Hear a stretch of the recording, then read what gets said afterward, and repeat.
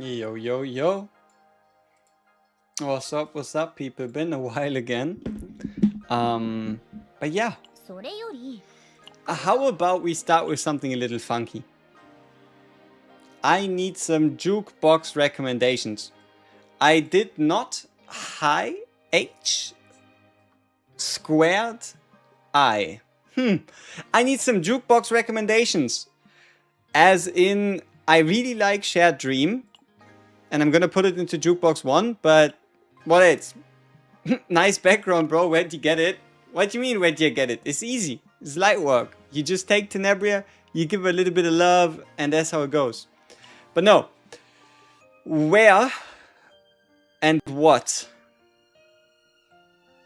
What are other Jukebox playlist worthy tunes? That is what we should discuss first, before I think about the rest. Yeah, we have a lot of things to look at, a lot of things to do. More specifically, I am actually rather close to my finished Rita X Tenebria deck. That's what I've been spending most of my time on the last few days, and that's the reason why we're playing Sortie. We are playing Sortie so that we can get a couple points, so that we can use those points to finish, or I guess work on perfecting my Rita X Tenebria deck. That is the idea. But yeah, there's some pretty sick stuff in here, like for example Faceless Woman, and the fact that that's one free draw in the Rita deck. Obviously we have a couple of these in there, but yeah. Which flavor? We're doing Fortissimo. We're doing Fortissimo Tenebria. Fortissimo Rita Tenebria. That is the idea. But the thing is, I already beat 135 with it. If you want to have a look, we already beat 135 with Rita Tenebria. But it could be smoother. It could be better. Hey Imran, you finished your exams, you're now on break? Hey, good shit, good shit. Could you show the Rita Tenian third character in mind decks? No. There's a reason, right? There's a reason why I'm not showing them off yet, because I gotta keep them secret. Okay, then let's not do music tune. The real question is, do I do something completely insane? What do you think? Should we E6 Luke? We have him E2, we have 3 dupes, and we have it Omega Code. I am very much debating if I should do it. Now, the reason why we have this many Luke dupes is, you remember how we got an additional 9 during the Tenebria banner? Yep, spent that one on Luke. And I also spent another 400 points to buy out Luke dupes. So I don't know, I'm definitely very, very tempted. Like I feel like either we do it now before we do Sortie, or we do like a round of Sortie and then do it. But Luke E6 been on my mind since release. And yeah, pretty much. I really just want to do Luke E6 for sure. We're here for Luke. Yeah, but we could technically do a run of E2 and then like see what the step up is with E6. The only problem is there's just no going back, right? At first you didn't want to put for Tenebria until you saw you could bring Rita out from the bench. Yeah, I really enjoyed it so far. Rita Tenebria was a lot of fun. Luke E6, when my goal? Exactly, that's the question. We might just do it today. The problem is we gotta use an Omega Code, and I don't know if I want to. E6 him, he deserves it. Yeah, maybe he does. Alright, fuck it. Fuck it, it's late enough. Let's get it. It's been how many months since release? 8-ish. 8 months? Might as well. My best used Omega Code for sure. So, Luke, let's take on some Sortie because we need a lot of Sortie points. Before that though, I think we need to make sure we have at least a bit of extra stamina lying around, which is why we can do pop-up store, buy at least one tier of God, so we have a couple there, and then we can use a couple gems. But, alright, let's get it. Let's do stage 9 to get things going. Though before this, I was wondering a few things, and that is, do any of these season cards actually benefit us, right? So they added in these Song Ripping Through the Stars season cards, so I just kind of want to take a look and see if there's anything super smart. I mean, this one's always really great. Like, just use anything as a common card, boom, draw one, no holdbacks. This one, 2-cost card, I don't know. The draw 2 basics is obviously really useful if you're playing a basic deck. The discard 5, if I were to play Hype Mary, would be pretty good. The distortion one, Inner Awakening. Inner Awakening is kind of cool when drawing 3 times through an ability, 1 AP and 3 morale. Draw 3 attackers of this unit, link the cards for this turn. Also, I don't know.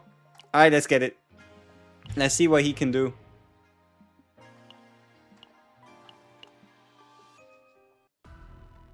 Using a common card will draw you like crazy with Luke. Oh, you are right. His cards are common cards. Yo, Kamar13, appreciate it. I completely forgot that for absolutely no reason. Yeah, Luke's bullets are common cards. So, we are indeed gonna draw like crazy. Yeah, that is insane. It is insane. Yeah, there's no way that we're not going to do that. Yeah, that is disgusting. Okay, what do we get? How much stickiness can one person get? So we have 1 debuff and stickiness, and then I guess Saucer the Forbidden.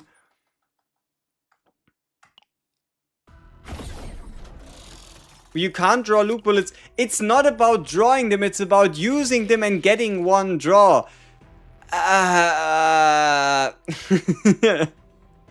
The pain. The pain. What do you mean, Female, you can't draw them? Yeah, we never intended to. But yeah, okay, you gotta get this first. You've been running Luke all day. Alright. Yeah, I think we do double fight, shop. See if maybe we can hit the card early. I think it'd be pretty great. And also, look at this. We are even getting 2 bullets at the beginning of every fight. Light work.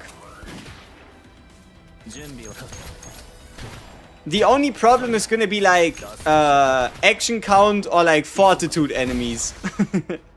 Those are gonna be annoying. Anything that's like action count or fortitude is gonna be tough. Look at this, yes. You and your smooth brain. All good, all good.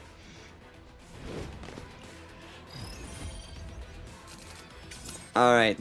I mean, look at the amount of bullets we have available to us. Insane. I should have probably attacked the guy that wants to attack us first.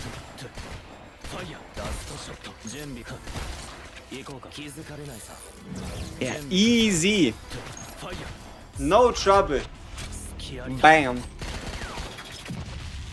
Enemy dead. Alright.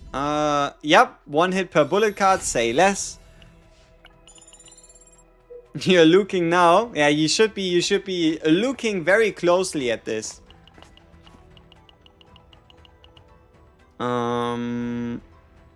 Let's see. Yeah, I think we're just gonna do the encounter. And then it's just, oh no, coming back to life, endless suffering. Where? Come on, give me something sweet. Epiphany. Chain fire. Ooh. Triple hit, defeat, draw 3, say less. That's pretty decent. Obviously, cost reduction or something could have gone a longer way. What is this? Shield is gained to exhaust card. We don't really do that. This works when the card is exhausted, 20% ally damage bonus, but it's so expensive.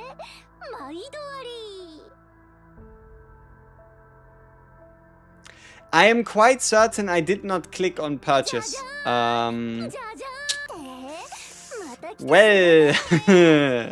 money gone. Money gone, never comes back. Yeah, we can't really afford much with no money. Okay, what is this? On Ravage 3 vulnerable. Better than nothing. We'd get the shield from the Sortie. Yeah, but it wouldn't have been worth the coin, right? Okay, please just it's the normal versions. And we're doing multi-attacks. This is gonna be not so tasty.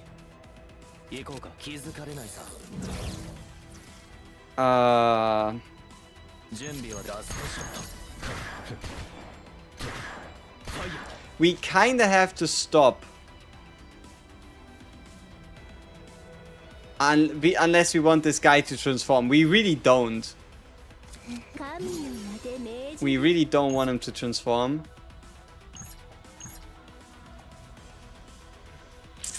It's annoying.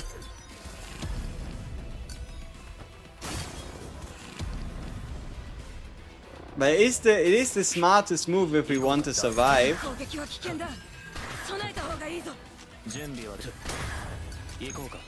Okay. Okay, now both transform. Yeah, obviously it's hit count. I didn't actually want to use that one. I wanted to use finisher bullet.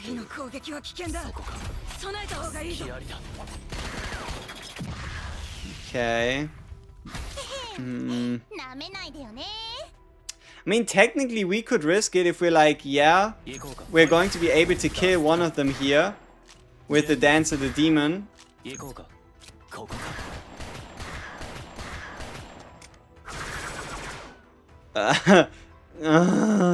Look, what are you doing to me?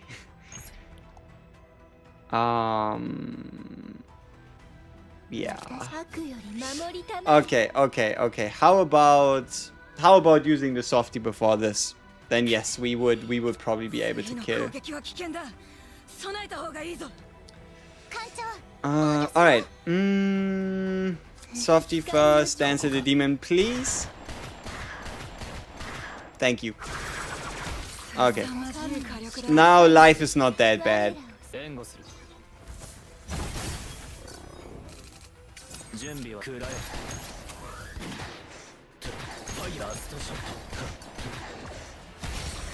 Alright, nice. Hey, we even get a monster card. Sure. Select and draw and apply retrieve. And it's even retrieve too. I think we're cooking. We even got the fate that gives us morale. Each time 3 attack cards are used, gain 1 morale, so looking quite good already. Whenever we get the key fox, we're probably just gonna be ending up with picking the gun, and if we then get it on retrieve, that could be sick. Does mean we want a bit more AP if possible though. And I think we might just go for an epiphany on... Give me Divine Dance of the Demon. Ooh. Damage amount by 200% in boss battles. Sure.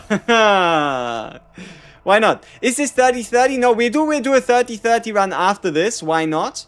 Sounds interesting. But for now we're playing 8. We're playing on difficulty 8. But sure. 30-30 run. I wonder how that one's gonna go. But yeah, we obviously first have to attack whoever is attackable, right? Guna allegations. Those allegations are false. Don't you worry about it, man. I got you covered. Appreciate the follow.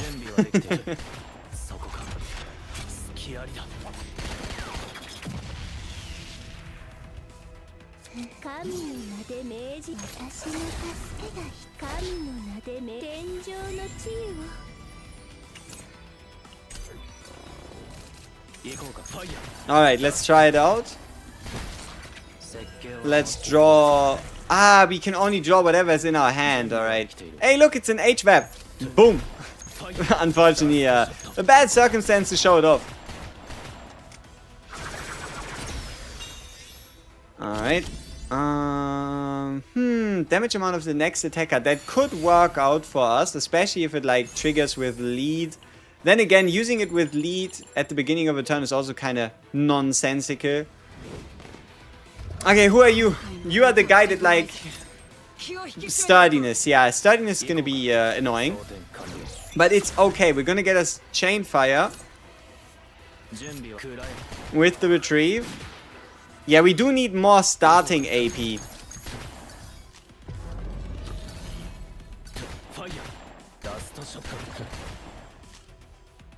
Yeah. Also, at some point, these bullets are just not going to be doing any damage anymore.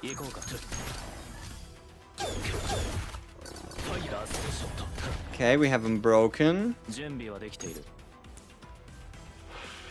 Let's... wait. We can't hit him that much, because if we do, then... Okay, it's down to 29%. We're probably better off using it now. Then again, we probably should have done finisher round first. Yeah. Because now it should be quite a bit of sturdiness. Also, why is he attacking multiple times in a turn? I don't like it. I don't like this at all.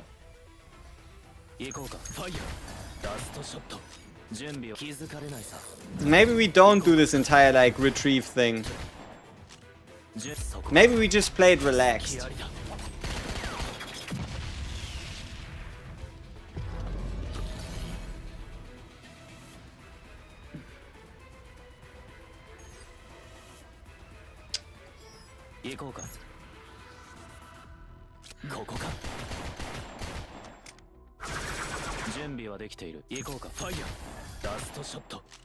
Alright, this should be okay.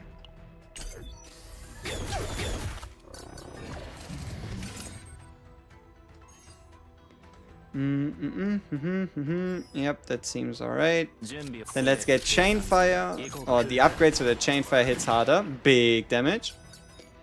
And then one of these, one of those, one of them.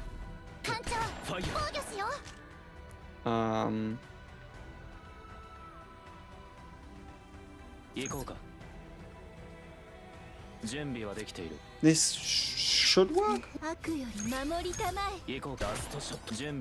Alright, great. Bye bye. Alright. Defense, armor, exhaust, ally, whatever. Great. Forbidden cards, hand, 0 cost, draw 3. Ooh. Okay. So that means Luke with his buff has what? 80% increased crit damage multi. So we now have 100% increased and our base crit chance is... Is this plus the gear piece already? It must be. No, it's 20% though. No, but like... Wait, how do we get to 38? So character base starts at 3. We have 15 from the Sortie upgrade, so that's 18. Then we have 10% from the Sortie normal bonus. 10% somewhere else. And then... how do we get to 44%? So... Does it mean we are at 64% crit chance with this item? Because obviously crit damage and crit chance doesn't seem to come here. Because otherwise we'd be at 157%, right?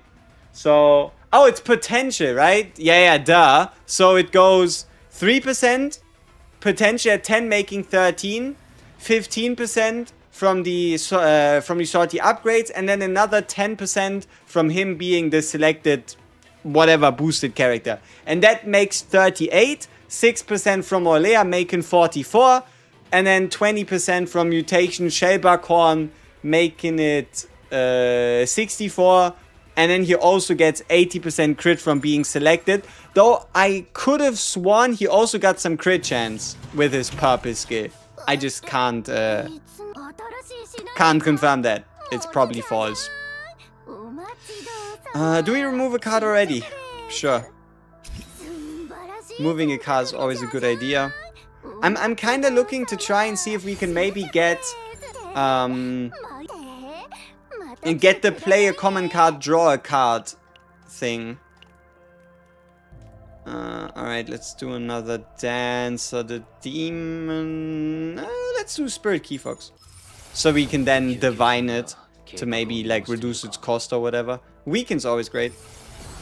80 to crit damage, yeah, but wasn't... Ah, yeah, 80 to crit damage and 2 bullets at the start of it. I mean, at least we're not playing on 30 difficulty. Because if we were, this guy is probably one of the worst fuckers you could ever challenge. That's not very nice. It's not very nice. Why him? You know? Why are we him? Not very great.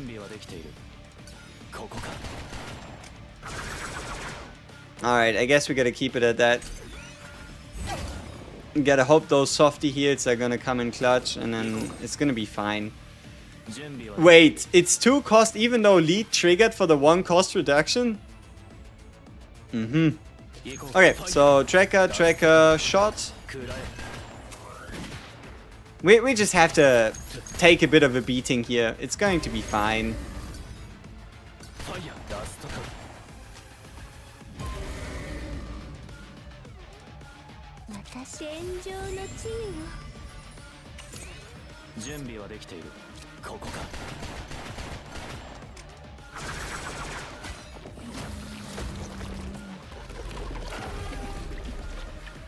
Yeah, looks good. Looks awesome.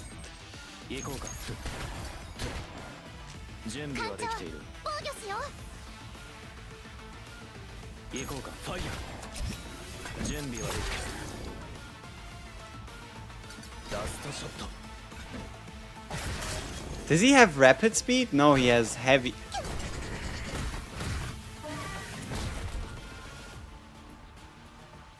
Maybe we shouldn't be touching him that much. That was a lot of damage. Alright, whatever. Let's continue. Wait, did we play an HVAP already? I don't think we should have, but... Ah, no wonder. No wonder. No wonder it did what it did. No wonder. Alright. Get fucked.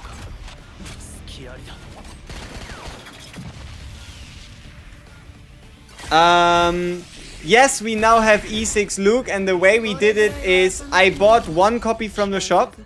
Oh, here we have it. When a common card is used, draw 1. Fortitude 1. That's awesome. Because Luke's bullets are common cards, so this should be really overpowered. And 5 cards exhausted, draw 1. Say less, more card draw. But no, what I wanted to say was... Not only do we need AP... Wait, fuck. Wait, can I... Since...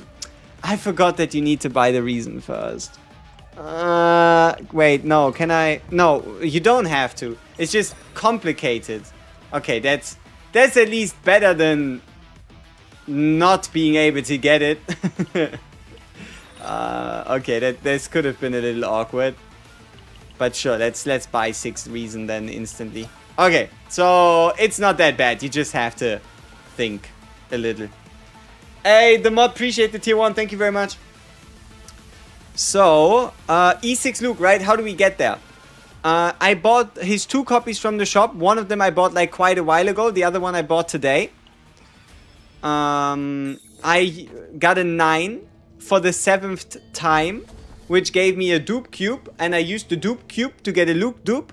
So that was a Luke dupe there. And yes, I did use 1 Omega code to make it happen. But I think I'm going to survive it. I think I'm going to be fine.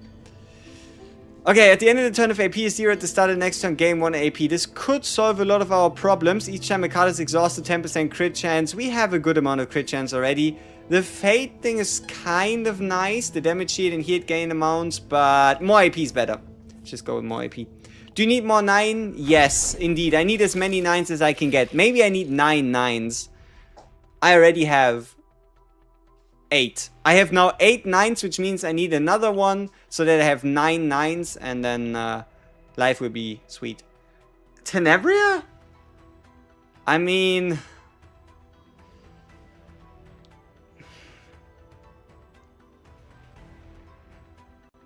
sure, why not? Let's get a Tenebria in there as well. We're not gonna cut the basics anyway, so might as well make the most out of it. Crescendo, let's go with Rhythm. Rhythm's the easiest to like keep track of, the easiest to use in Sortie, I'd say. And then, yeah, all right. Give me a retain nuke so I don't have to draw too much. She'll be the team's cheerleader. Indeed, she'll be our idol, and then she'll make things happen. We're all gonna be very happy. All right, top row, go through big boss, kill big boss, big happy. Okay, we get the plus 100 damage, hit him with the triple shot, and then bring in a bunch of friends.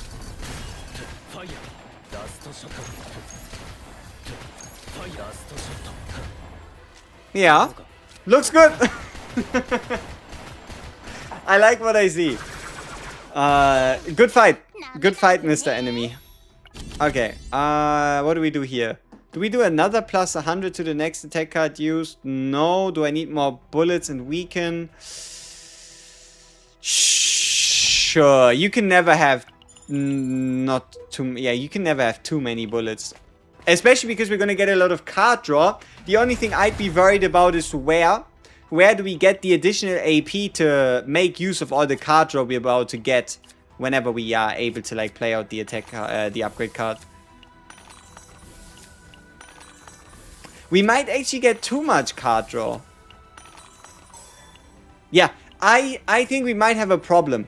If we play the upgrade card, we're probably going to get so much card draw that we won't be able to create any more bullets.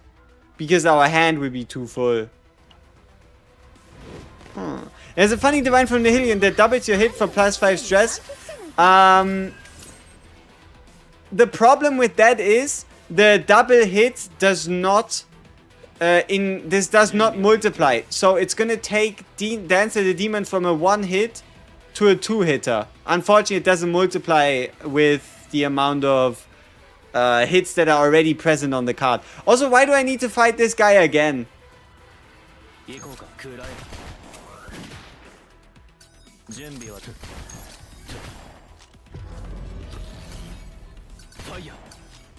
Also, we're not meant to hit him this many times or what?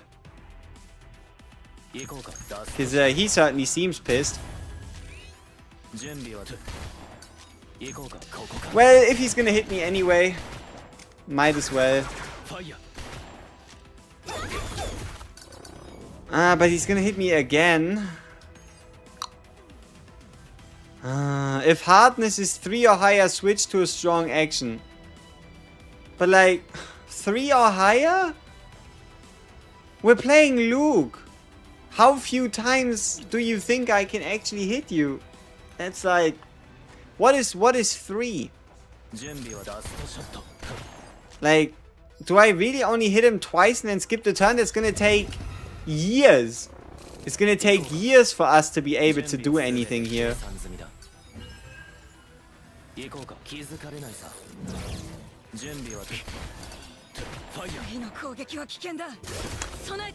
But what if he already acted? Does that change anything? It does. So we just gotta have him act first and then blast him.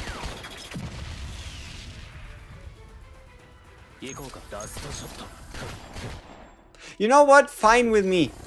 Fine with me. But yeah, here we go. When a common card is used, draw 1.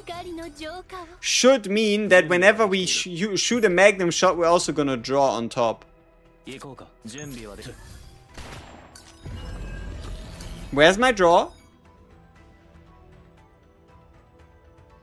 I think we're getting scammed. Now the question is it because this upgrade only works for Orlea? Or is it because they aren't common cards? Somehow. Where's my draw? Where's my draw?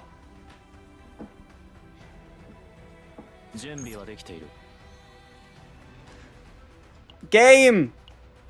It's unit specific. Are you sure? I mean, I did play like a common card draw variation when I used it for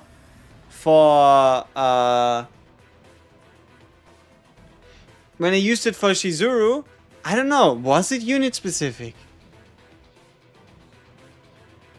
I mean, in Sortie they should be treated as a common. I mean, like, look at the card, right? If you click on anything that creates bullets and you click on them, it still says common card. It should work, but yeah, the only reasonable explanation right now would be it is indeed unit specific, but is it actually, right? Any buff would be unit specific unless otherwise stated. That's not quite the case. Because if, for example, you have the one that says when you use a linked card, draw one, and then you just play it, and then you just use any link card and you get draw one, right? That's why you'd have when allies. Yeah, but upgrade cards are like always a little different. I mean, we'll figure it out. We're probably gonna see another version of it at some point, and it's gonna be fine.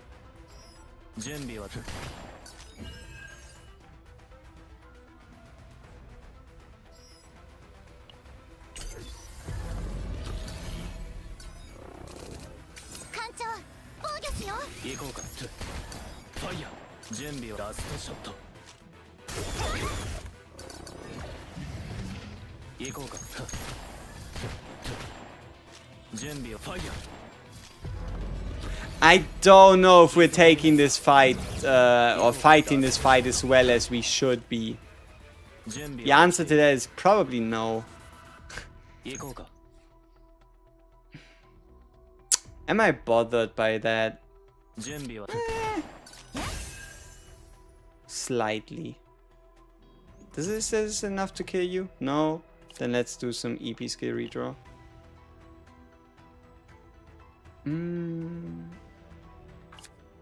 The other problem is that card can't be put for Luke as far as I know because this psionic controller Sag. Yeah, okay, then we wouldn't, yeah, duh. We wouldn't be able to put it on Luke. Huh, yeah, that's annoying if it doesn't work, yeah.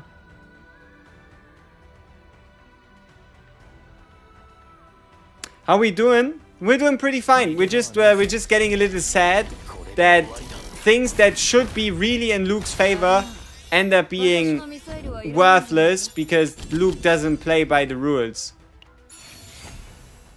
Yeah.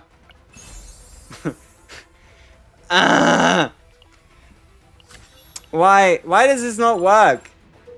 Like, there's no reason why his fucking bullets should be common cards anyway. Like, we know they can be generated by the partner, but then at least make it so that when a common card is used, it at least counts as a common card being used.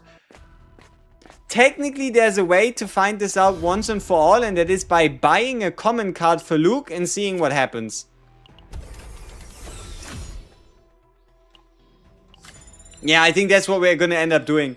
We're just going to keep our eyes out, see if we can buy a common card for Luke and see if it works. If it doesn't work, then still doesn't help us. Is this 30, 80, because can't for the life of me clear it with Luke's data? Oh no, not yet, not yet. We're doing 8 out of 30 for now. Let's do random. There we go, nice. I doubt it, you know? I do doubt this is gonna be my first card played every turn.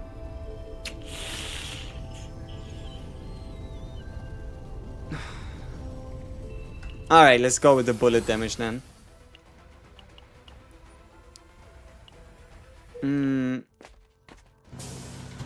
Bro, why does your Tenebria turn into a Void Swordmaster? Oh, so you get a Shizuru instead of a Tenebria. I'd say that's pretty cool. Also, does this work? Can we buy the branch of the Sacred Tree that says on heal or recover through an ability inflicts fixed damage equal to the recovery amount? And then we heal with the Bloodstone? My first answer would be, yeah, no. It's not happening. But then again, the hope dies last, right? So, ooh. When a skill card is used, increase crit chance by 20. It'd be a lot of crit chance. We have some skill cards. We don't... but Luke as a healer is kind of fun. So, I think we're gonna keep it for now.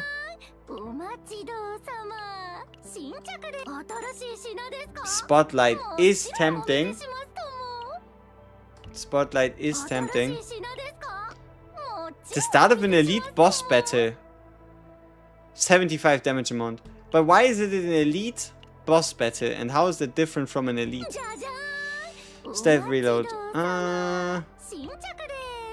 When a basic card is used here. Alright, let's remove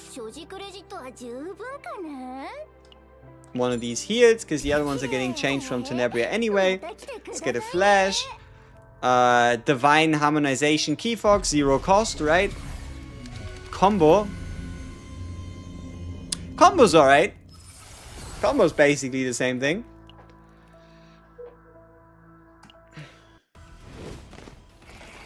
Luke the healer shielder, yes. The shield healer. You have this weird cost swap thing, right? Annoying. Okay. And we give you one shot. And then a couple rhythm cards.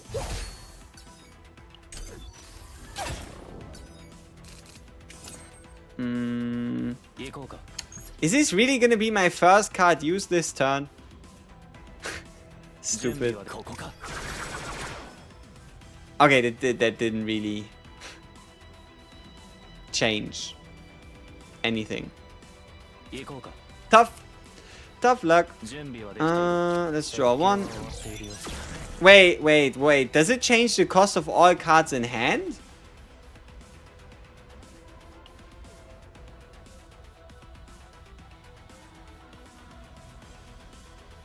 Huh? Draw one, change cost of those cards to 0 to 2. Then why did this cost change? Hello?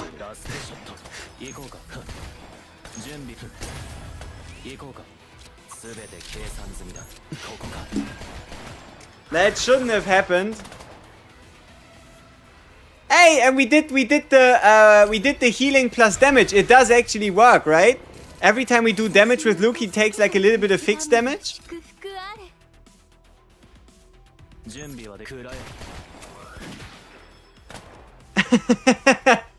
9, 6, 6, and 6. Awesome.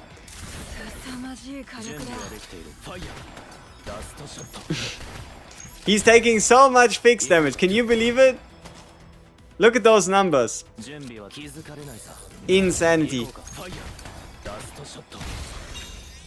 So effectively, what we are doing is okay, whatever damage we do, 6% of that, and then of those 6%, we're going to be doing 60% as fixed damage.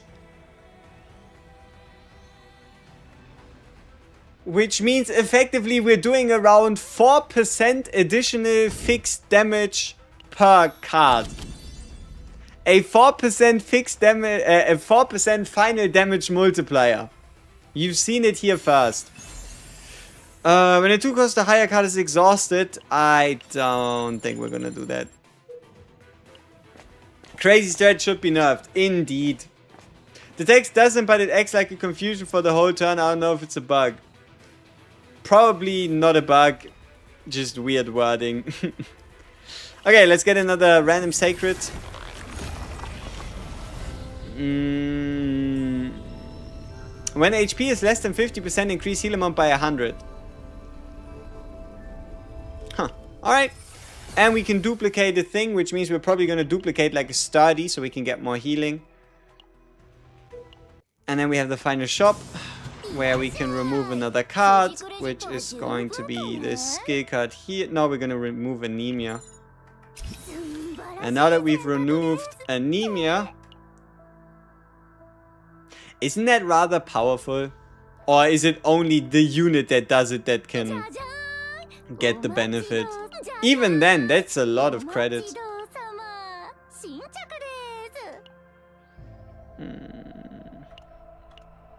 We don't have enough discard for that card to make sense.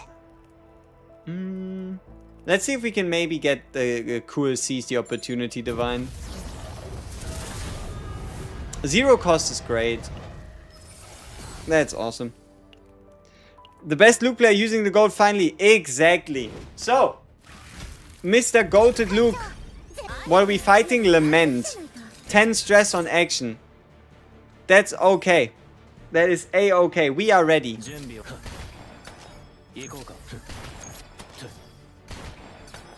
This is just practice. It's just practice turns. You just watch. Look at Luke the Goat. He does not get stressed. Stress gets Luked. That's how that goes. Do we have... Ooh, I have a silly idea. Oh, inspiration change cost. Oh, that's... Oh, he's so dead. This boss is very much dead and I like it. Okay. Mr. Dead Boss, what am I gonna do about you?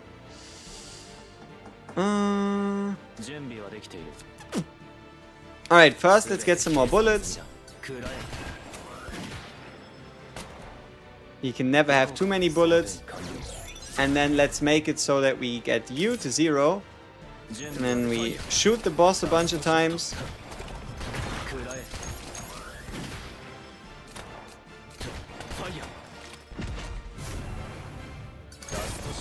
And then we continue with what we've done, which is shooting the guy a bunch of times. Ah, it's the draw version. Ew. I wanted more bullets. Like, I know... shit, so we did draw a lot, which is great. But I would have rather just gotten more bullets. But just because it's bullets. Not necessarily because it would have been, like, better. But more bullets, more good, you know?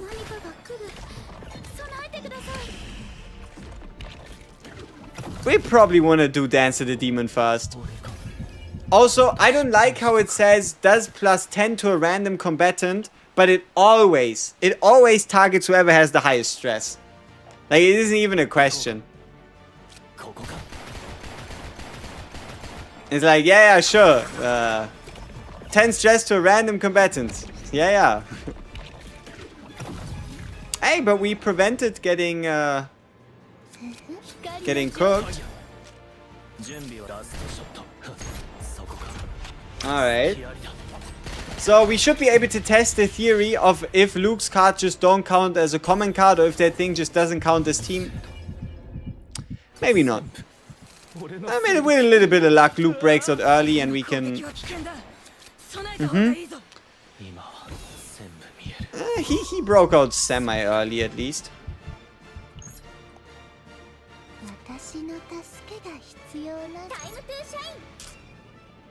I don't know if I want to kill him yet.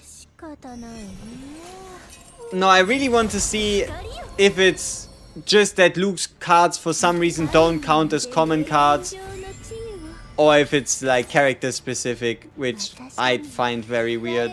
But it is plausible at least. Okay. Big hits.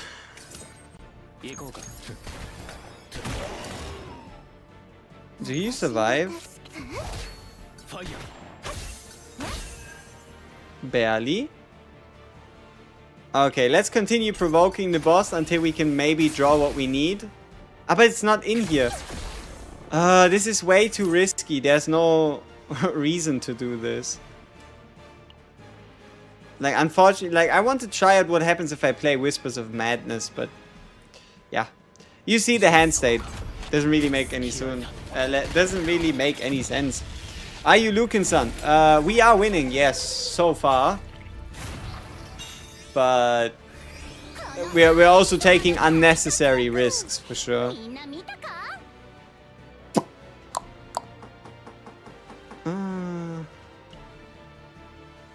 That works, because whenever we start a rhythm chain, it's gonna draw us more rhythm card. 30%?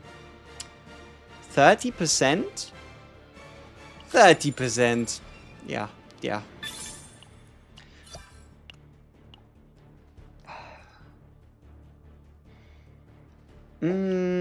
What did the malevolent one do?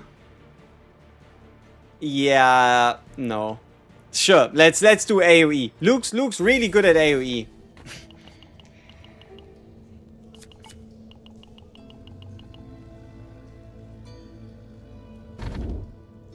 Saffron Fade. Okay, Saffron Fade works. It's like an additional AP every turn. Just gotta make sure I play something that actually costs something first. Yuki, Neo, Beryl. Opening found. Let's do Naja then. Double elite. Can we survive? Surely. But it's AoE elites. Luke will carry us. It will be alright. He is our savior.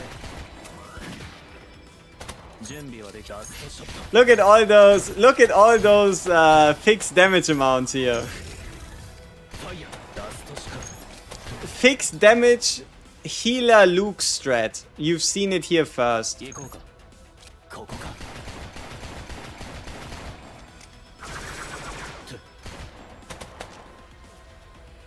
Yeah, I don't know if that number was accurate. It was certainly at least somewhat high. What do?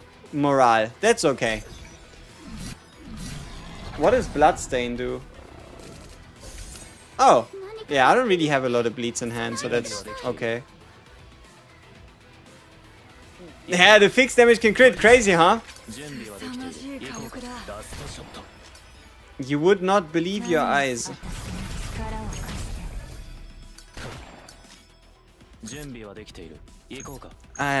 Can he stop taunting me? I guess not.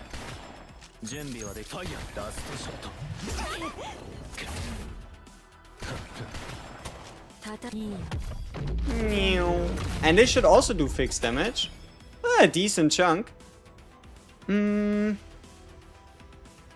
what? Okay, let's get a couple more rhythm cards. Play the rhythm cards. And then shoot the guy.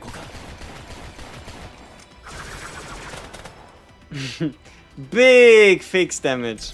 Big numbers. Okay, now what? We are not really in a spot where we need to play this first, so then let's do this first. Combo, yeah. Ooh, finish a round with retrieve sounds interesting. So we can just do one of those.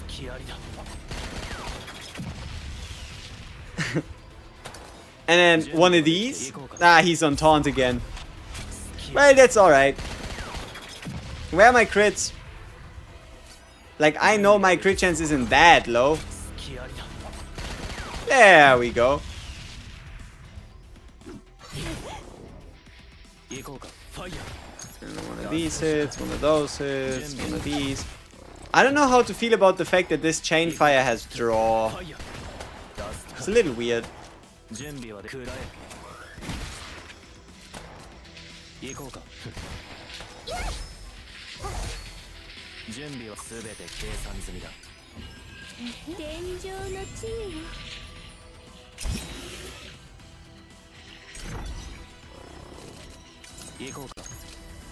Okay, now we can test it. So, How many cards are we going to draw? If we draw 2, then we know for a fact that they aren't treated as common cards.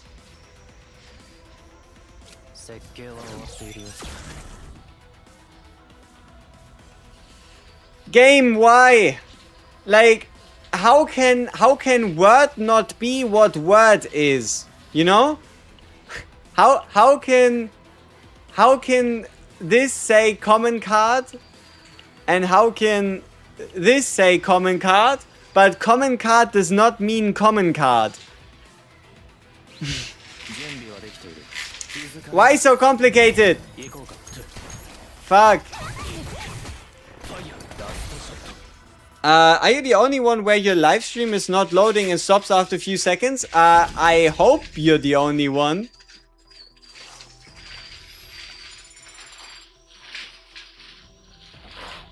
To be fair, other cards that are generated by units are considered unique cards. Luke is old and probably was never updated. No, I mean that it's been 8 months. The devs must know that this is what it says. And this is what it does. Like, you can even test it by having a non-common card potential upgraded Luke and then checking bullet damage before and after.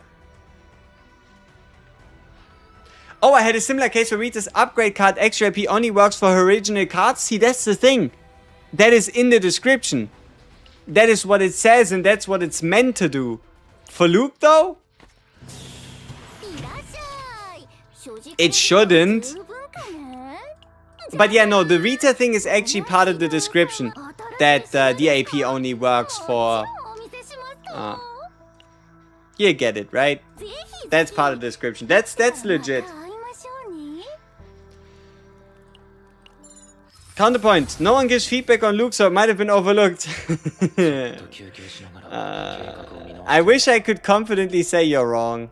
I wish.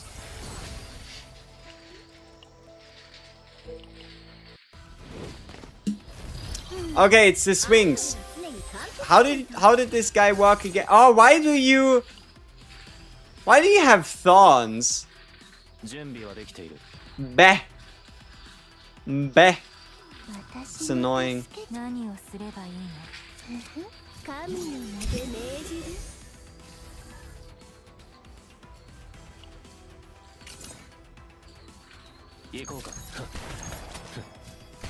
But that's okay. We have a DPS healer Luke, and thoughts can't hurt us.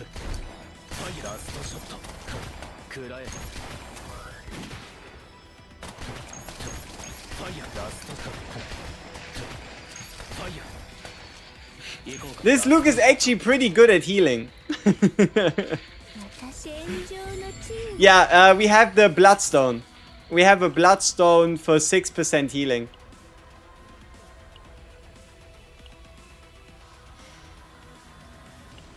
So for like 10,000 damage, we heal for 600 health. Pretty potent.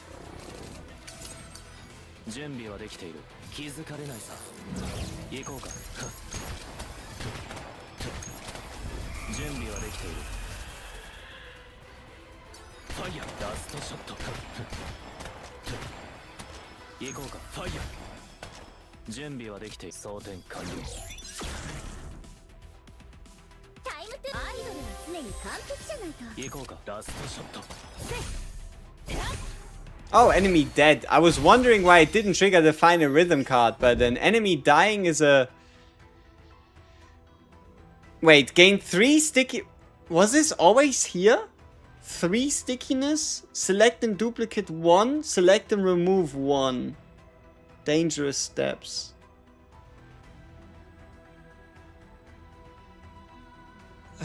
Sure, let's do it.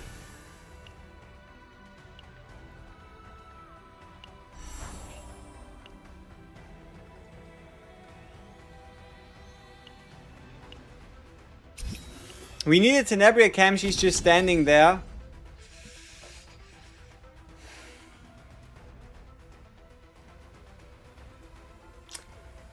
Alright, alright. But, no, but she's just standing there. Why would we need a Tenebria cam? Right? Like, she is just standing there. Why would you need a Tenebria cam if she's just standing there? You know, I almost did it. Maybe we should actually get a Luke cam instead. Maybe we should actually get a Luke cam instead.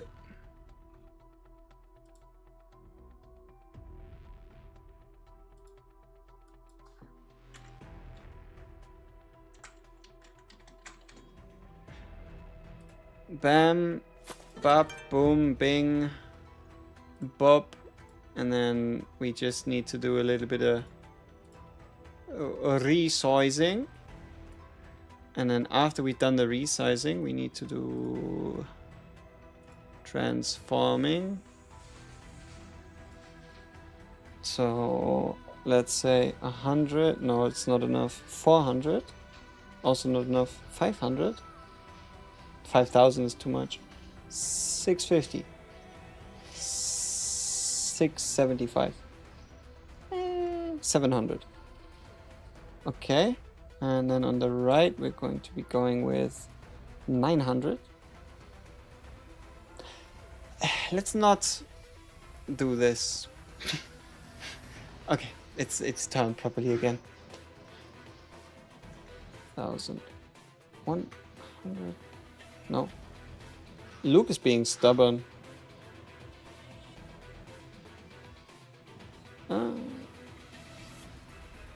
Yep.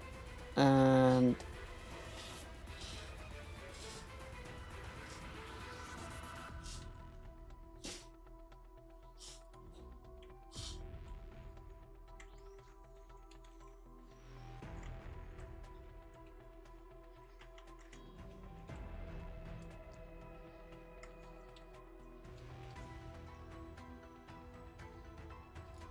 okay.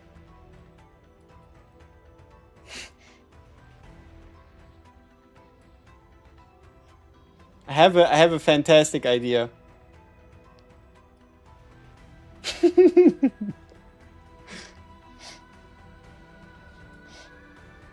Awesome. Perfect. We've assembled our grand successful team.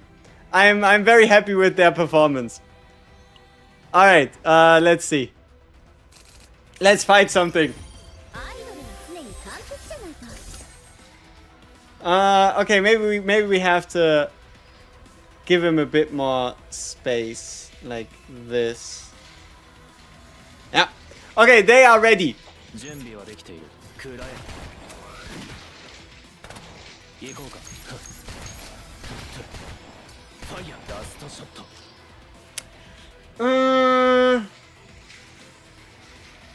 I don't know. I feel like they don't have enough room to express themselves properly.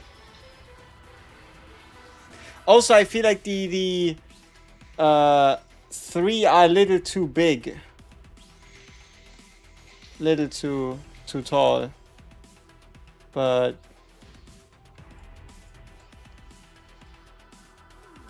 the third one.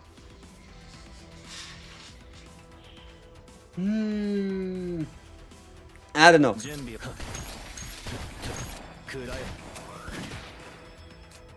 Yeah, it's because he like leans back.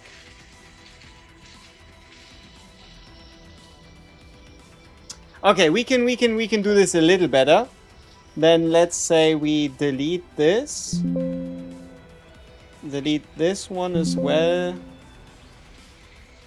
And then here we just need to make it a little bit more forgiving in terms of to the left.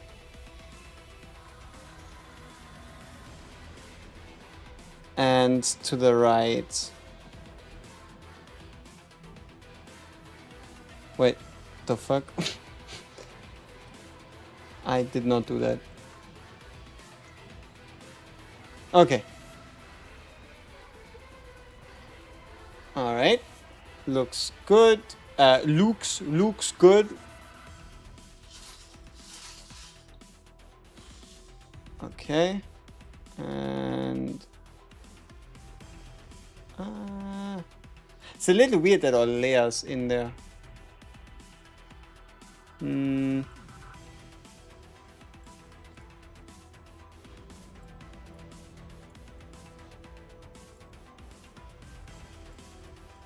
We are definitely creating a cinematic masterpiece for sure, though. And everything that's great takes time. Yeah. Okay. This should be better. Maybe. I don't know. But now it's like half a Luke. And then there might be... at this, each turn starting with the third attack, I'd increase crit chance by 50%. Be great. Hey, but we can use the words to try to line it up properly, right? Maybe.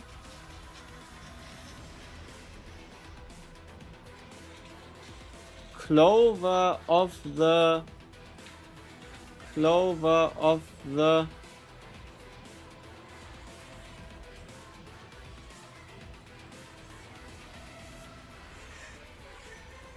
Yeah, we're being very scientific about this.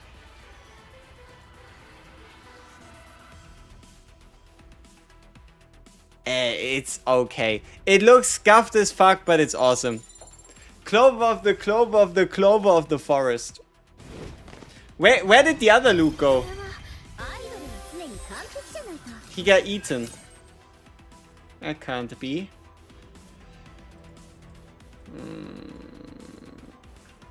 Okay, so this one can go like this. This one here is fine. Yeah, no, now they have too much space. Fuck. Okay. I think it might have been best the way it was before, unfortunately. I think it might have been best the way it was before. Is this Luke as tall as a Luke? No, he's too tall.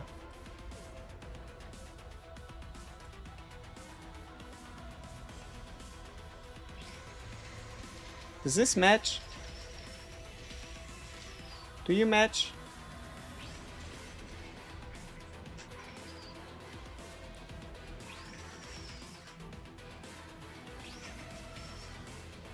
Ah, she's looking a little cut off. Olea, that is. Okay, then let's do 700 and 1600 again. 1600. Okay, perfect. And then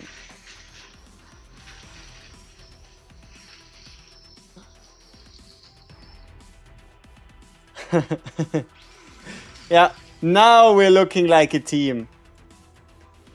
Because they obviously don't stand in like a perfect formation. There we go. Okay. We got it. The Luke gang is ready to fight.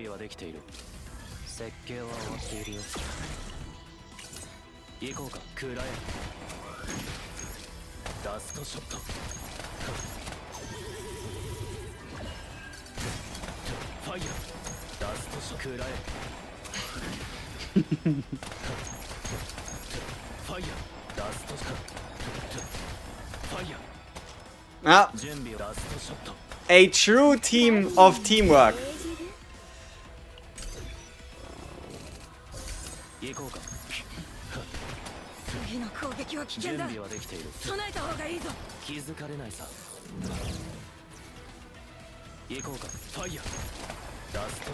But maybe this is not enough. I think our team might not be strong enough yet.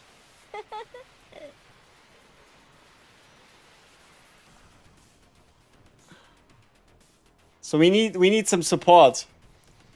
Okay. If one Luke is not strong enough, I'm gonna bring 4. If 4 Lukes aren't strong enough, I'm gonna bring 7. And if 7 Lukes aren't strong enough, then we might have to get a couple more.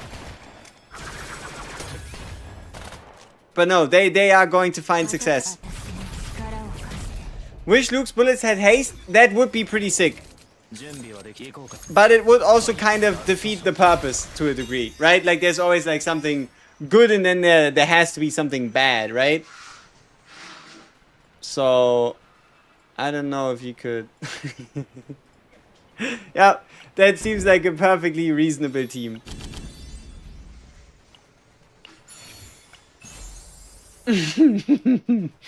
One hit counter basic attacks? Oh, you don't say. It would be cool if you could run into the same agent more than once in Sorties. They could be those shadow figures. That would be cool. That would indeed be kind of awesome. Okay, let's get rid of his stickiness. If Luke gets haste, Renoir gets haste, and now we have bosses with one action. Yeah. There's always going to be a give and take.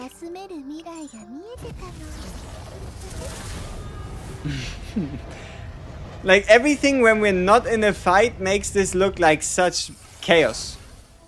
Is this the buff Luke is getting in the future? All stats times 7? This might be a bit too strong. I feel like 7 Lukes might just be a bit too good. But I'm not an expert on the field of Lucanations, so I could be wrong. Maybe this is exactly what a Luke needs. 7 times stats, 7 times attacks, 7 times action. No, but I think we can confidently get rid of the 3 of them. Like 4 Lukes is good, 7 Lukes is 3 too many. Yeah. Alright. We're getting taunted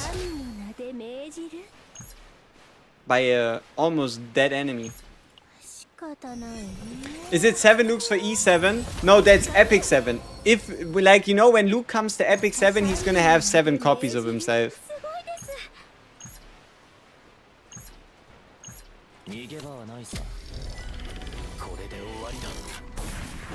I need to hit the bugs so I can stagger them. Yeah, but we can also always kill them later. Unless we, wait, do you also have, does she also have a, like, stress increase thing? Unified, what is this? When another monster dies, 2 morale to all monsters for a turn. Ah. This surely will end well, right? Oh, shit. But we have Luke, so we don't need nothing else.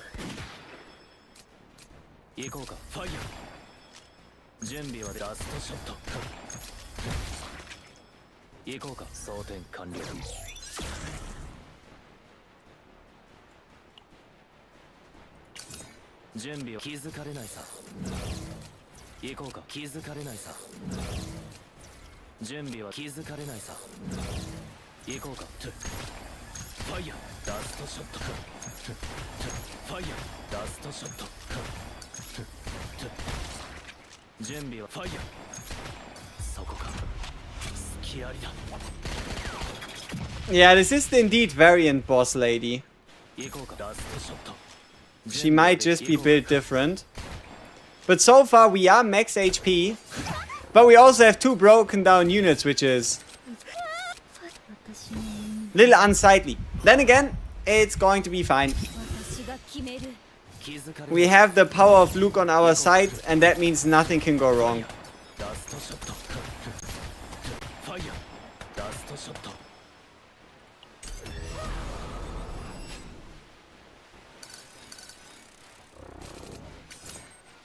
Okay, they didn't fix it. For some reason, the devs don't care about summoned creatures past the first ones, I think. Like, they still end up weaker than what they should be. They don't get applied with the sortie buffs that you would expect them to get.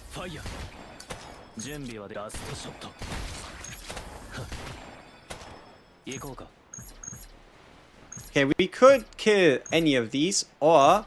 Okay, yeah, sure, let's continue. Let's continue killing them one at a time. No need to make the enemies stronger than they need to be.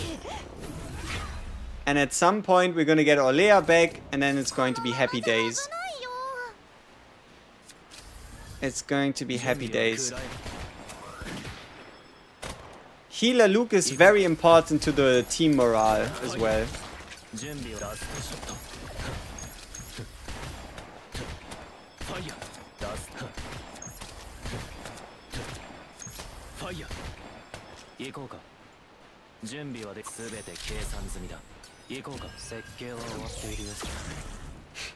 Seeing mealtime go down to like 2 cost that quickly is rather interesting.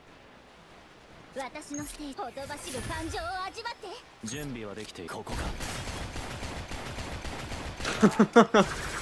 at that healing. I don't even know if you see the numbers properly. Ah, you can kind of see it.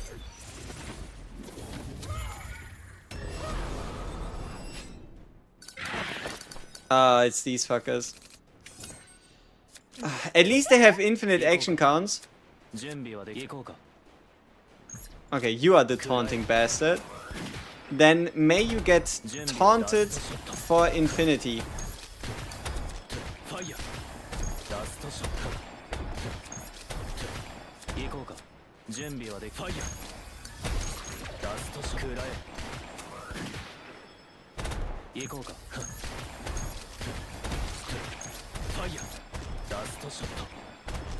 If only we now had like a bullet card to follow up on this. But yeah, I think it was a really good idea not to get rid of the 6% damage healing stone. I feel like we would be dead.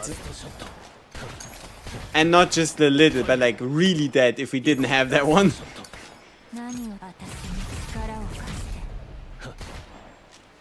Also, Luke is getting closer to a breakdown, which is not the best. Wait, is this the final boss?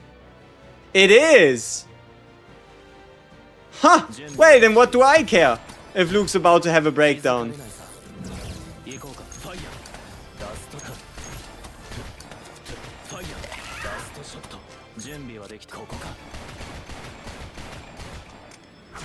Alright, Quadra Luke draft was able to win us the day. Awesome. Look at that. 3,716. Or 6, I think. 3,706. But yeah, he did indeed actually do it. Good shit, Luke. And now it's time we waste a bunch of stamina by taking our head and bashing it against 30-30. But yeah, stage 9. Hardcore Luke. Good shit. Hey, 01. Okay. Alright, then let's get started on buying a core of potential. And then let's buy a couple abyssal cores. And let's get working on that Rita deck a little. So, for this Rita deck, what I want to do is I want to use a removal core to remove a card I copied before. And then I want to use an unacquired core to get a card back I removed before. And then I want to use unique re-epiphany to re-epiphany that card into something useful. And then with surgical precision, we have 20 to work with. I need to wonder, what do I divine? What do I divine? We are going to be divining the Future Decreed. What exactly am I looking for? I don't know. Gain 1 AP works. That's okay. Huh. That's anticlimactic. I thought I was gonna do like more. Ooh. I could change one of the attacks into treat it as a common card. Draw a common card. I could try. Ah, whatever. This deck isn't finished yet. We still need 16,000 sortie points. We still need 16,000 sortie points. Alright, let's get it. 30-30. Luke, how far can you take us? Can you even beat the first boss? Luke! What can you do against these enemies? Are you capable? 8,606 points on the line. That is a lot of points for a singular run. Alright. I don't think we do the crazy path. It would give us a decent chance of finishing the run, but it would make her life a lot harder. Was Faithless... shit. What is Faithless? Is it the cost change or the...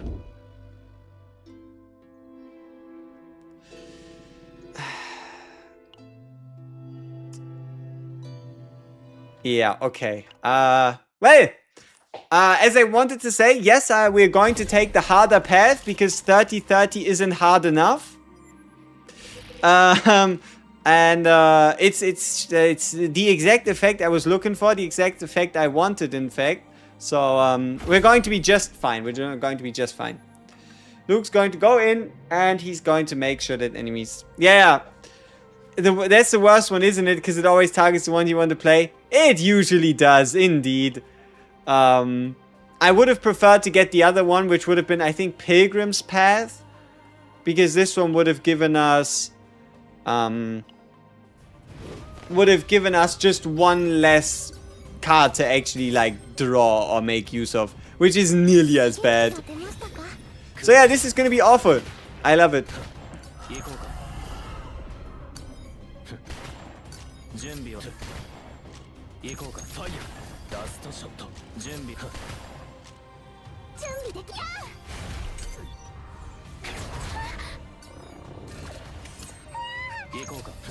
Oh, we got an instant dance to the demon, though.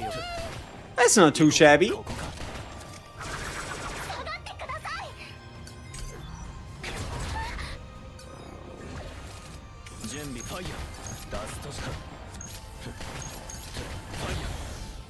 Alright. First fight, we're still alive. One agony to all enemies. Awesome. I couldn't imagine anything better. Shippity shop, what do you got for us? I doubt we're gonna be at max HP most of the time. At the start of the turn, if an ally exhaust card is in hand, fixed shield. That does work. I mean, it's better than nothing, a shield each turn. Because as far as I can tell, we create the bullets in our hand at the start of the turn, which should, in my mind, lead to us getting a fixed shield guaranteed every time. Maybe. We'll find it out in the next fight, pretty much. Okay, I can roll a 5. I can roll a 5 again. Yes. Can I roll a 10? For one turn, if a harmful effect is inflicted at the start of the turn, 100% fixed.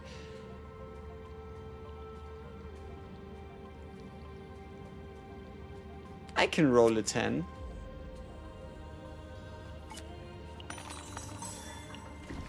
Pretty solid. Also, happy reset or something. It's like 20 minutes ago, but hey. Good shit. We might just do a Luke auto chaos for fun to see if we can get something cool. Now the one agony is useful? You are correct. Now the one agony is actually peak. One actually, yeah, and you see how we have a shield? So it does count that it creates exhaust cards in our hand. Sweet. So we have some extra survivability.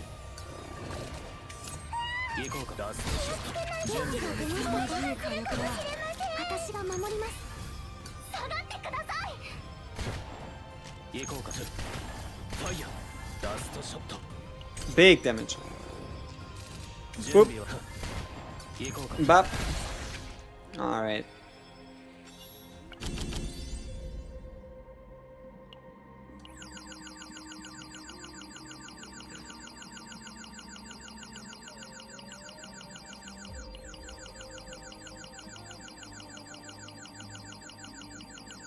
Okay.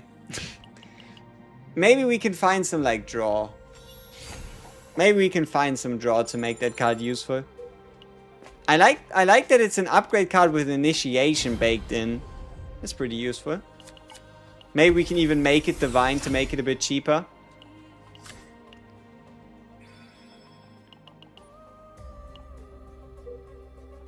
We do have to remember we're playing on 30-30, so chances are we're just gonna die. Which is sobering.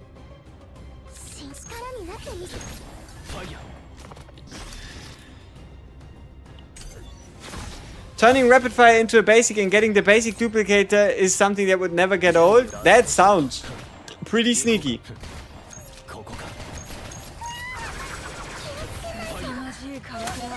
Wait, what a waste. What a waste. What a waste. Let's do this again. Bam, bam, boop. Bop. Bam, boop. Bang.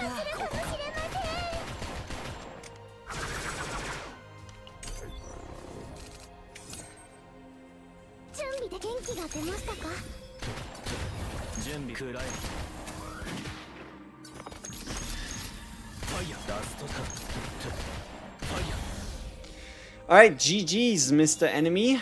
What are you? Hey, more bullets, more chain fire. Awesome. Okay.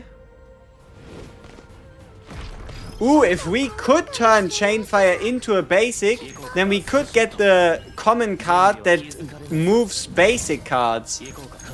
So that we could move chain fires. That could work.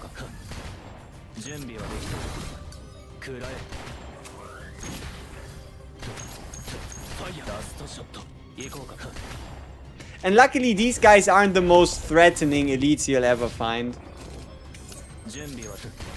Even though they are empowered.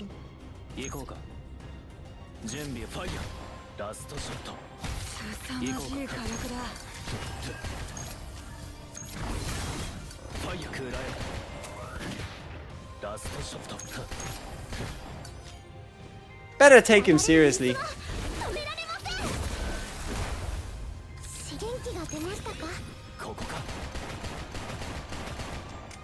The 2 fortitude's already annoying. Like, the fact that just 2 fortitude can impact me that much as a like negative debuff. Pain. Alright, Cerulean Fate is okay. Yep, on recover decrease thing. Decrease cost is good. The stress recovery thing, we don't really have the space. Let's continue. Yeah. I mean, we just have to work with getting more damage then, right? If the base is too small, make a bigger base.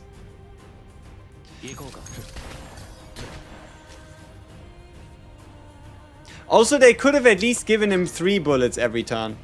Hey, Xantis, appreciate the sub. Appreciate the prime, thank you very much. But yeah. They could have at least given us 3 so that we would have been able to trigger the E2. Then again, that's luxury problems. Also, I don't know why I played the upgrade card. It's not like we have a way to trigger it. Because I don't think we have 3 draw right now.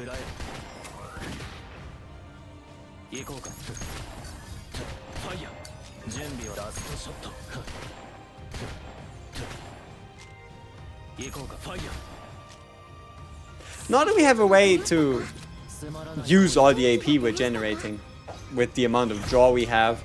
But no, Mika always a pretty solid one to just take on an adventure.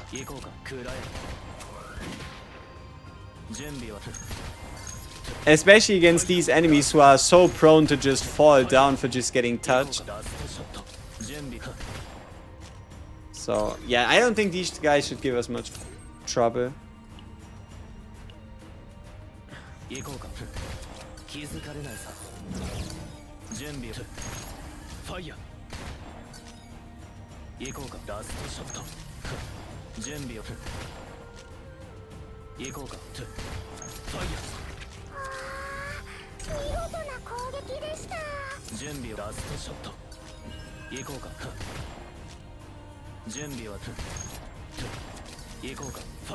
We might just have more trouble with all the amounts of bleeds they're putting on us.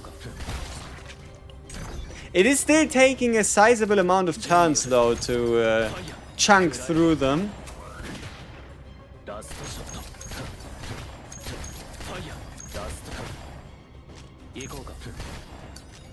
Where my damage at?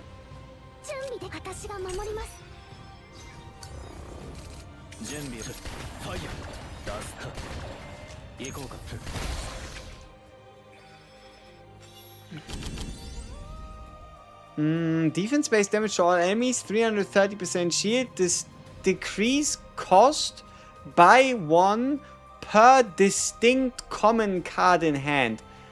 I swear this is again not going to work with Luke, because his bullets are for some reason not treated common cards, because otherwise this would be super easy. Be a big shield, no trouble. But it's probably not going to work. With Renoa drafted, she shreds? Damn.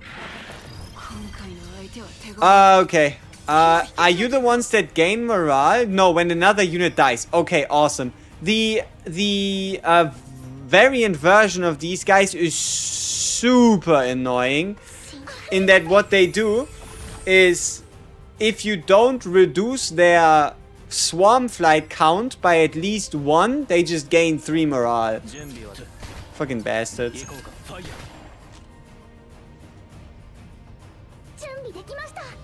634% here. Wow.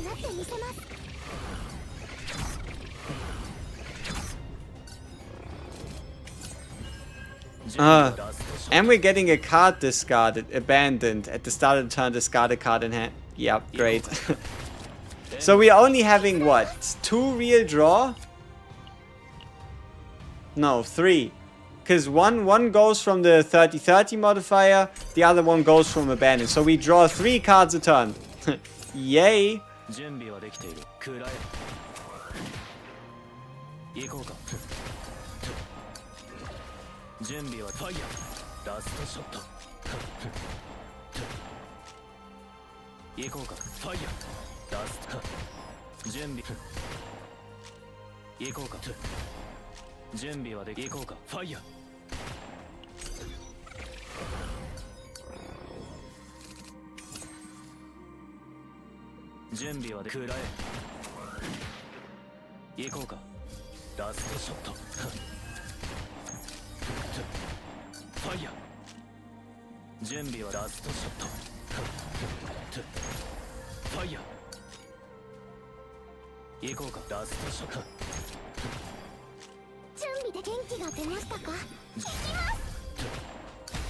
Okay.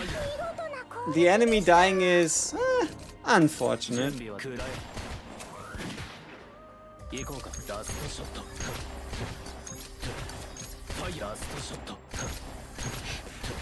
This is just prime time Luke. The amount of bullets we have available for us to shoot and do shit with, that is just prime time Luke.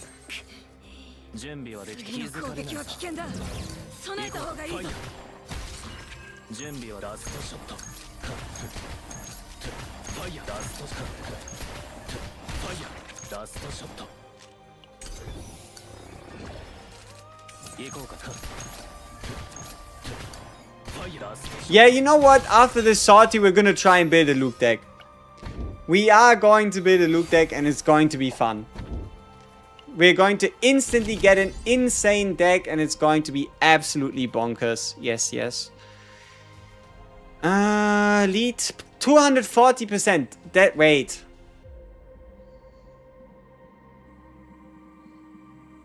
Did you always used to give 240% to the next 2? Must have been like the tiny season 3 change they gave him, right? Like if I remember correctly, there was like some minor changes to Luke with season 3. If I recall correctly.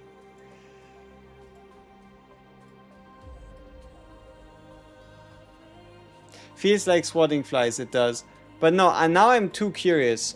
I need to see what they did for Luke with season 3. We have to go a bit back in time, but we'll find out. We'll find out what it was. So it was a update.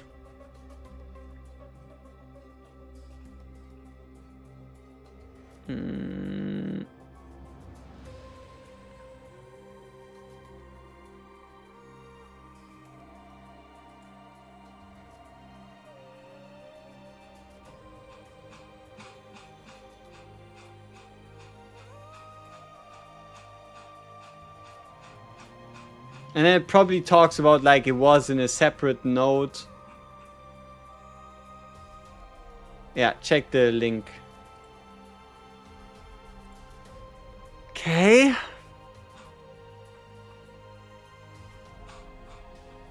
Maribel, Haru, Rin, Keiron, Chizuru, Hugo, Luke.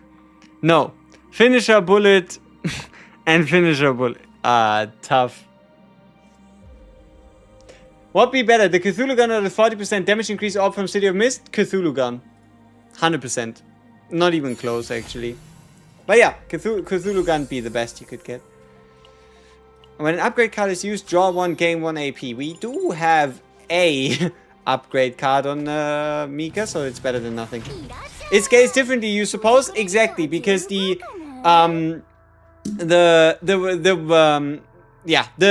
gun is by 40, right? So whatever multiplier you do goes by 40, but zero cost cards tend to have low multipliers. So it's not as effective, or lower-ish. And the Cthulhu gun just takes whatever attack value you have and then multiplies that by 1.18. And then attack just is like at the beginning of like the damage formula, and then like... Exactly. If you want to simplify it, it really just indeed comes down to... Yeah, well, scales better. Scales better is a really good way to just be like, yeah, okay, sweet, good, and then you don't care about it.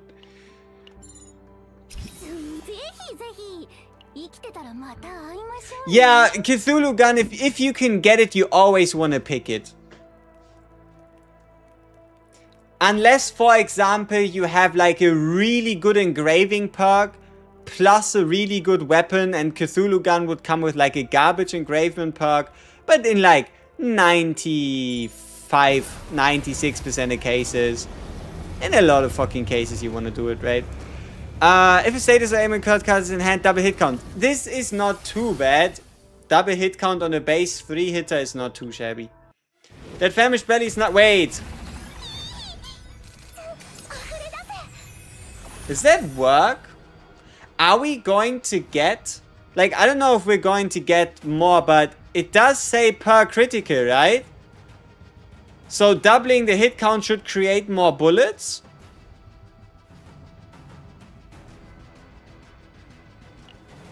That's sweet.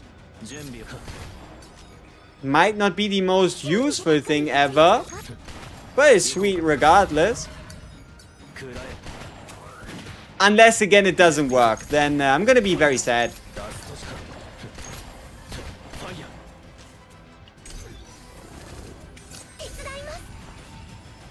But yeah, first we would have to find a debuff card.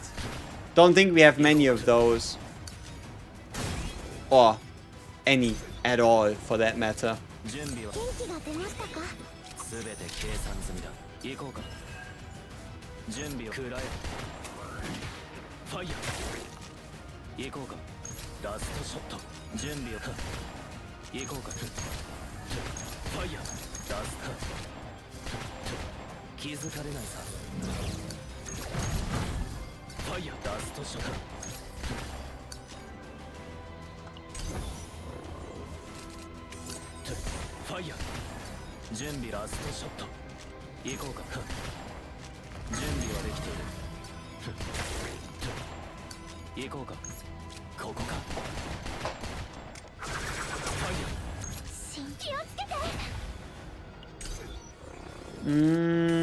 Yeah, the famished belly is pretty sweet. 15% max health, 15% max health regeneration, and the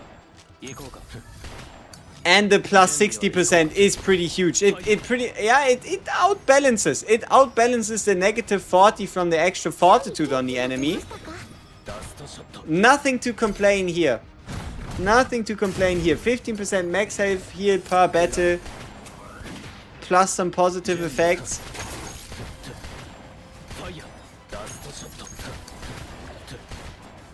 Keep in mind, this is 30-30, so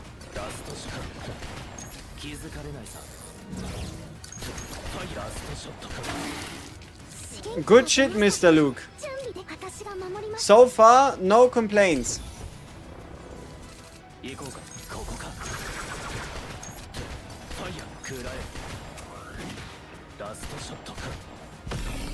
Yay. Have you typed Haru after her buffs? I haven't yet made like a video or anything else content-wise about it. Nor have I built a deck for her after her buffs. But we will have a look at Chizuru. We will have a look at Yuki. But first I want to do my Tenebria X Mei Lin and my Tenebria X Rita decks. Tenebria X Rita should be out tomorrow. Yeah, that'd be the plan. When a card is exhausted, fixed damage and turn common card. Let's do when a card is exhausted, fixed damage. Why not?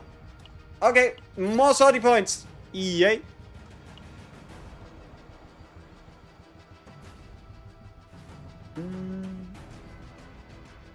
You pick Karen for futility? I guess we could.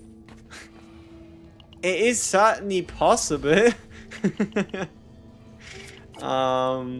Let's see what kind of options the game provides.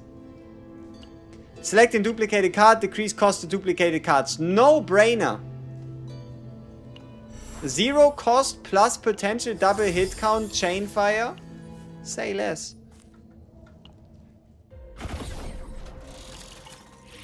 And it is... Why are you recommended? Mr. Kairon, why are you recommended? Why? Why are you recommended? The fuck is your problem?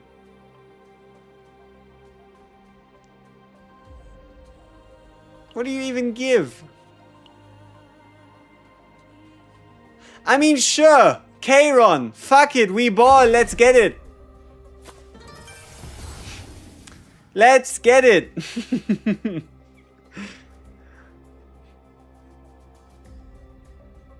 And to make sure that there are always debuffs, we're going to pick up the Oath of Vanity.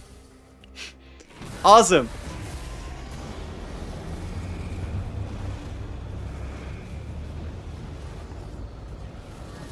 Ephemeral Futility sounds nice though.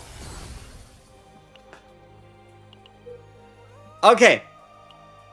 So let's see. Okay. Yeah, bottom. Let's see how this works, okay? We have our Kairon.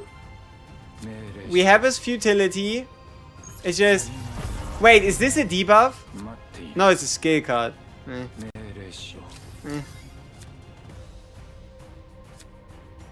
Exhaust Ephemeral, not too bad to at least look at. It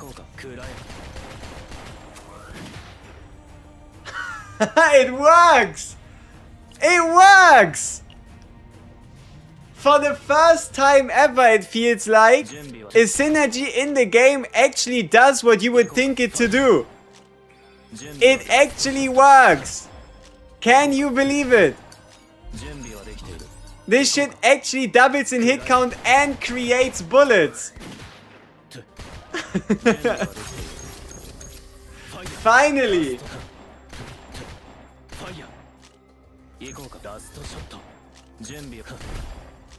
Wow. I know this H-Web could have probably been used. Oh, anemia! Yeah, I'm not gonna say no to more bullets.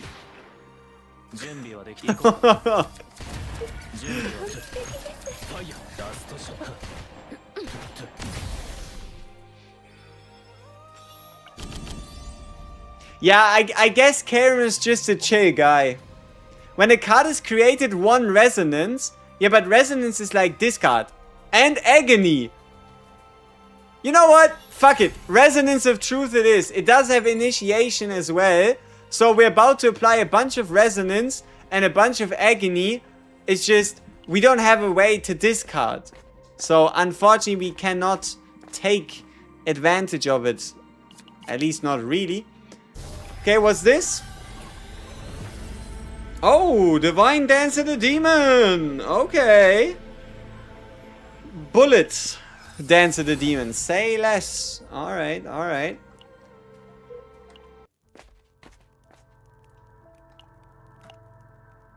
No, he's meditating. Okay, Chainfire, Divine. What's it gonna be? Inspiration, 0 cost, great. 100% critical damage, kind of funky at least. Draw a card of this unit is probably what we should be going with though. Unless we find a way to like apply retrieve somehow. Okay. Why my game keeps stuck in login screen? Never complete the verify current patch. I don't know, but usually de-installing the game and reinstalling it fixes things. Sometimes. Okay, before we do this, I think we need to play the Mika one first so we get an additional AP, additional draw.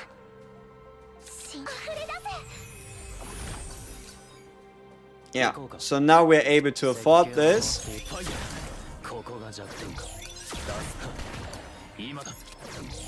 Oh, the animation is so cool.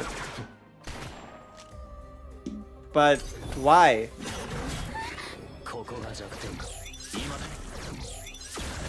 Why does this look so awesome? Nobody uses this.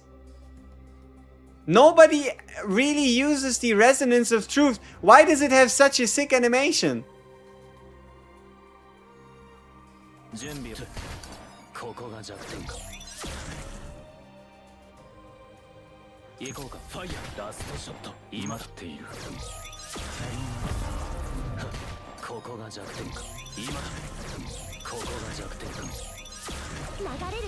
Huh. You wonder if that... it might just... We currently need to make at least a little bit of hand space for all these bullets we're about to create.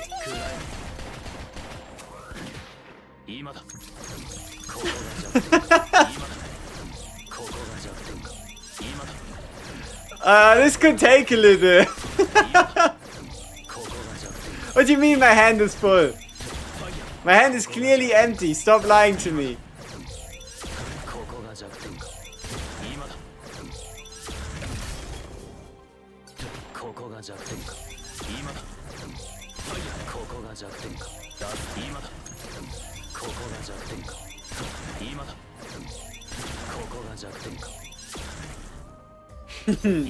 Very sweet.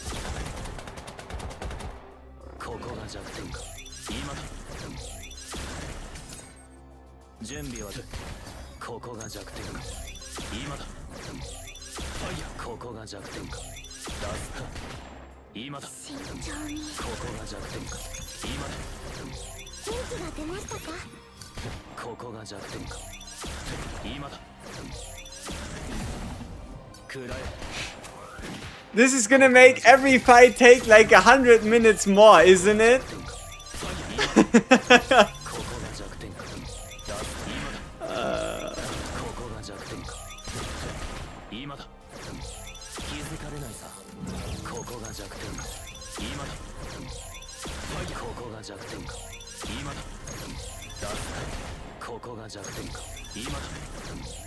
This is why you removed the card after a few battles? I can see why.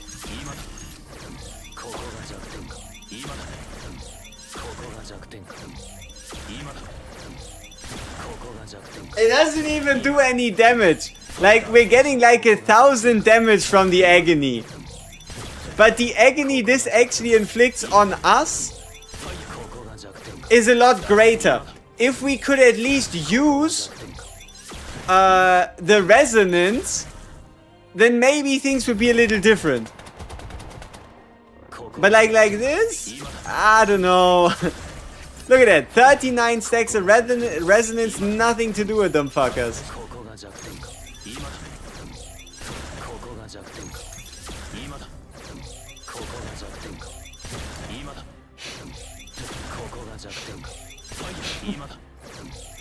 This is pure stupidity.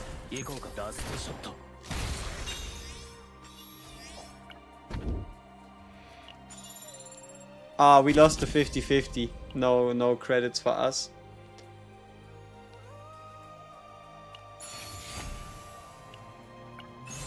Oh, wait.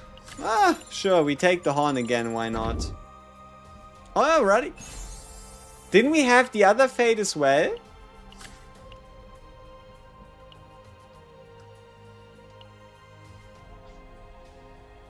Ruddy fate, cerulean fate. Okay. How would you fix agony? I think it should be HP % based. I don't think it's that difficult. You could just double the damage. Or even triple it. Like, just make it so that it's not this worthless.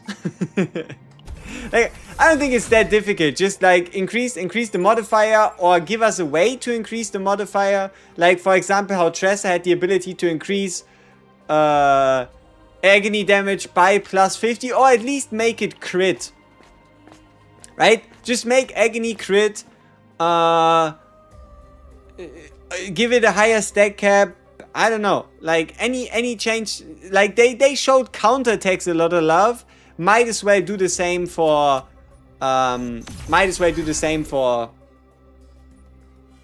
Agony as well. I mean, who knows? Maybe we get an agony buff next season.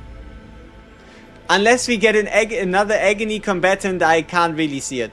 Or just give us another DOT so that, like, anything that, like, increases DOT damage then makes agony better. If we get a discard fate, yeah, I thought maybe we could get one of the discard neutral cards. So, I learned I don't really want to play this card.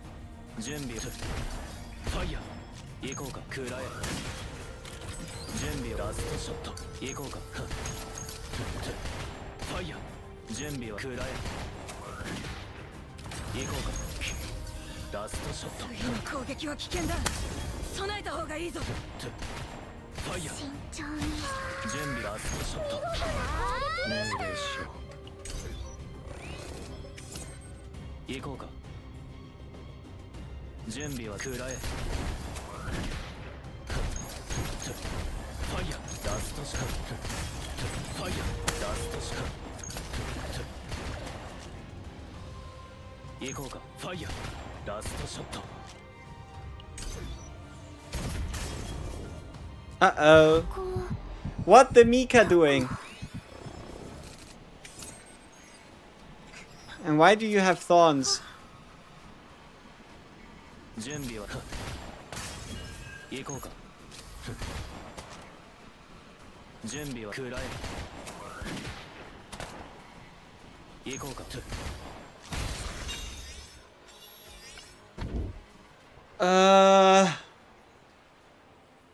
Okay. I mean, I need the removal. So we're going to end up duplicating this 0 cost. To then remove this fucker. Like, it's okay. If we had a way to effectively take advantage of resonance, I could be convinced to keep it. Ooh. Crit chance per status aimment. I mean, well, we can maybe take a bit of advantage of it. We doing 30-30 hardcore? We are. We are playing stage 30 hardcore level 80 Luke run. We've beaten the first boss so far. Anything after that is, well. Okay, let's see if we can beat him. If we're lucky, he doesn't get the bonus. Okay, Mr. Fury Golem, how furious are you? How furious could he be?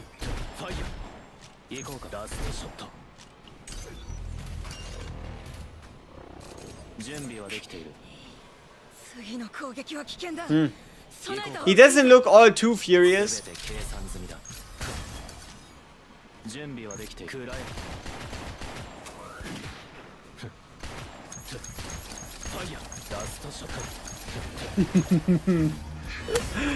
Yep, I know exactly what's happening.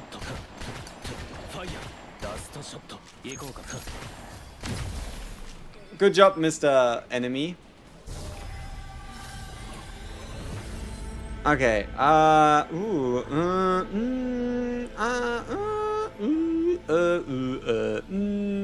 Let's go with this one. I don't really need activation cores, but I'm not gonna say no to them. Especially because it didn't really give me a choice. I struggled with the last boss with the Luke. 90k HP plus is hard to go through. Magna no fate guy. Hey, good shit.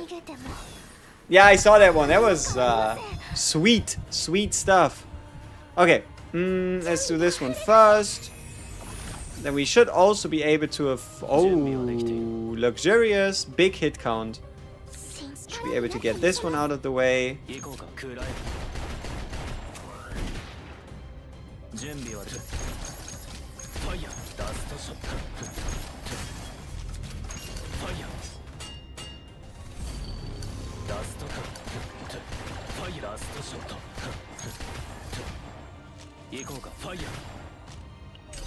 Alright.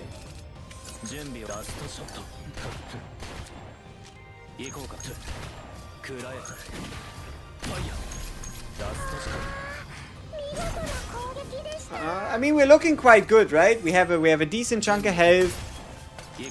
We have a good amount of curses to get the extra hits out of this. Our bullet creation is very tasty.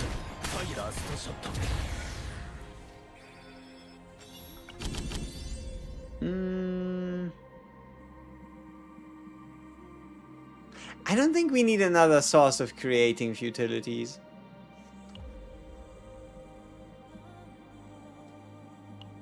Yeah, I think we're okay. So, we are going to be removing Water Arrow. Fuck Water Arrow and everything it stands for. Proof of Love. The 50% when the target has already acted could be nice, but the plus 60 we currently have is too juicy to give up. Whirlpool is a must-buy instantly. Duh. I mean, what else would it be? Self-experiment. We don't really do that. Fix shield per curse card. Heal amount. Too vulnerable. Damage amount. I mean, nah, wrong slot. Can't really afford that. Black hole.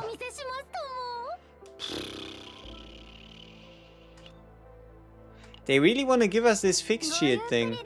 So, why not? Really want to sweeten that deal. Okay, give me another. Dancer the Demon. Okay, second boss. 30-30. Let's see how it goes.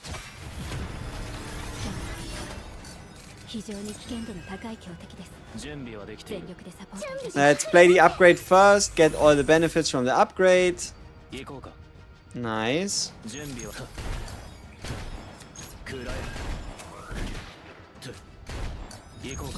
Okay.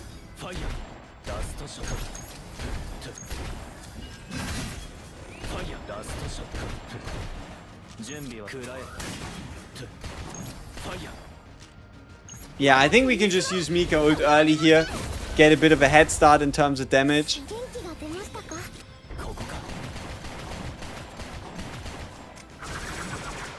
Yeah, pretty solid. Wait, did he just...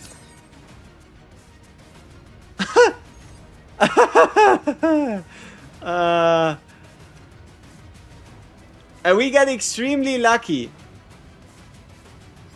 This guy had 47 stacks of morale. If he had an attack turn, I don't know if we would still be under the living. What do you mean 47 stacks of morale? How's that legal? Huh? How can you do that? But luckily for us, he didn't have any... he didn't have a bad bone in his body. So, it was all good.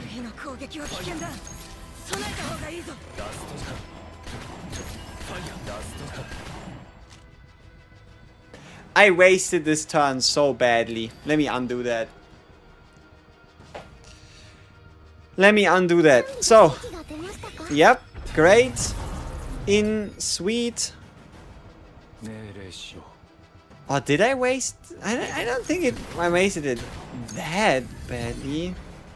But it certainly could have been done a little better.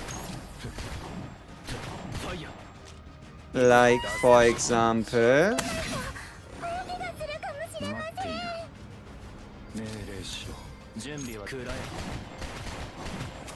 Yeah, okay, yeah, we did do it a little silly.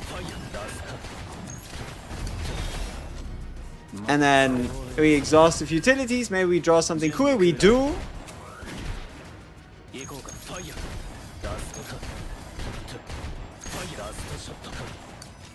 Alright. And then bop.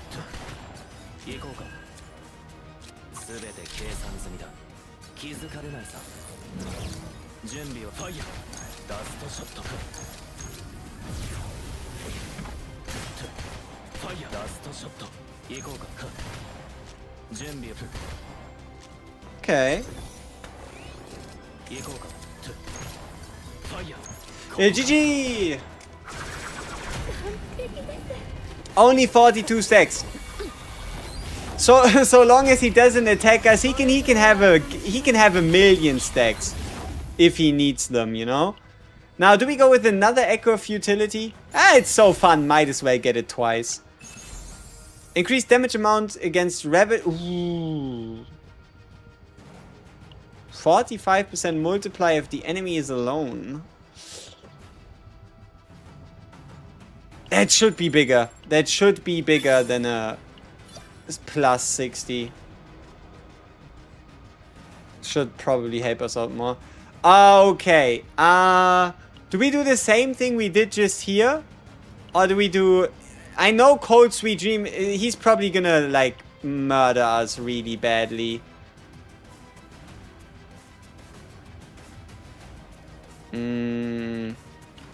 I know we can probably beat this guy, and this guy would be easier, but...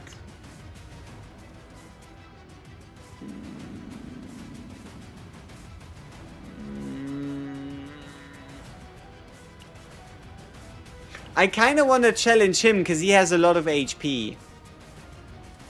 But no, we're gonna go with Enforcer Seraphian something. Yeah, I mean, so long as we attack him enough, he shouldn't create. Oh yeah, we did the difficult path, right? Okay. We did the difficult path.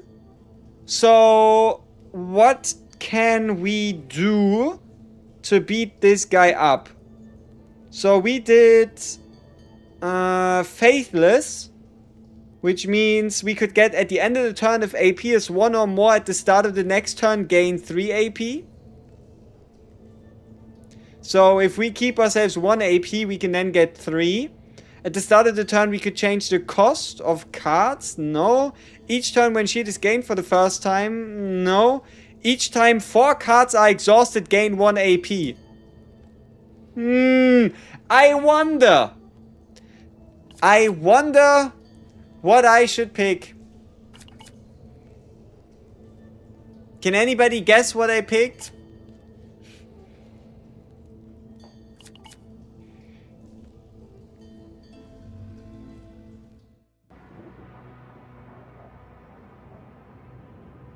It's such a cool visual. Yep. Like, I thought about it. Maybe we could go for the... Ooh. And 2 of these fuckers as well. God damn. But yeah, I thought about it. Maybe we could go for the... for the, like... keep 1 AP, get 2 more guaranteed. But it's like, we have so much exhaust. We have so much exhaust. We are going to get a gazillion AP. Which means now we need draw.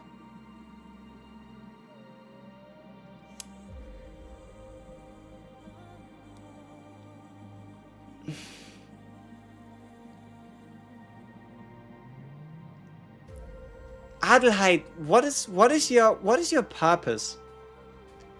Why do I want to apply blessing to so many cards if there's nothing I do with those blessing cards? But it does have select and draw from the draw.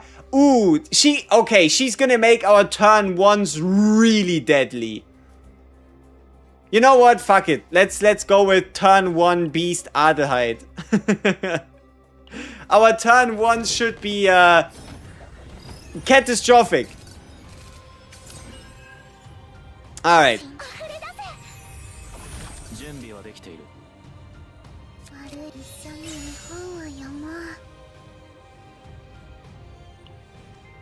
Yeah, I think we could just get the curse card straight.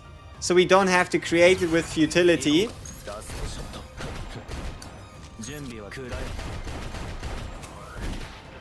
Okay, it's a bit of a waste. Let me redo that.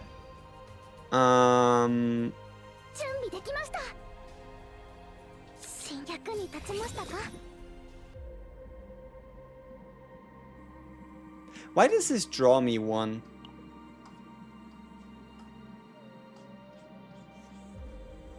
When drawing 3 through in the bit. Ah, morale thing. When an upgrade card is used, draw 1, gain 1 AP. Yeah. Yeah. It all starts to come together. Okay. So, keep in mind, we're still in our turn 1, right?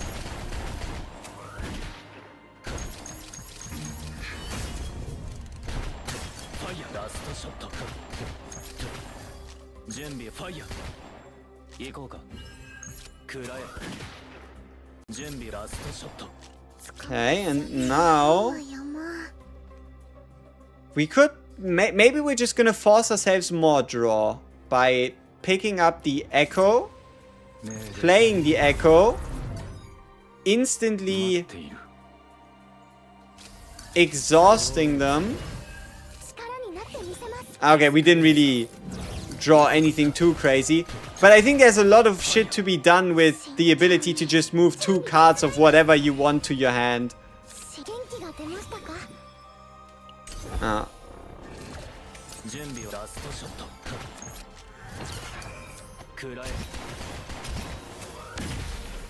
Almost makes me wonder if I even want to get rid of stickiness. Look at the amount of AP we're gaining. Holy shit.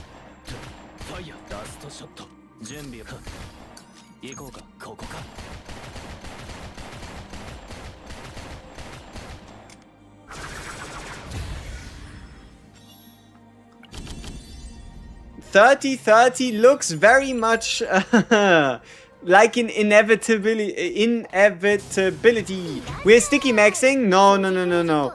It's just accidental. It's a coincidence. We are not sticky maxing. We are getting sticky maxed unintentionally. Weakness attack.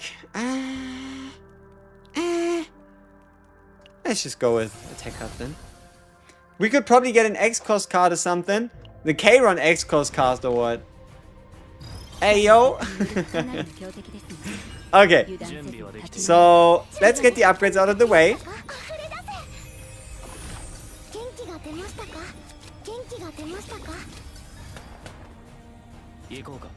Okay, now that we got the upgrades out of the way.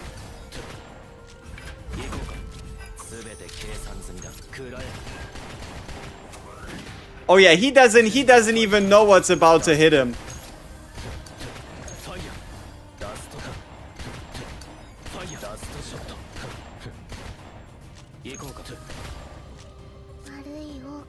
Maybe we should have used this as the first card. But it's like so many could be annoying to do, but could also give us a bigger turn 1. So let's try it. Ah, but it doesn't work because we already have 9 cards in hand. It's still a bit of additional draw. So give me...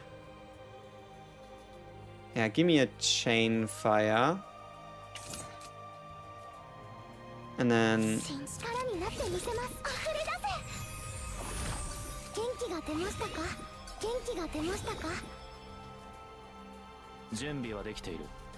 Was this the chain fire I drew from the upgrade card? So I should have picked a different one?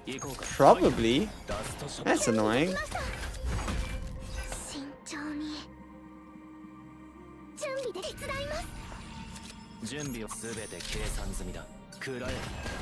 Okay, I guess nothing much is gonna change.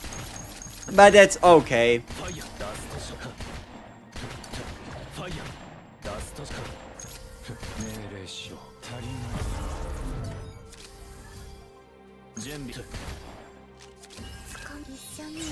Okay, 22,321 and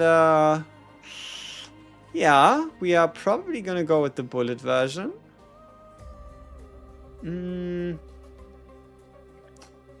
Oh, draw 1 card. This could be risky, but this could also just draw us a Dance of the Demon on top. Let's see. Ah. Yeah, okay, now it really feels like a waste. Nah, okay. Only punching the enemy half dead is half okay.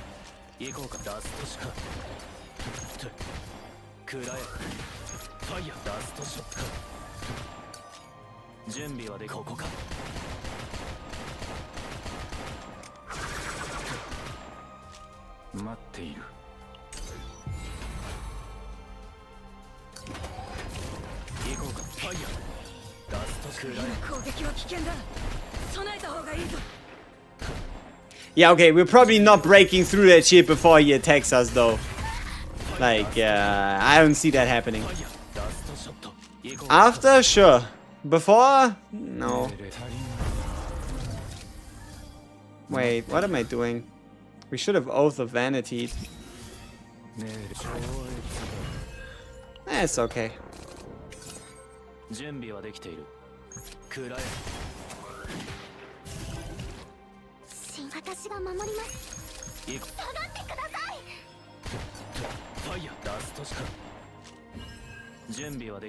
Bye bye. Casual 13k shield, no biggie. Indeed, is not even close to trouble.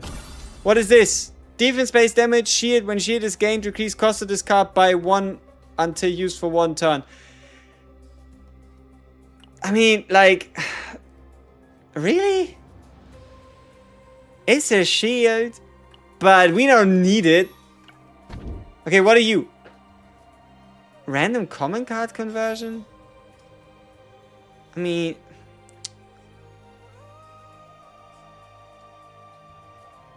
No. No point.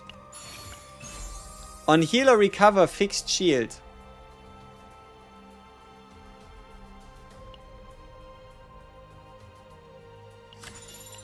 Sure. It's very good, by the way. I like how she looks, but honestly, I don't really know how she plays.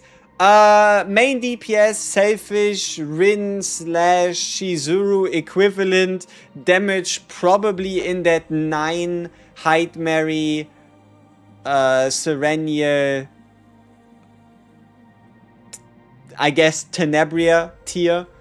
A lot of draw, but doesn't do anything super unique besides being our first real X+1 combatant.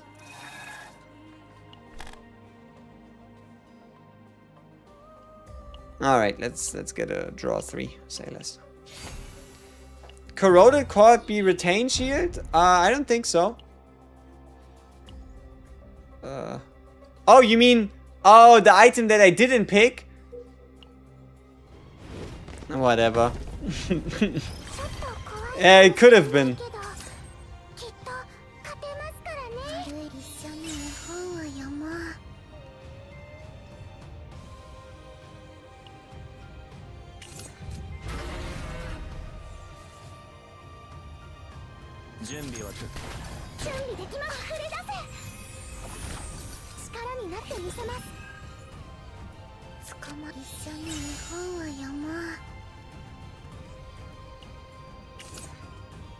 Imagine putting a curse card in your hand on purpose.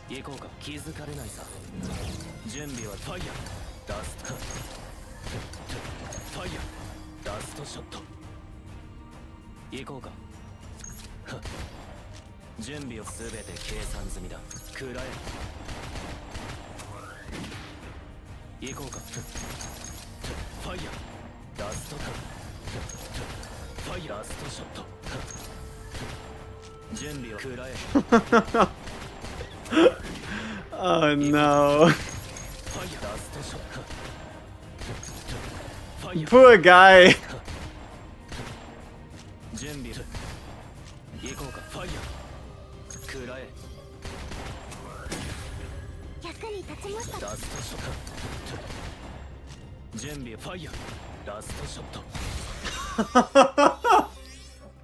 We just one-turned his ass. Oh no. Okay, yeah, this one, Re-Epiphany, I'm very much for it. Damage in boss battles, but like... Oh, so we only rewrote the Divine.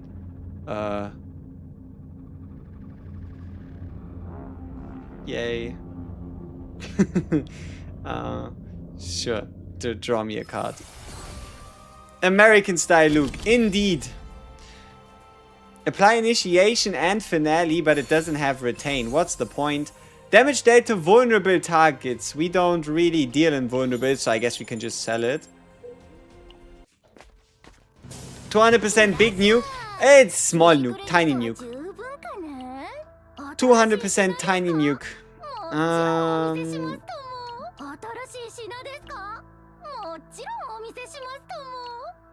Okay. What are we doing? Probably getting rid of this. Flashing this one. Oh, this is great. 200% increase in boss battles on a Dance of the Demon, though. Say less.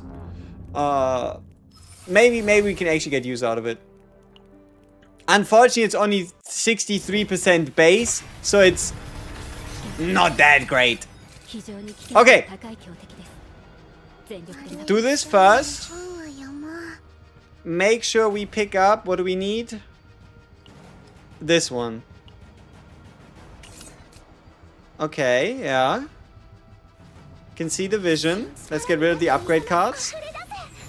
Ooh, nasty. Okay, let's make some space. Get some AP.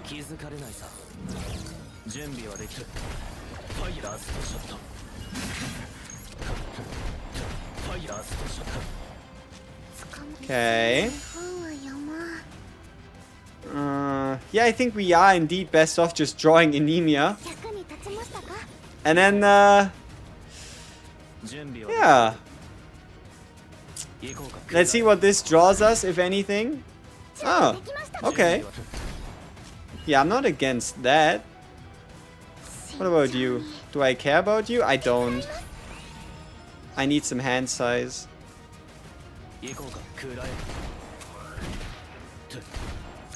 Oh. Is it the 200% one? No, it's not. Unfortunate. What do you draw me? Oh.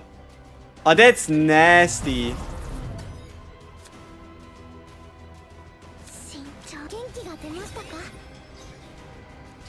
Ah, but I need to be careful with my hand size. Yeah, okay, okay. We'll get there, we'll get there.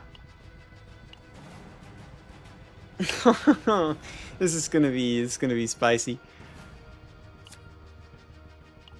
Okay, let's redo this. Okay.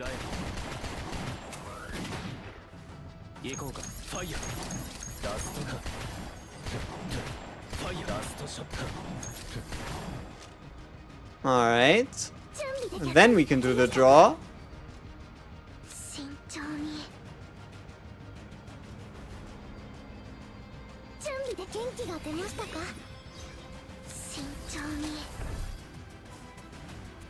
Okay.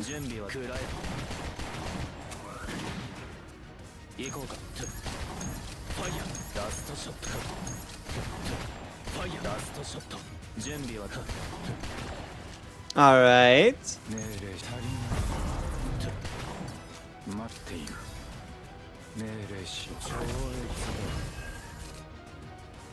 Ooh.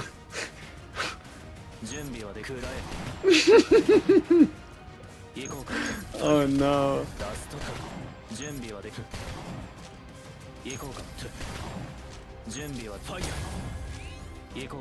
44 hits?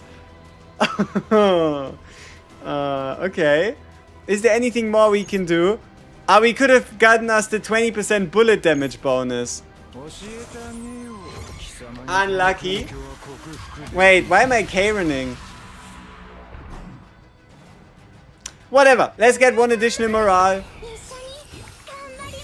Never hurt nobody. Alright.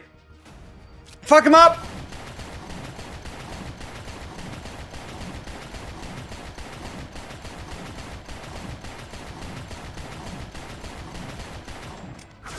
Okay. And now how about the next guy?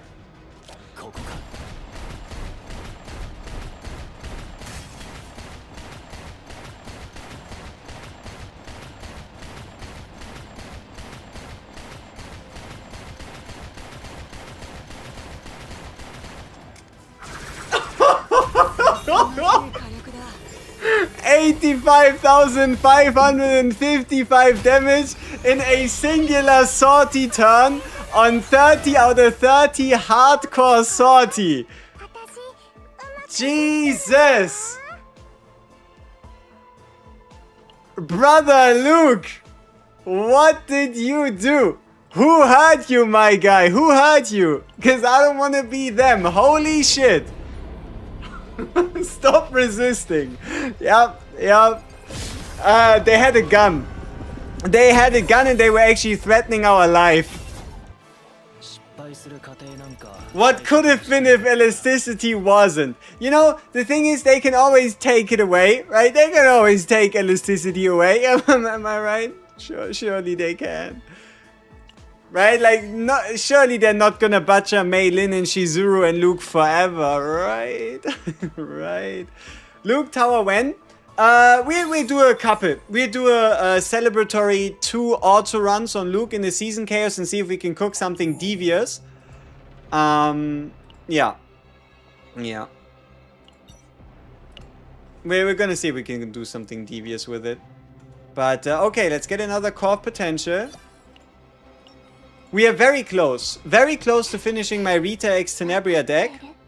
But holy shit, that Luke was disgusting. Like, proper menace levels of destruction. Okay, one more. One more of those fucking cores and then we got it. Yeah, okay. Sure, Luke. Show us what you got. We are going to be picking up the Luke set.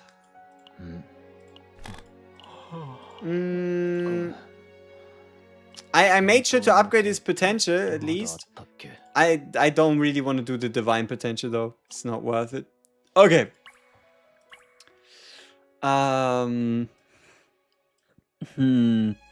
was thinking maybe I could be sneaky and I could use no crit chance.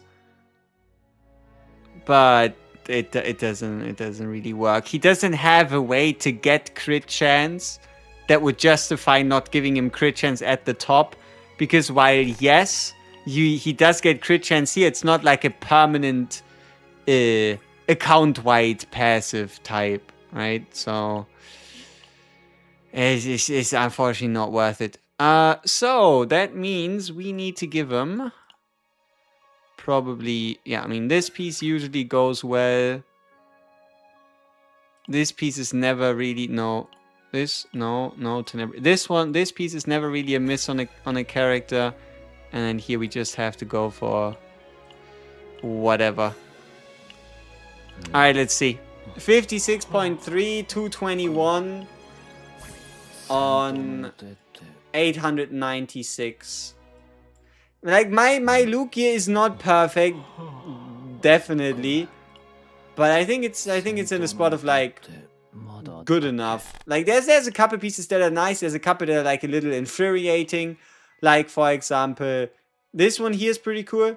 It's the order set with order damage, and it has a rolling crit chance, rolling crit damage, rolling attack. Unfortunately, it wasn't all of them, and you have pieces like this who just fuck with you for no reason. This one here, unfortunately, 1 defense, 1 health. What can you do about it? This one here is cool. This one's really good. Like, 3 crit damage rolls, a crit chance roll. Pretty high rolls as well. This one here, unfortunately, 1 into health, but what can you do about it?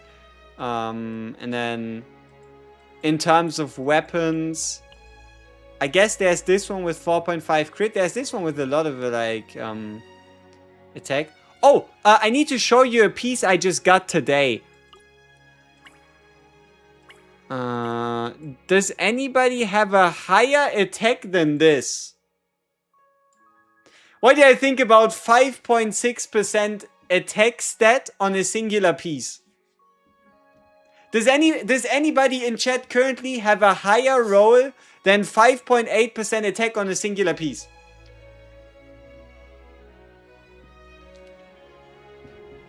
What's the best Hyde Mary team? There's a couple that go really well with her, but at her core, Hyde Mary herself, together with Nia, is really, really good. Big synergy between the two. And then you can smack in a Cassius for more damage. You can smack in a Selena for follow-up attacks on Hyde Mary attacks. You can do the same with a Hugo. Yeah. And then you could also try to, like, put in some variances if you wanted to. You could run something like a Naja, you could run Veronica, you could run a Typhera.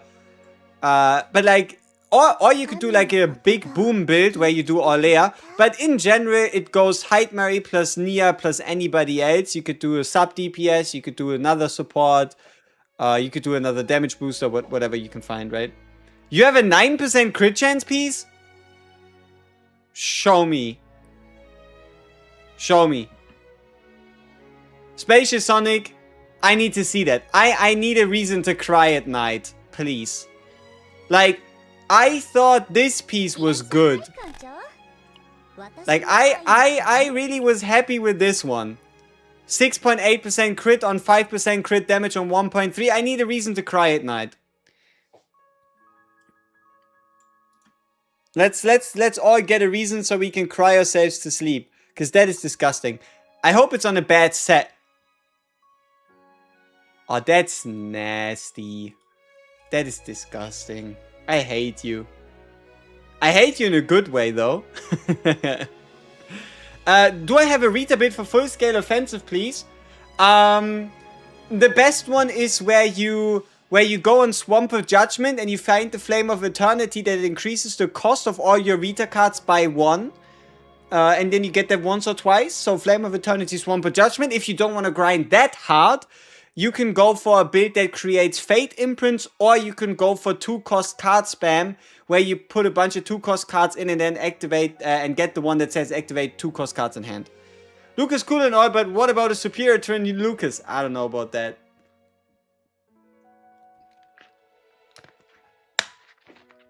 But holy shit, that is disgusting. Passion damage, crit damage set, crit chance with attack. Oh, and my guy, if you can do it, you might get more value out of a 2-piece, 2-piece, 2-piece than 4-piece, 2-piece. So if you have, like, good basic attack 2-piece and good attack percent 2 pieces, you could get the same effect plus an additional 12% attack. So, yeah. Your Rin has 2 14% and 16% crit damage pieces. I have a couple pieces that are like 13, 14-ish, but 16% is crazy though. Because doesn't crit only go up? Okay, I guess crit goes up to 4%. So technically speaking, you could get 20.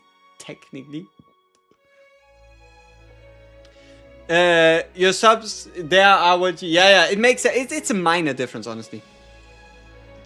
You'd have the flame to turn you into Tenebria. That would work as well. Imagine that gear having crit damage. It's not a big difference. Like, honestly, if you think, oh no, this piece has a stack of defense or extra damage, the only thing you're missing is like 4% crit damage. In exchange, you can just go for a piece that has like way higher crit damage rolls somewhere else. Like, 9% crit chance is fucking ridiculous. But yeah, okay, let me just show you these finest stats of this set.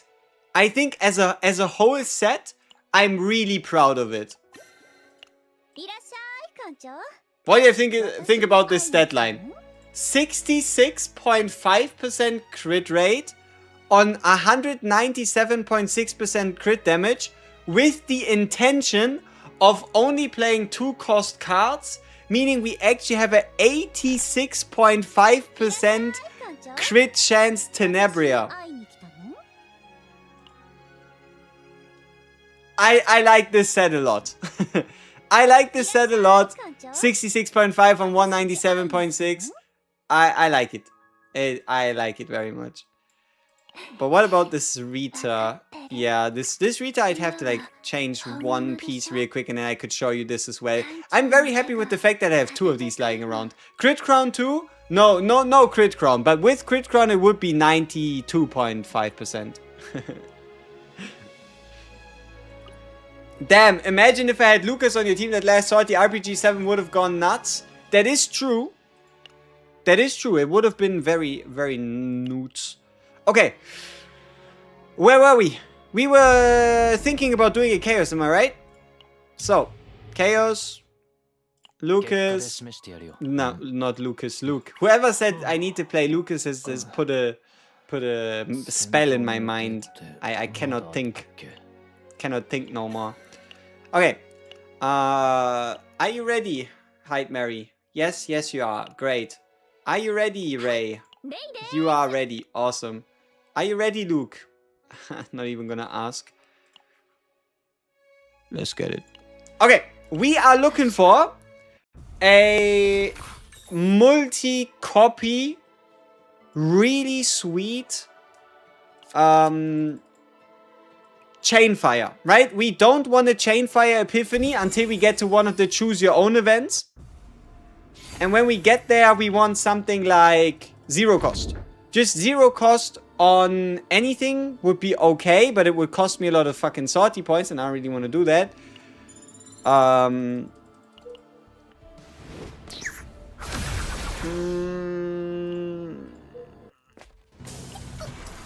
But yeah, okay, we need good gear, right? We need some, I forgot to check that gear. I hope it wasn't anything too good. Action count is increased, that's cool, that's sweet, that's great. Then we can work with that. Good start. Decent weapon, but we might find a better one. Umbra.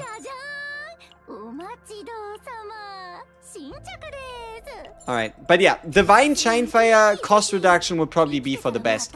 If not, we can probably also work with like treat it as a common card Chainfire. And then just figure out where we get the AP to afford it. Maybe that'd be for the best. Now, Persona. It's certainly not gonna be this one.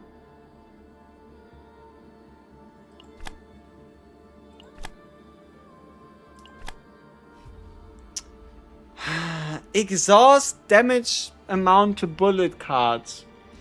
My biggest problem with it is that Bullet Demon is not a bullet card, which is very sad. So maybe we just go for like the standard draw 1 60%, or maybe even the discard 2 120. Yeah, it might be for the best.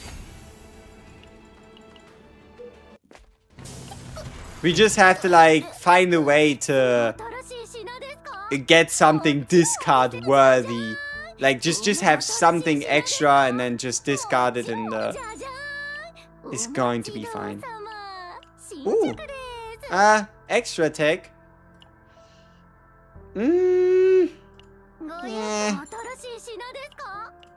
Haste cards.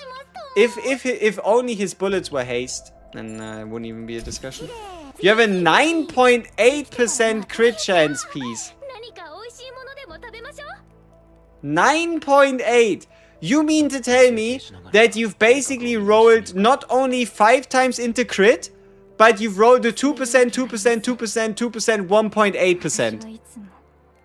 You are 98% out of 100% of the possible points. That is... Now that is truly disgusting. I mean, if you want to, you can show us the piece so we can have a look at the set and have a look at the sadness. And then life's gonna go great. Yeah. I mean, if you want to, sure, share an image. I'd like to have a look. Also, WG, anyone, if you use the equipment core, replace it to change your equipment index, does it remove the engraving? No, it keeps them. It keeps the engraving, so you don't have to worry about that. You don't have to worry about that at all. I don't know. Do I feel like removing anything here? No. What a wasted event then. It is better than yours. It is. So, yeah, you can send a link. You could show it in the Discord and tell me that you've posted it there. Whatever you pick, now is your chance to flex on my heart. We the GOAT? Appreciate it.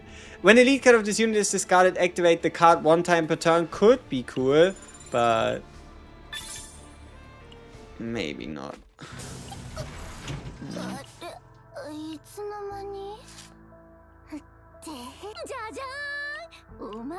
Weaken, fixed. Oh!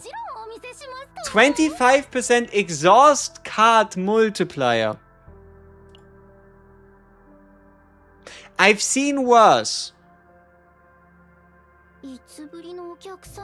I could think of worse things to pick. Like, there's always a chance we just don't get a good perk, you know? There's always a chance we just get something weird. So... it's not optimal, but it works.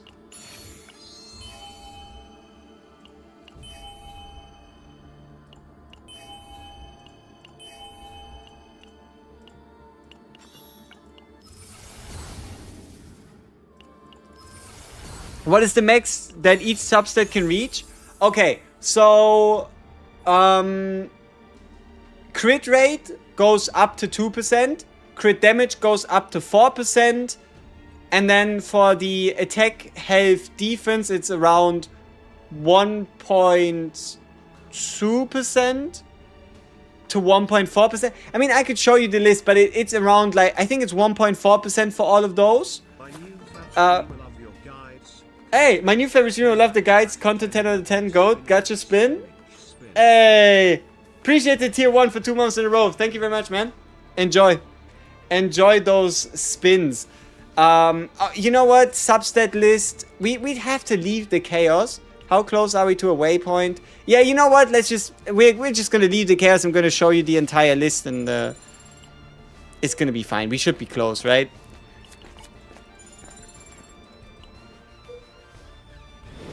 Oh, we can do temporary return after the boss.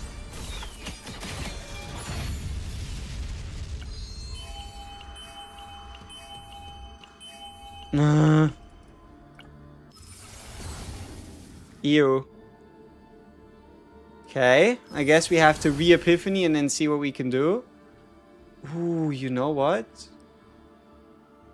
Ah, there's another way on how we can now make a really good divine deck, actually. I'll show you. Maybe we get it. Maybe I get a chance to show it off for y'all. It depends on a bit of luck with the auto after the boss fight. But okay, I gotta make sure that we... Ooh! 30% to when cards are in graveyard. Our engravings are sweet so far. Now we just gotta give a couple pieces in. Now I can use the Tenebria badge too, Pog. Let's go! Tenebria badge, big money moves.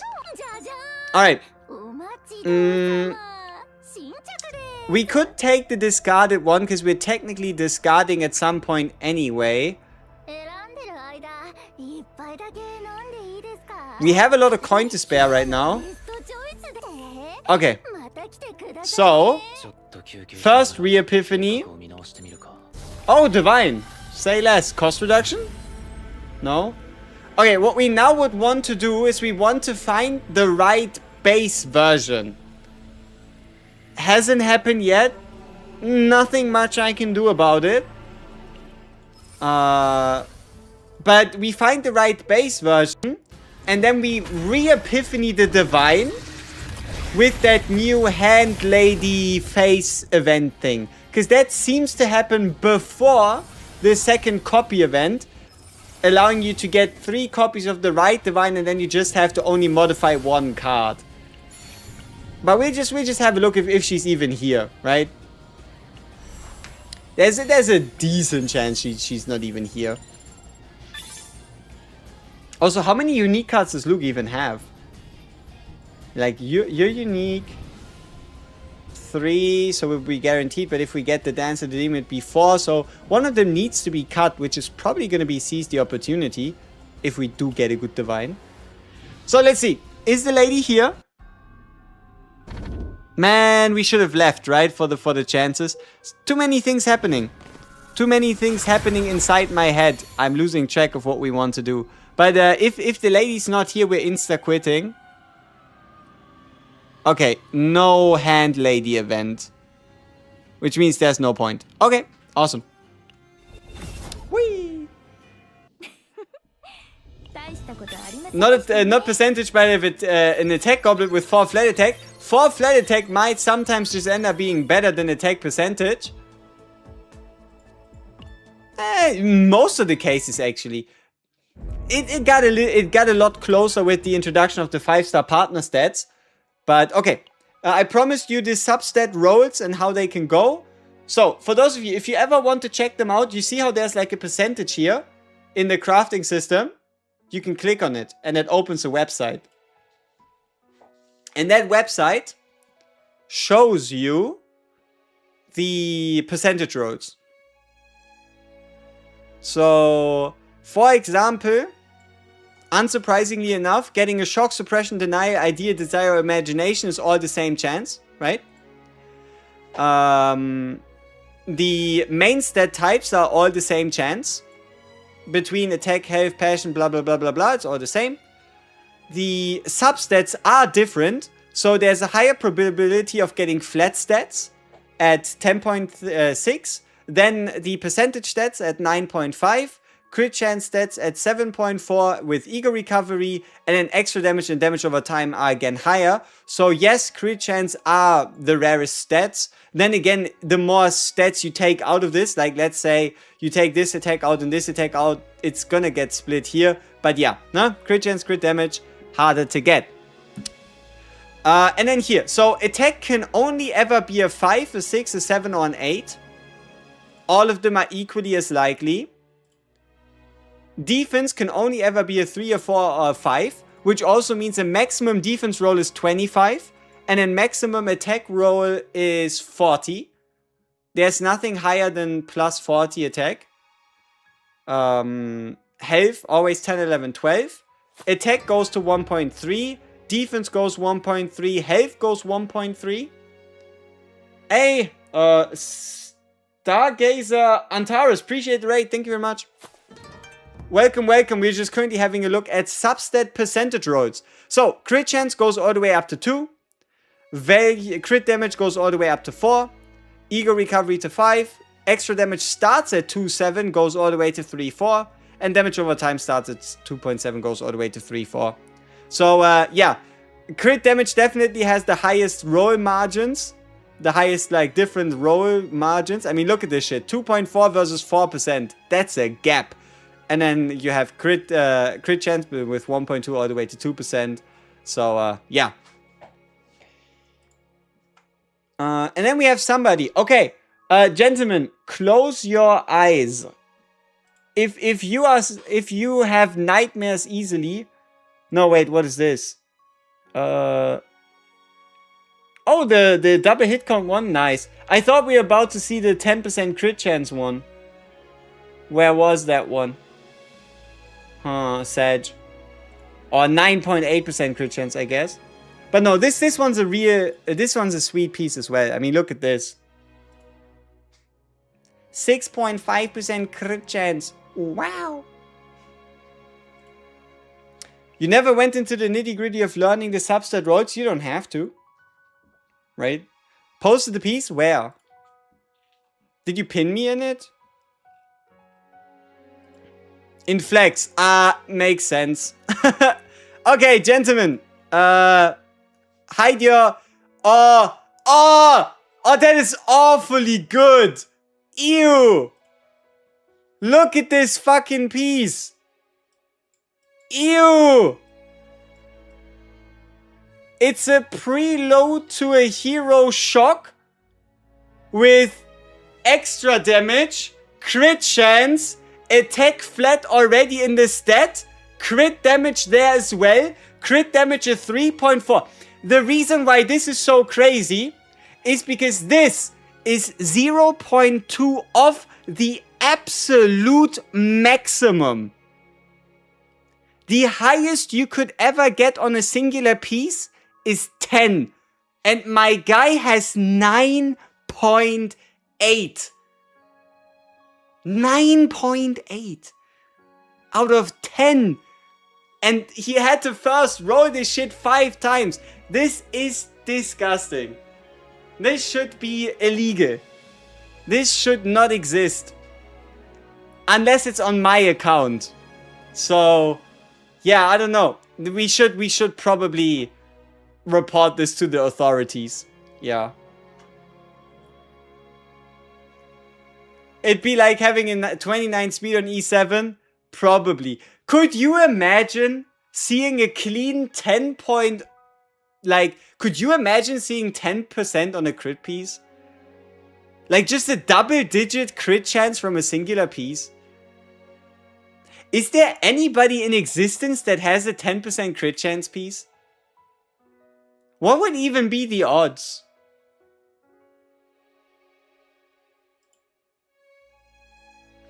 Huh.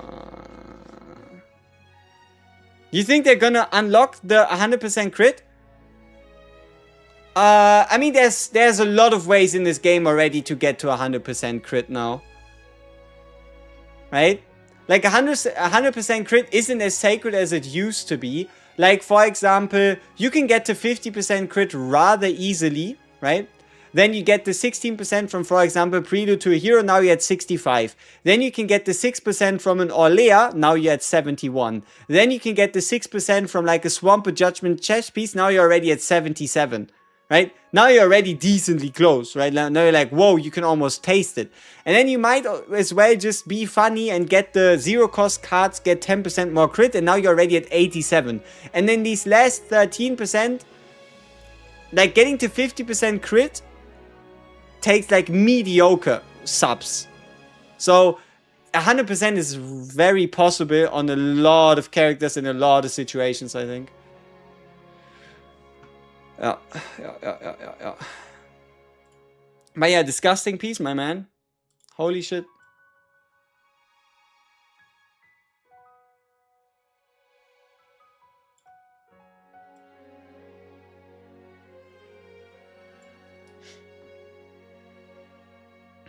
Tiana as well, yeah. You could just run a Typhera with a Tiana and then you get an additional 6% crit chance. And then all of a sudden it's like not just a dream, it's very much unavoidable to get to like really high crit chance numbers, right? Same with this one. Same with like the 20% crit chance set, right? Like, for example, if I only play 2 cost cards on this Tenebria here, I can get to 86.5% crit rate without any gear, without any other factors considered, right? Just from sets and substats alone, this Tenebria is already at 86.5. What's up? New player here at level 45. Started 3 days ago. What advice would I give and what should you prioritize? Okay, now in terms of long-term enjoyment and getting your account to the state where others are already, if you have the time, if you have the patience, then explorations on the standard planets are very crucial. In general, you want to get every on one of these planets here to exploration level 25, and the very first one you want to get to exploration level 30. And the reason why you want to do that is because you, for example, permanently unlock gear pieces, as well as also specific neutral cards and a bunch of fates. Some of these are useful, some of them are less useful, but overall this gear piece here, for example, it's best in slot on like a lot of characters, especially with like personas in this season. You don't have to rush it. It's just something you can keep in mind, right? Something that's incredibly important.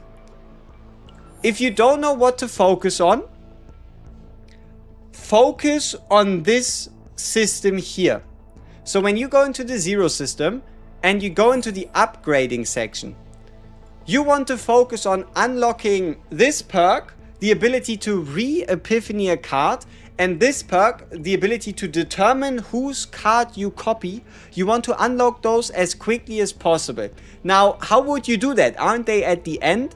The trick is you can click reset all and then invest all your points into one category, which unlocks basically, you only spend a couple points to unlock the categories, and then you can choose what you want to disable and enable, allowing you to quickly get to the final perks in these categories by focusing all your points on just making progress rather than unlocking everything one by one. So yeah, this upgrade perk's really good. And outside of that, I don't know, play the game, have fun, figure out how deck building works, figure out what you want to do. And yeah, get lucky. Luck always helps. You posted another piece. Is it good? I don't know. I don't even know if I want to see it. Ooh, 15.6. How high of a roll is that?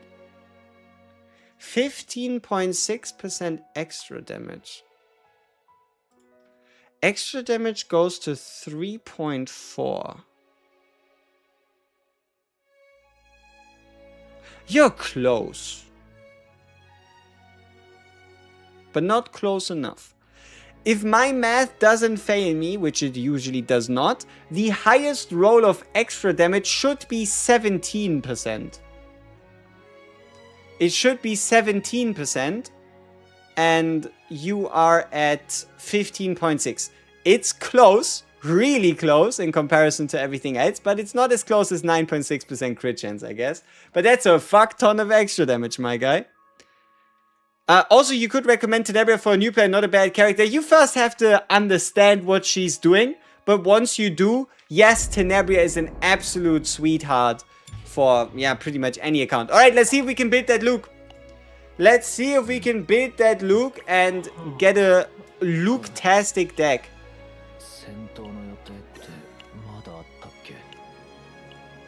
Come on!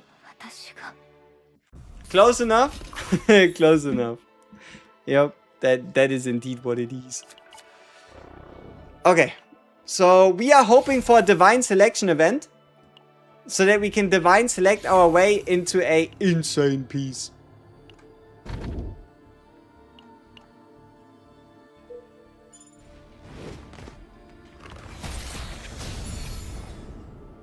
Now the real question is, what does his account look like for the guy that started 3 days ago? Good question. I mean, I'd assume he probably has like 3 5-stars. One of them is one of the standard 10. The other 2, I don't know. One of them might just be Tenebria. And if they do have a Tenebria, then that is pretty solid already. I need to pick a third for my beginner team for the story. You got a Maylin and an Adelheid already. What kind of other character would you slot in there as well? If you already have a Maylin and you have an Adelheid and you already have some shielding, you have some draw, Mei Lin herself has her move, she has her attacks. You could potentially slot in more draw, or you could go for somebody like a Mika.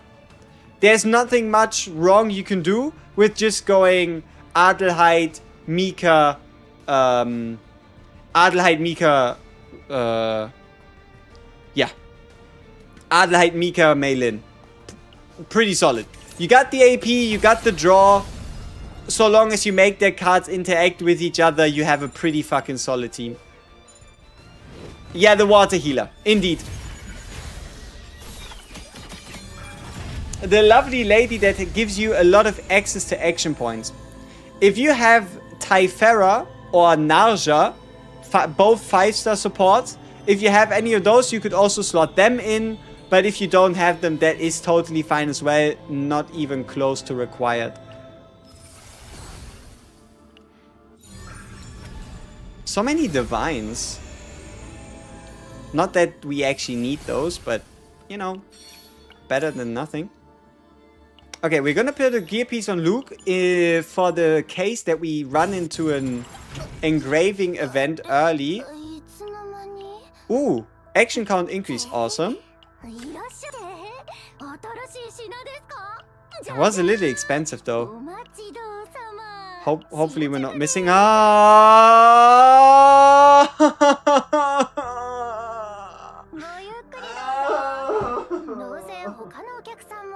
Why?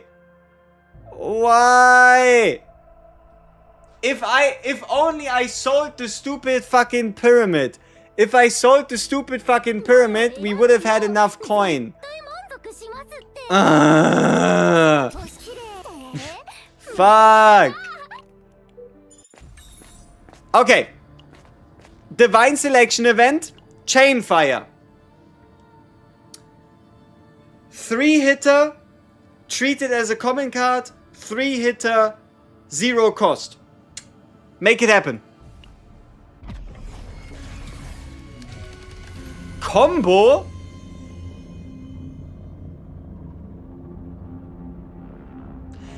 Combo is technically like 0 cost.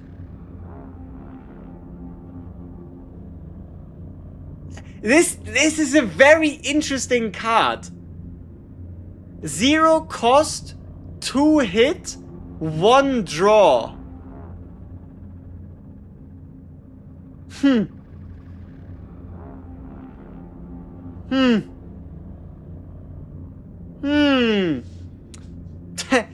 That is a... we were so close! If only... can't you just like... move over? Can we get combo on the Chainfire? Please? Fuck. Yeah, draw 1 is on the base, yes. That's why it's only a 2-hitter, not a 3-hitter, because it's not an epiphany. Exclamation mark Discord, it's a link. There's a direct link on Twitch. So when you like scroll below, there should be like a Discord link. You can click on it and that should work. I don't have a bot or anything like that set up at the moment. Yeah, that's an interesting card. Draw 1 combo.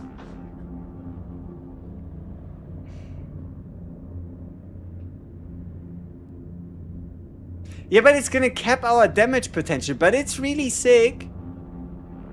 But I don't know. I don't know. Okay, you know what? I'm going to risk it for the biscuit. We're going to go with the 3 version. Now, you might call me insane, and you have every reason to suspect that I have gone, in fact, insane. But what I am praying for right now is that we are going to go into the second part of this fight, into the second part of this area. We're going to find the Hand Lady, and the Hand Lady is going to allow us to redivine the 1 cost base, giving me something I desire. Gambling at the highest level, but sometimes that is how you end up winning. Sometimes. So we are hoping for the super hand lady to be in our path. If this was a manual fight, we would have a higher chance, basically guaranteed. Unfortunately, we're not really doing this on manual, so yeah. On the note of manual though, I think we might just do a couple manual runs after this, if this doesn't turn into anything useful.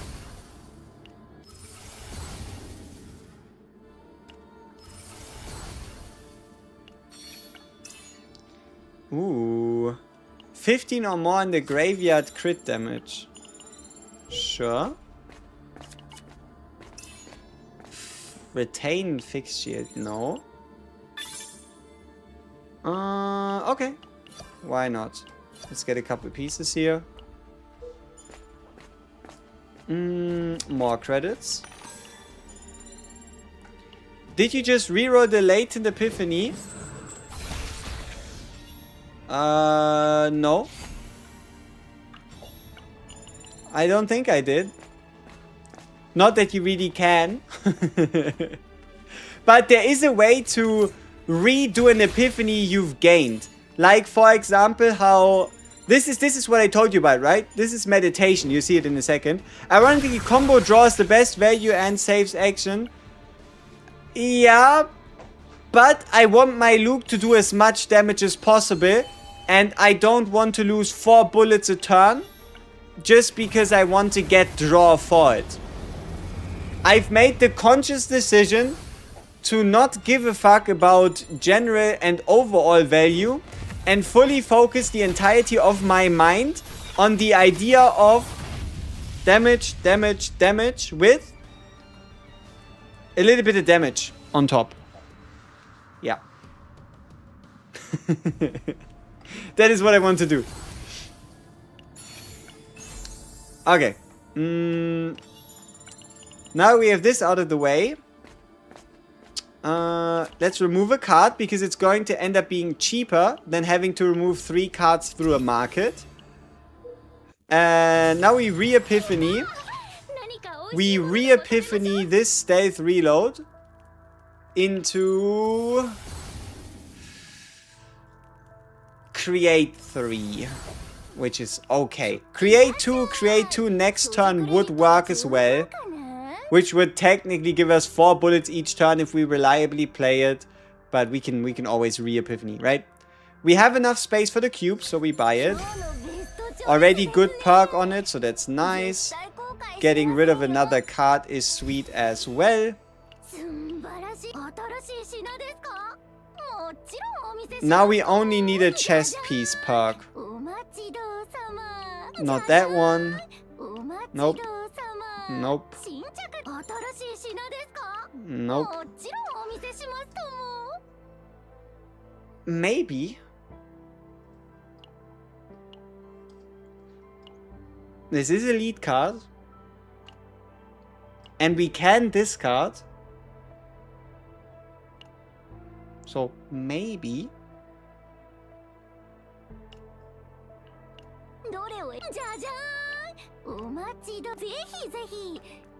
Alright. Boom. Enemy dead. Life good. Give me the right duplicate. Thank you. Okay, and now things are going to become a little bit more ridiculous. So, we are hoping for the hand lady. If we can get the hand lady, we've gambled correctly. If we don't get hand lady, I fucked up. Majorly. So, let's have a look. Is the hand lady here with us today?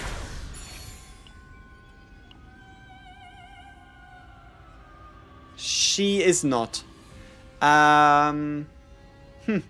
Okay. It was a pleasure attempting this run then. No. But we can attempt the same thing on manual and it should give us a similar result. Like, I used this this deck building strategy once today and it worked really well. So I'm wondering if this is actually something you can reliably pull off. Because if you can, not only does it make it getting a specific divine a whole lot of fucking easier, But it also makes it a lot cheaper to like build a proper deck. So we'll have a look. No hand stuff today. No hand holding in the chaos. True, true, true, true. But it's going to be fine. Okay. So now that we are once again in control of our own fate, I do believe that we should be capable of choosing the right path. Okay. We want as many question marks as possible so that we get the most chances at divine areas. So we need to do bottom path, which means here we take the top path, because there's no point going to a campfire if ya don't have anything to re-epiphany. Which means we do middle, middle, down, down, down, and then all the way through. Pew!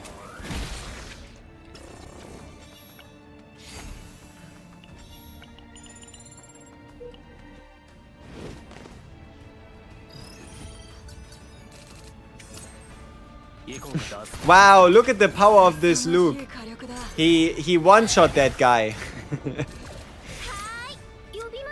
That does never get old. It is a classic. Okay, Persona, nope. Nope. Nope. Nope. Seize the opportunity.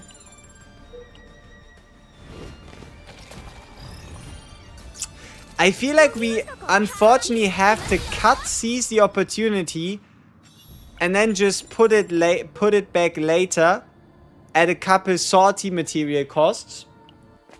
Because if we don't, then we do have a chance. Like, I'm not gonna gamble a perfect 4 divine deck on chance. And unfortunately, we cannot cut the purple card, because if we do, nothing changes, because the purple card is unique. I need to get to captain level 40, but I feel stuck at 37. What could you do to level up? Wait, didn't you say you were level 45, or did I misremember? Trauma codes. If you haven't done them yet, trauma codes can give you XP.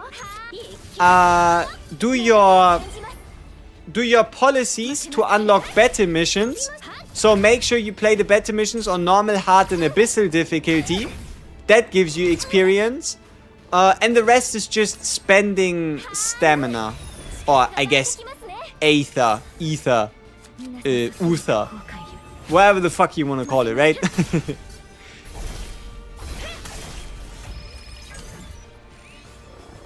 That was you at 45. Oh, yeah, hey, my fault. Time juice. Sure, you can also call it time juice if you want to. I don't think there's any right or wrong here. Use the free chaos delegation every day. I don't think this gives account XP. You'd only get account XP if you use these, the 4 collection thingies. For the most part. You could play a chaos for the first time at a difficulty. Like, if you play a chaos for the first time at a new difficulty, you also get XP. Did we just discard the discard 2 persona?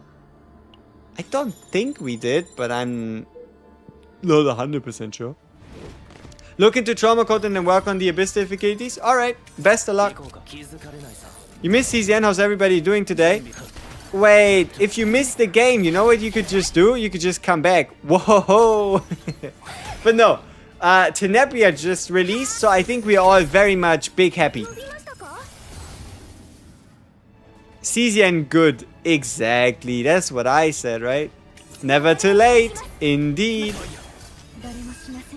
Tenebria idling us. Yep, and we are about to get a Chinese baddie as well. July 8th, Mega Story Rework plus Fae Introduction. Also, look, do you believe in the power of a Cthulhu gun?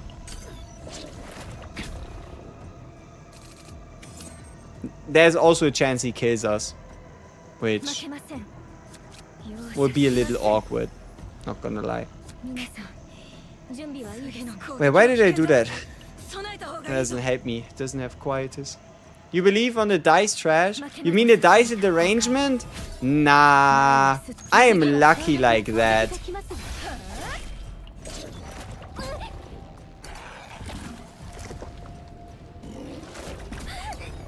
I didn't play that very smart.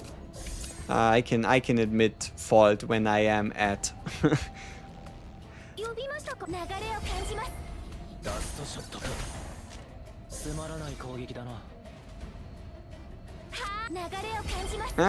Whoops. Maybe I'm not gonna do that. Maybe I shouldn't do that. I could go a step back. Yeah, it would work. So, bop, boop, bop.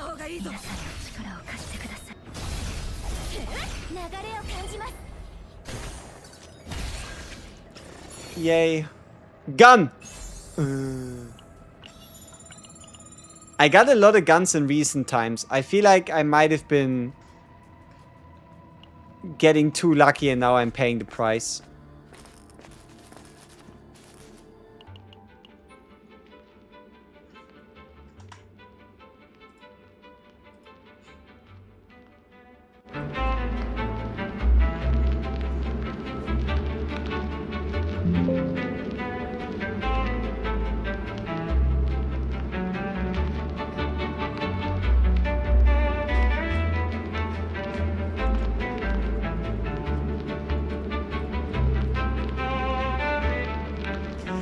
No, the gun gives the attack percentage.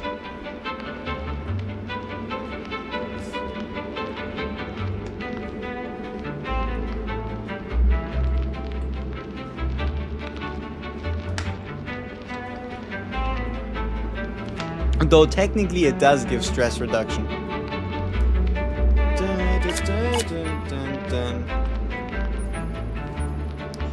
Happy music.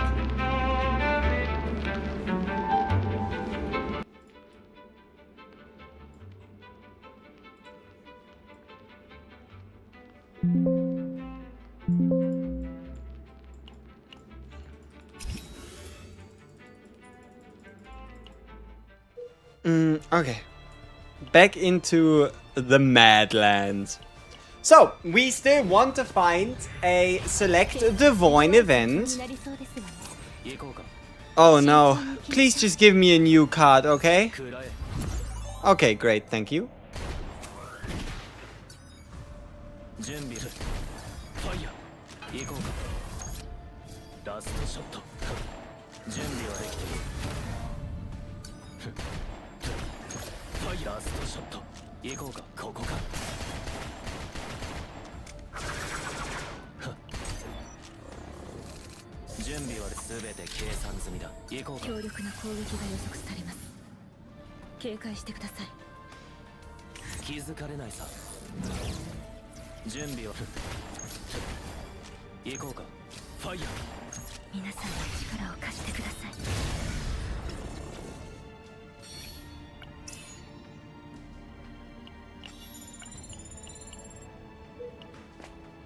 Okay, what do we get? What do we get? I wouldn't even have picked up the minion. Okay, maybe I would have put it on maybe I would have put it on Ray. Tops, if anything, right? But I wouldn't really have done much with it. Okay. Alright, it's a Divine Choose event. It's just not the most common one. Okay. 0 cost or combo 3-hitter. Or treat it as a common card. Hit me.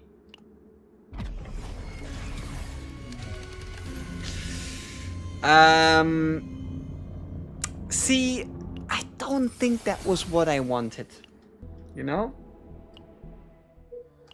I kinda doubt that.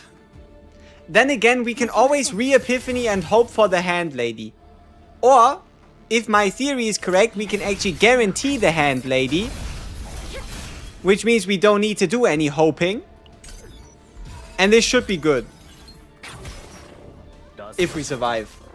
right? So expensive! What the fuck? What have I done? Echoes of the past. Why?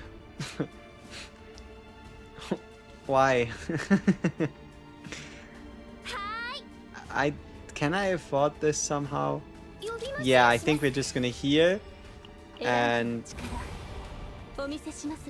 this should be enough to kill. Awesome. Okay. Persona card acquired, yes. Latent Epiphany. Okay.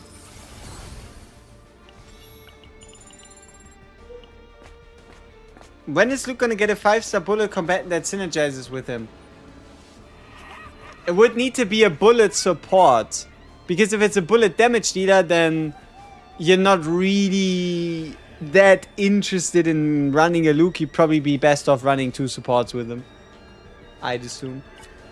Question, if there's 1 lead discard, it procs only once, right? If there's 3 lead discards and 1 procs once, I think you can probably stack them. Like, there are certain things that do and certain things that don't stack. To be fair, I don't know if it does or doesn't stack. It could. It also could not. Shit. I don't know. To be fair, I have no idea. Both is possible. I have a Luke, Cassius Lucas build that does 70k every turn. Sweet. Bing, bang, boom, bop. Bop, boom. Bang. Pew.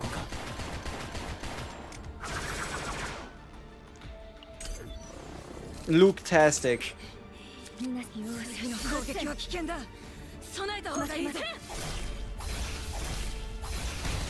Awesome. What is this? Stockpile.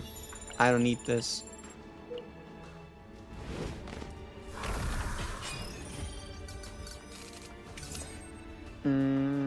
Alright.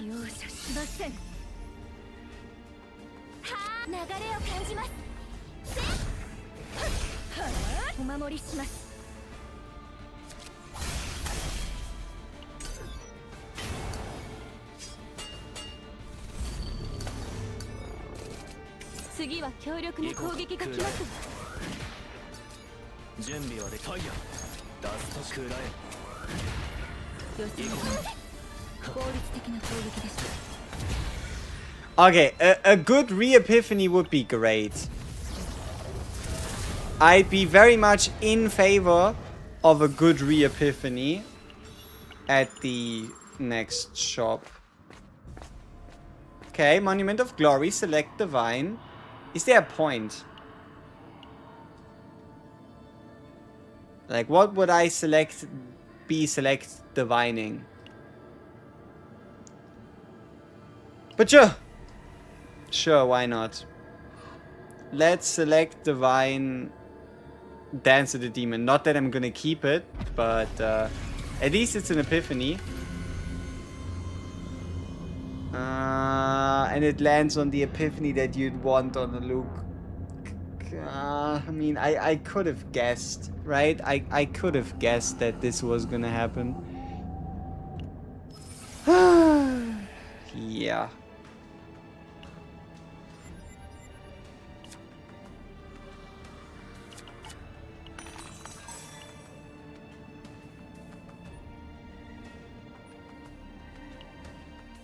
Okay. Let's mental reset, find some nice perks, and get some positivity in this run. Haste cards, haste cards. Why so much haste cards on the one time I don't have a character that actually has haste? Again? I could have bought 75% haste card increase if only haste card was useful. Yosh. Alright, then let's do one of the removals. And come on, please tell me I can at least get something out of this here.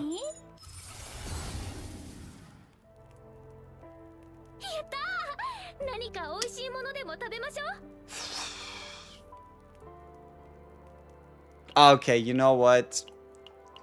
We can just do it again. Like, I was thinking about it. If we at least had the triple hitter, we could have taken the triple hitter into the re-epiphany with the hand lady. It's just, we didn't have any nice perks.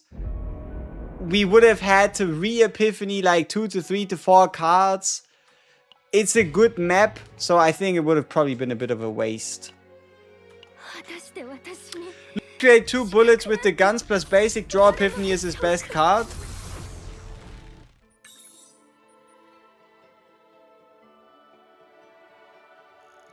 I already got rid of it. And I don't want to hear it. For me, it's not the best card. So what are you going to do about it? We found the Luke basic epiphany draw 1 with combo. And I did not pick it. So it cannot be the best.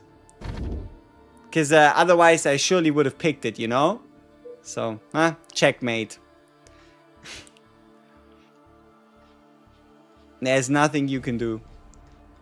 Alright, let's see. There's 3, there's 4, there's 5. Yeah. So what is the best then? Some variant of the triple hitter, triple create. Because not only can you get the triple create to actually, the triple hitter to actually do good damage by just getting morale buffs and the like, but creating more bullets means more good. You understand? It really is that simple. More bullets, more good. Yeah. I'm just gonna have to worry about the draw or whatever elsewhere. I'm just going to create more bullets and it's going to be more better. Yo, Dago, what's up? What's up?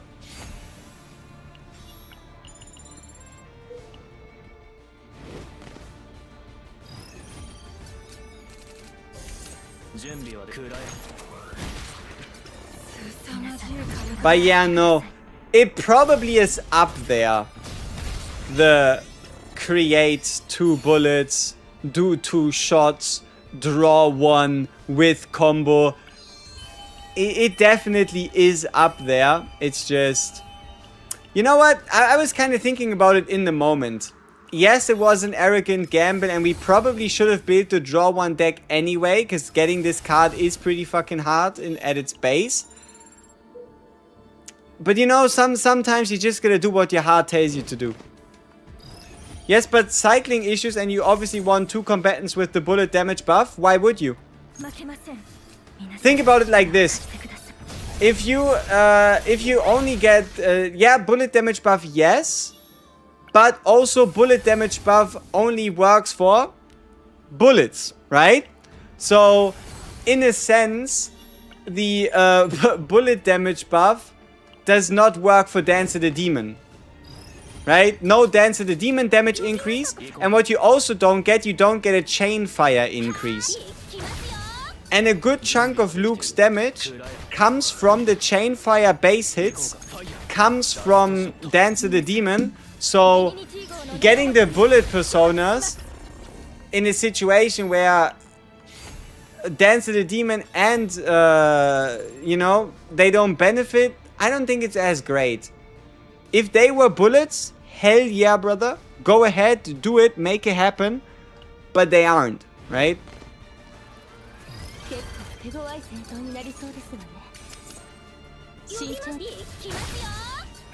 Yeah, but you know, if I want something like a 300% bonus, I can also just set it for a plus 120 by 60. Right? I could also just set it for a plus 120 by 60. Or I could just be like, well, unfortunately Luke is not a fighter, because if he were, he could have gotten a 450% attack damage bonus to all cards in hand. Like, if Luke could use the fighter plus 50%, holy shit, right? Like, that card's just fucking busted, that persona. I think the bullet percentage one should have maybe been a bit higher, or something a bit differently. But it is a cool one. It's just, if you want to run 2 bullet characters, where do you get all the other draw and all that stuff, right?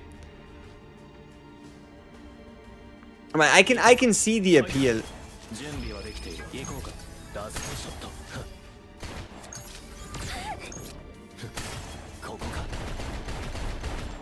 I want to show you a bit of the comp I have in action and see if it changes my mind.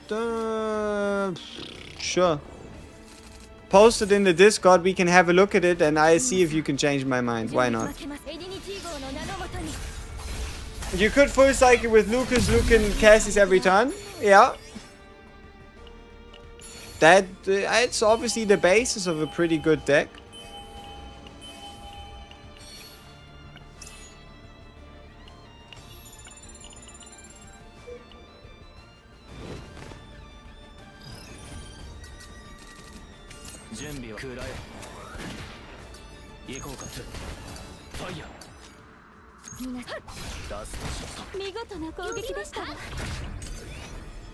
Alright, Bet, give me like 20 minutes. No problem, no problem. Take your time. I'll most likely still be here. If I'm not, you're gonna catch me on the next stream. I don't know.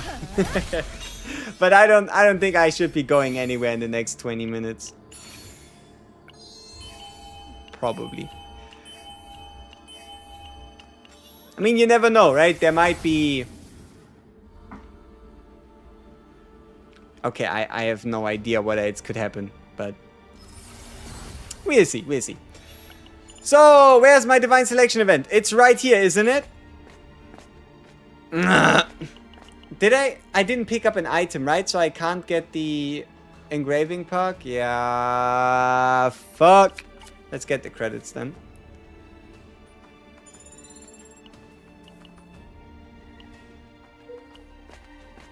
Come on, gimme... I'm feeling 30% 7 cards in graveyard.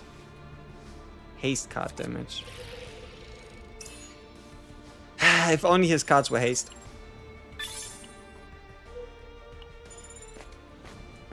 I hate when they give you engravings as the first event in the chaos. Yep. Understandable. Select Divine. We're looking for anything on the 1-cost 3-hitter.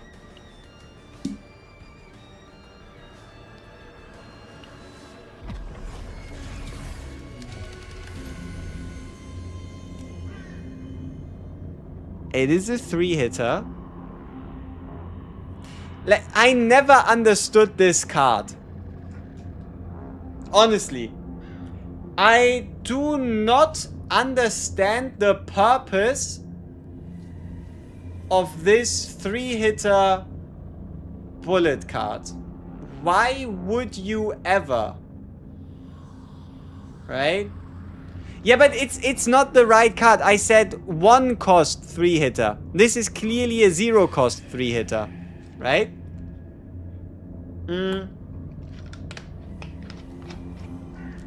I'm not too sure. Ah, you know what? Then again, it is a bullet. And if you were to use the persona, maybe, but still. Yeah, like, no, I don't see it. There needs to be something more to it. Like, at least have it create 1 bullet or something. At least have it create 1 bullet in exchange for being a bullet. So, I don't think it'd be the most unrealistic thing ever to hope for Luke getting a bit of more love moving into next season. I don't think it's that unrealistic. I don't think it's that unrealistic to hope for Luke getting a bit more love next season. Here, Guy, though. I mean, Owen got a lobby, so it can't be that bad.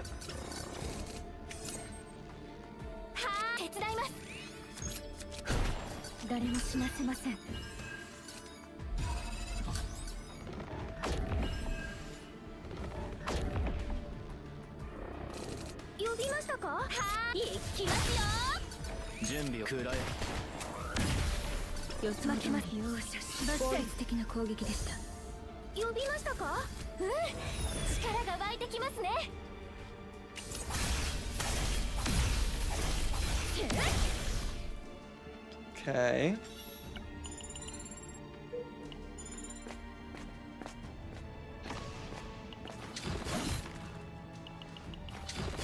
What do you want?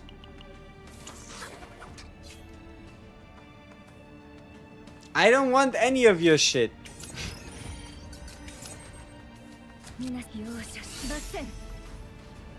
行こうか。すべて計算済みだ。準備はできている。行こうか。ここか。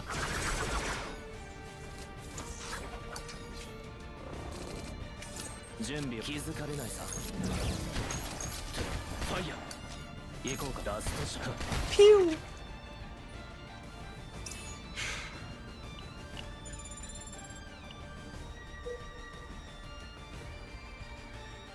Does haste engraving stack? You got 2 in the deck? It should. I think it stacks. I mean, I also have a deck where I have like 2 of them. I didn't test it, though I don't really have like a big reason to suspect it doesn't. But I also cannot with 100% certainty confirm that it does or doesn't, right? Alright. Come on, give me something spicy. 1 cost or lower, that's okay. Bang, bang. Ba-bam. Alright.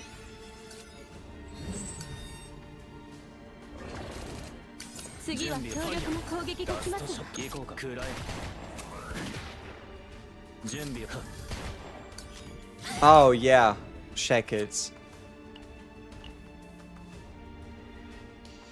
Duh.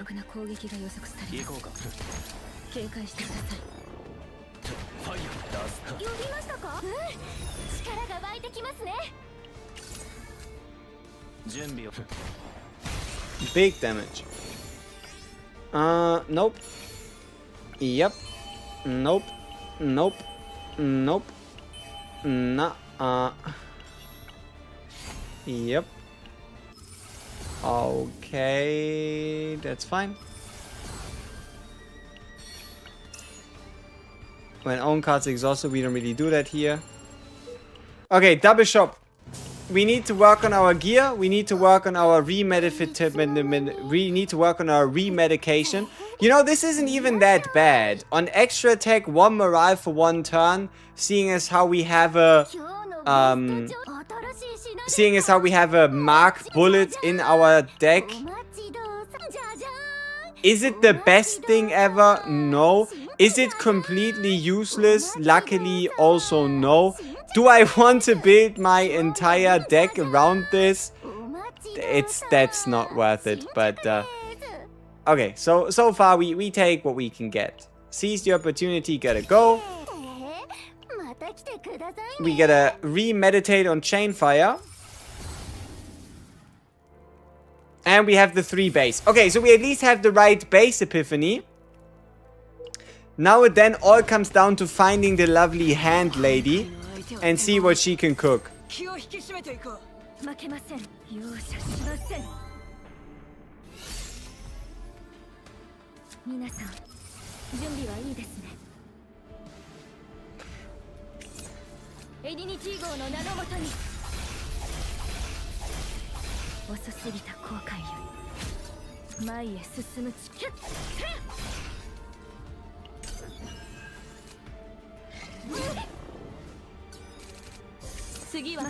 Bam. You know what? It might actually also be one of the more optimal ways to build a deck. Seeing as how if you want to keep a persona, you can't do 4 divines anyway. Yeah, this isn't too bad. This might actually end up being a almost done and dusted deck. We also haven't found Cthulhu this fight here. So there's always a chance Brother Cthulhu pops out, drops us a gun and then leaves. Okay, let's see. Umbra, no. Toolbox is okay. I really like the toolbox. You know, do I like it enough to spend 200 on it here right now though? No, we can probably find it later. I'm gonna regret that sentence, but I have yet to regret it. So it's okay. What about this? Do y'all think this is clinically insane? Or maybe actually worth thinking about?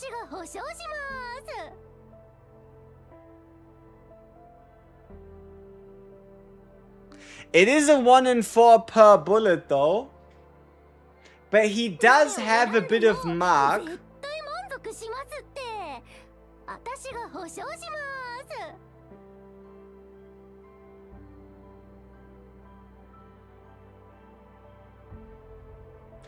I'm gonna find it later as your most cursed sentence, understandably so.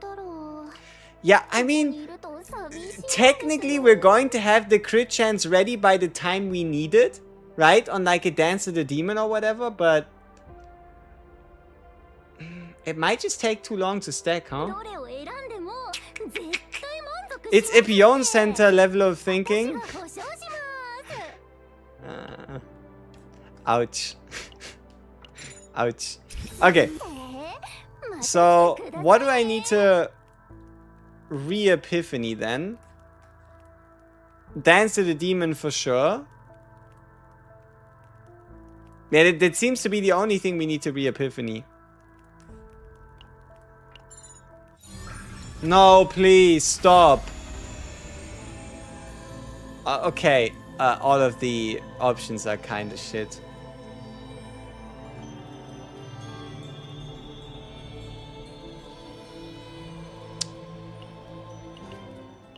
It's at least better than seeing the right option but with a divine. Is what I'd like to tell myself to feel better.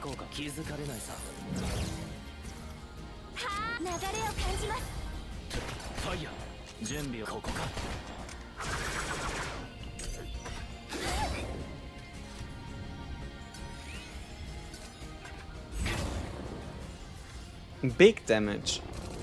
Half dead from very beninging.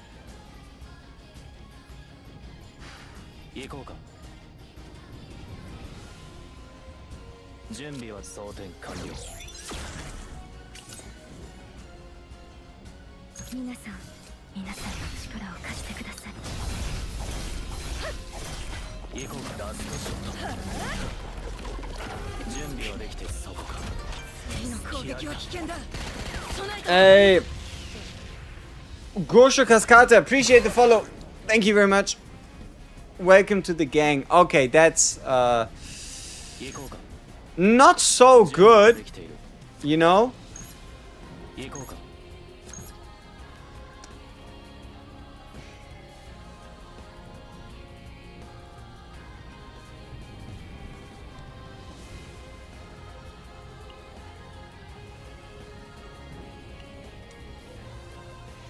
Okay.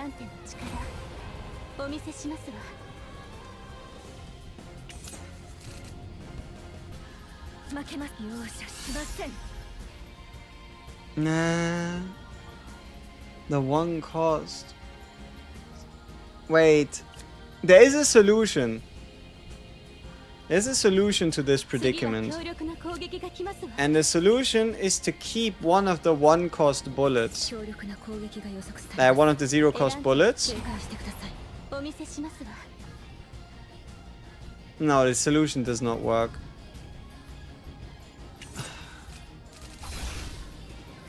Wait. What the fuck? Oh, cause we, yeah, okay. Hey, the solution was in fact what it was, but not because of what I thought it was gonna be. Alright, good shit. This was planned, indeed, indeed. I mean, I did what I said I wanted to do, and we won. I can't see how that isn't planned, you know? So, I think I should be clean. Okay. Now that we've successfully solved that problem, I would be very disappointed if there's no hand lady on the map. There is a chance she's not here. Doesn't change the fact I'd be very disappointed if she's not here. There she goes. You see her, right? Hand lady. Important. So, The plan is we're going to re-epiphany this one with 3 different divines. We're looking for combo, reduce cost, or treat it as a common card. All of them would be golden. Whatever we can get, we're gonna take. We're not that desperate. On the way there, we want to fix our gear. We want to finalize the persona. But we might not be able to do all of those things at once. And we also kind of want to do as many questions. That's... Shop could help us finalize our gear. But we are only going to get 2 shots at the persona if we do. 2 shots to hope that we get the 30% buff. Because if we don't get it twice, then we're going to have a half-eaten persona. So what would be worse? Then again, we are going to get another shop due to the hand lady anyway. So we should be fine. We should be fine.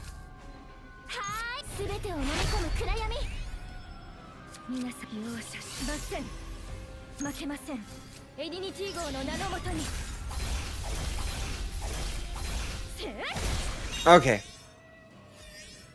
So we should now have a bit of time to build the persona. No. Great. Okay, so the 2 persona plan wouldn't have worked anyway, which is why everything's still going exactly according to my calculations. Besides the fact that yeah, it's not going that way. Okay, it's going to be fine though. We don't really need that many attempts. Re-epiphany here, we're getting a tech card. Hit count. Wait, do I even want that? Wouldn't it be smarter for Tower not to have this? But, do I care? Let's just re-epiphany anyway. Come on, can I get the tech card hit count? Draw 1? Nah. Okay, I'm giving up. We're not doing it. We're sticking with bullet cards then.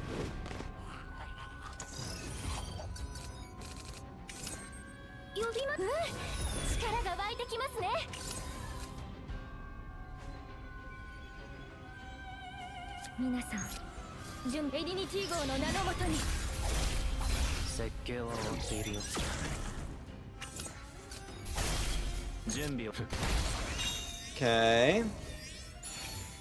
Do you have what I seek? Yes. Okay.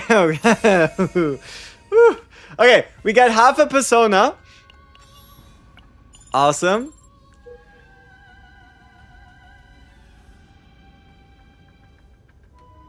That's embarrassing.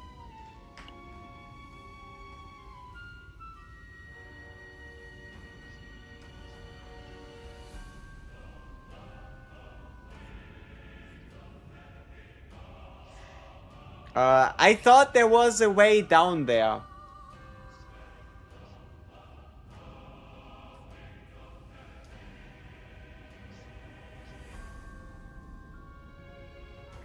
Well, so much for this round. I didn't like it anyway.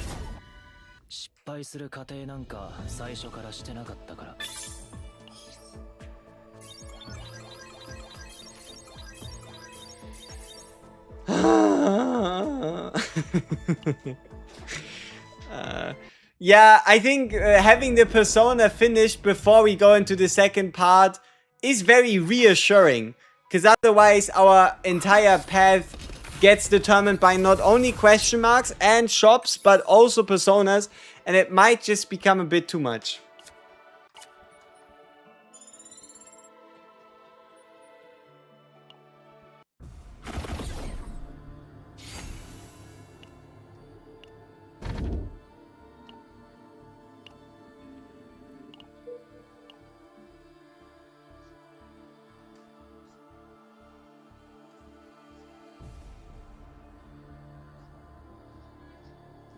Okay, yeah, I mean, this pathing is simple enough.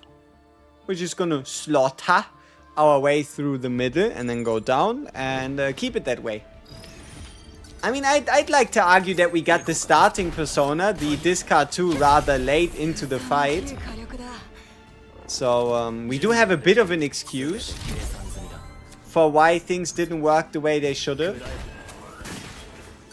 Also, some of our re-epiphanies just weren't that kind to us, I'd like to say.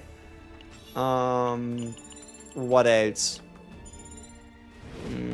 I blame Kairon. Yeah. And with that, I should be entirely free of any guilt and any fault myself, and we can succeed. Oh, Dance of the Demon. We're getting a lot of Luke epiphanies early. So long as we don't get a non-divine chain fire, I'm totally fine with this.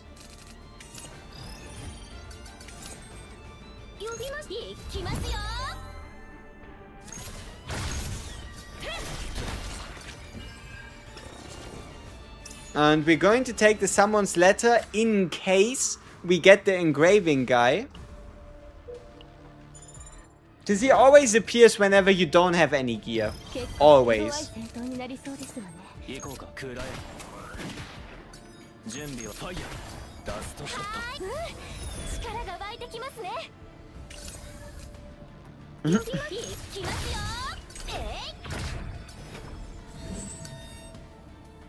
Do you have a Sortie guide on YouTube? I find it hard to beat at the moment. I thought about it for a while, but I never found the time or just sat down and like put all my thoughts and ideas and tips and tricks and whatnot in regards to Sortie into a video. I need to do that at some point. Haven't done it yet. Should probably do it. Thank you for the reminder.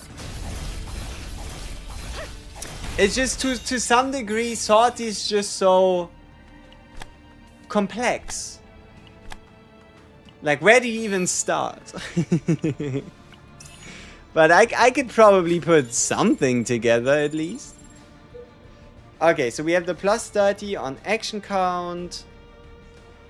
Yeah. Engraving? No. Okay.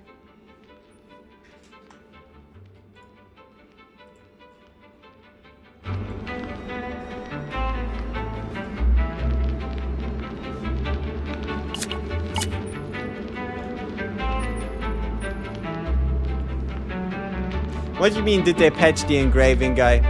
Patch what?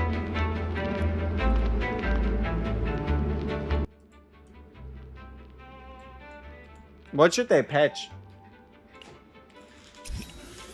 Like the fact that he can give you an engraving while you have no gear? I mean, how do you patch that? Make it so that he doesn't appear unless you've got gear? But that's not the case.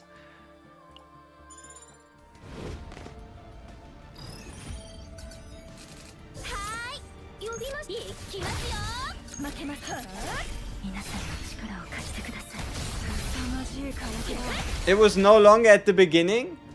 I mean, he could still come before you even have a chance to get gear, or you might accidentally sell one piece of gear and then he appears. Like, technically you could avoid the gear thing at the beginning if you were to just simply pick up a gear from the start, like before the run even starts. A totally realistic move. 10 out of 10 players actually do that. Divine? Why you? I need you, stealth reload. Create 2 at the start of the next turn, create 2. Why are you? Because, like, you cannot stack multiple stealth reloads that give you create 2 at the start of the next turn, because if you do, you create too many. I guess we gotta set it for 3 handgun bullets then. We might re-epiphany later down the line.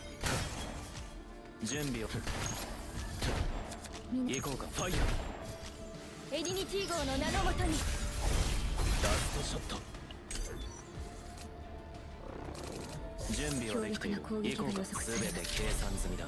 計算した力を貸してください。凄まじい火力だ。 Okay, come on, give me half of the persona, please.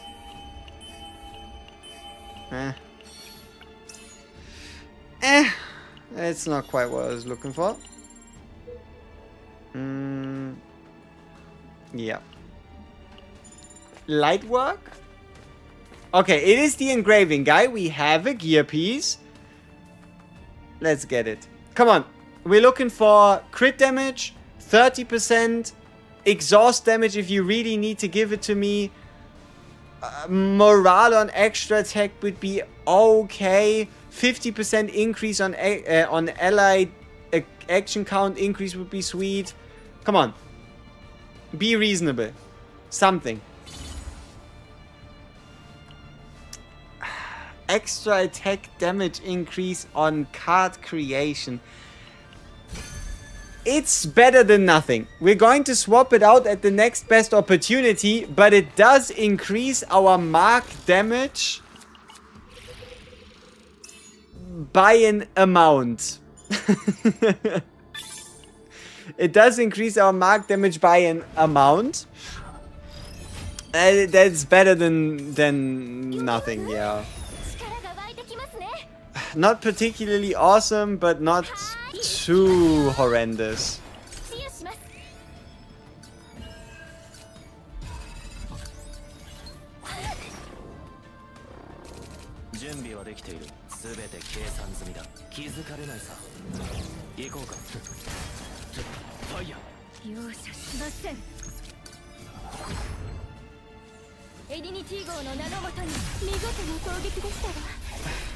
I mean, you know, so long as the divine turns out right, or we get like a Cthulhu gun and all that stuff, I don't really mind awkward RNG.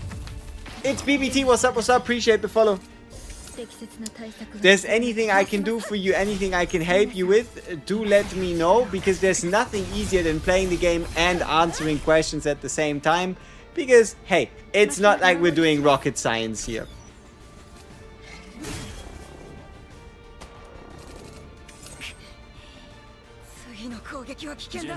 Also, did the stream on YouTube crash at some point, or are we just asleep there? I guess it didn't crash.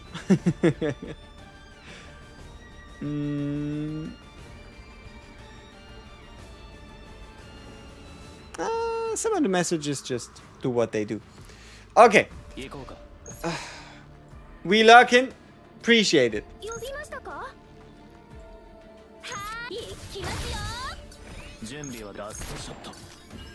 Another divine. Why? Like, that's a horrendous card.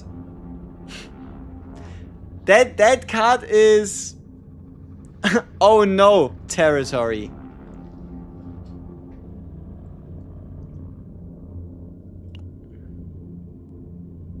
Also, you know what? There can definitely be scenarios where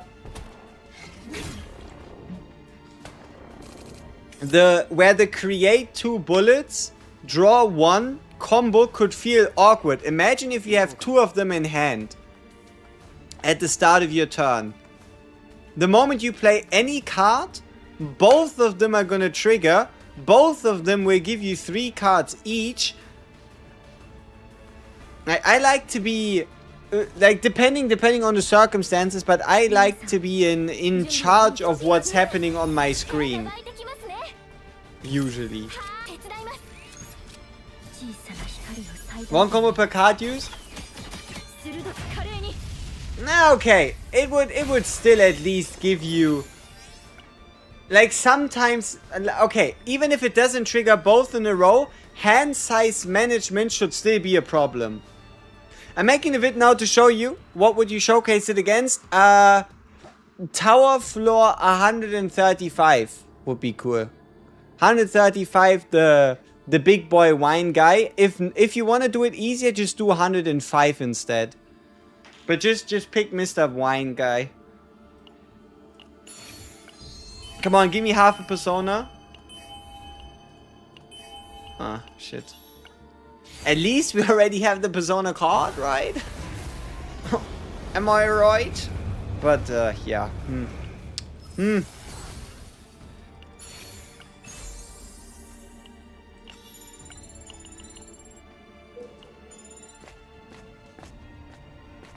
Okay. So, we are looking for the 1 cost, 3 hitter, 3 bullet generation, cost reduction, common card, combo, whatever you can think of game. Come on. You a bitch. You a bitch, game. You a bitch. Why? Why?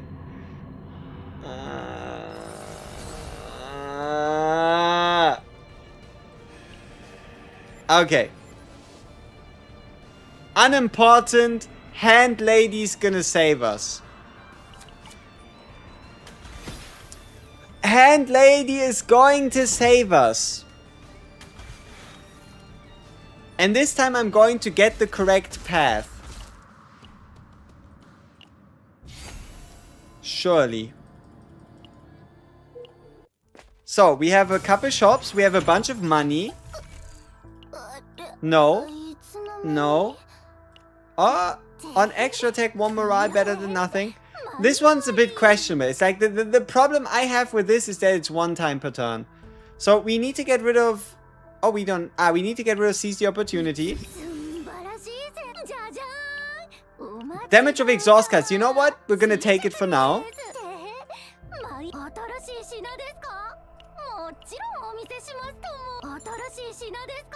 No. Nope. Amorphous cube. We are fine. What does our current thing do? Extra attack. Yeah, it's a little special. Meditation. We're going to re-epiphany chain fire. That's okay. I mean, we could try and create another one of the combo scenarios. If we wanted to. Or we could just get it at 0 cost. We'll see. I'm going to do another re-epiphany before I accept my fate. But I'm not particularly against making something out of it. Maybe we were fated to pick up the combo build all along, you know?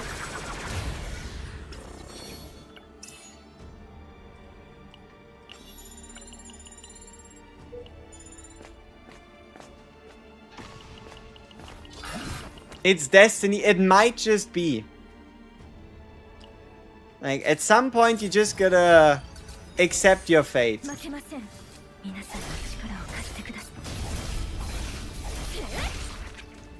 Sweet hits. Uh-huh. Yeah. Definitely. Okay. We're looking for good engravings.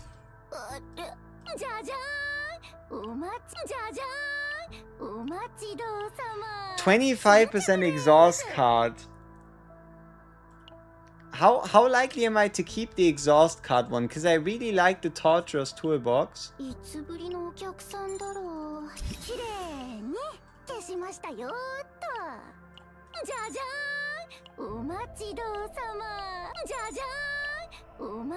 Quietus, obviously useless. Okay, final chance. Chain fire to avoid our fate here.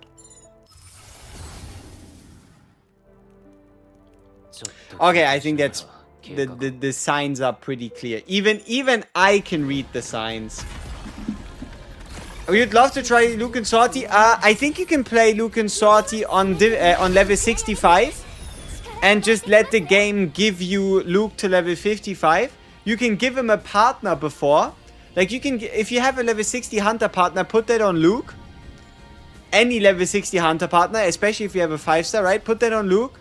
And then just play a level 65 Sortie and let the game raise him to level 55. Ah, but then it would only be as a companion. He has a good chance to appear, though, as a companion. 準備を。エディニティ号の名のもとに。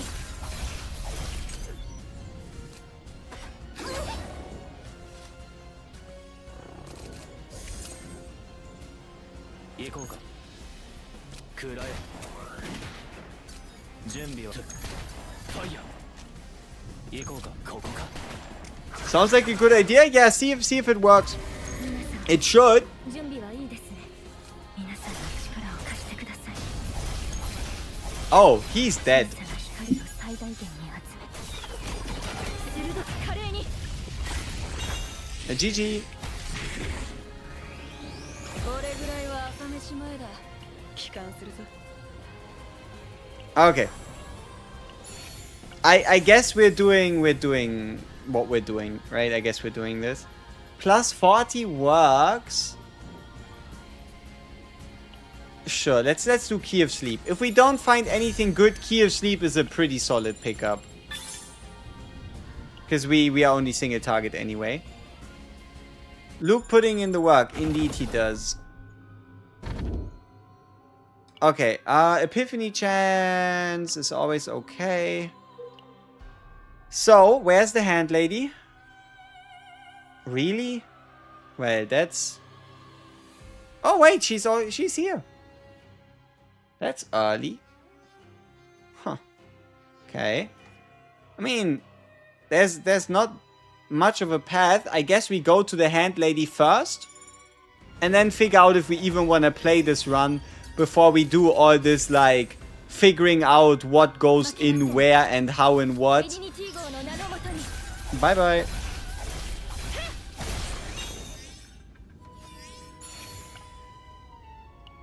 Come on, give me half a persona. Thank you! Nice! We at least have half a persona.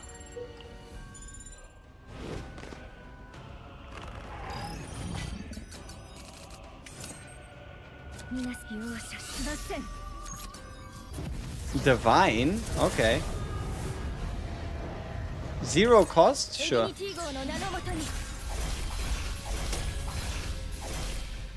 Pew! Alright. Like, if you haven't done this event before, the Hand Lady is an incredible event. And I might even cover it in a bit more detail in regards to how good it actually is for farming a deck. Like, look at this, right? We have our Epiphany of choice. For example, this Chainfire with a draw 1 neutral. And now we can take that, divine it, but we can actually divine it 3 times. I'm actually going to go with the duplicated version. Nah, I'm not going to go with the duplicated version. I'm going to go with the base version. Doesn't really make a difference. And there we go. We now have combo, cost reduction, and draw. Like, doesn't this look like a pretty reliable way of making the divine that you need? I'd say so.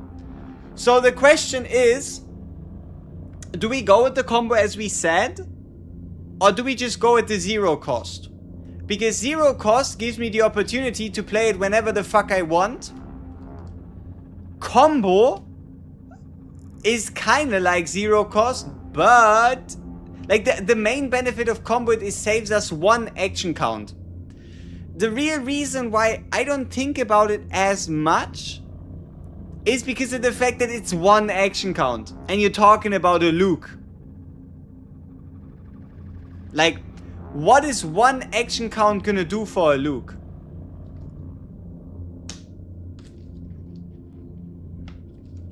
Do you need this to unlock this on the upgrade tree?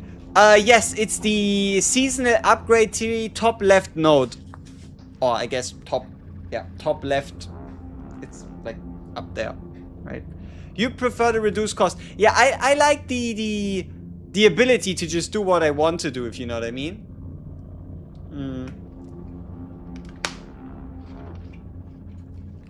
So yeah, I don't know. But yeah, I like this way of potentially making a deck. You send a video in the chat. It's sending right now. Okay, yeah, we'll have a look. We'll have a look. Just ping me when it's posted. And yeah, just you probably add WG'd me in the message, hopefully. It's on the floor before, because I haven't done tower yet, but it shows you an idea of the deck. Yeah, we'll have a look. No problem. Okay. What do we do? Cost or draw? Do we do 0 cost or do we do combo? Combo or 0 cost? What do you think? What should we do? What should we pick?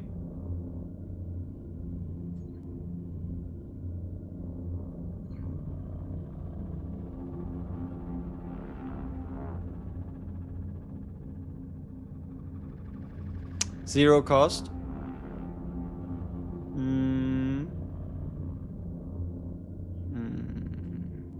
Probably, huh? Whee!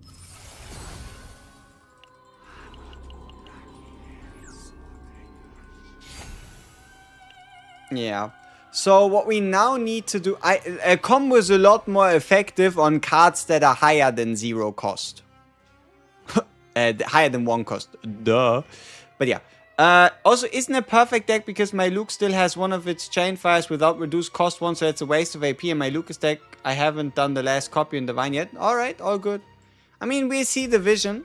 Maybe. Hopefully. As long as there is a vision, we'll probably find it. So, now we get a hope for a copy event. The only tricky part here now is, will we get the Divine or the non-Divine version as a copy option? Right? That might be the only problem with this farming strategy here.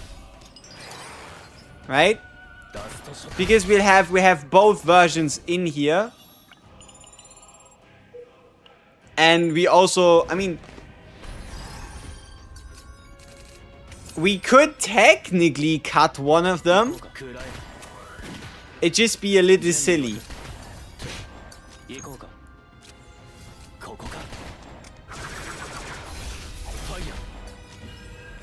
We should have kept the base version then. Yeah. I don't know. Would there be an ideal gear setup? Probably the same as for anybody else, where you pick Swamper Judgment gear if you can, right? If you can, you gotta go with Swamper Judgment gear. If you play it for the Divines, then obviously no Swamper Judgment gear. Best weapons are in order gonna be the 18% attack. Then it would probably be like the Mist Planet, 40% multiplicative to 0 cost. Then up there would probably be the Key of Sleep at plus 40, so long as you're not multi-targeting. The 12% crit damage dagger that tricked the Shadow.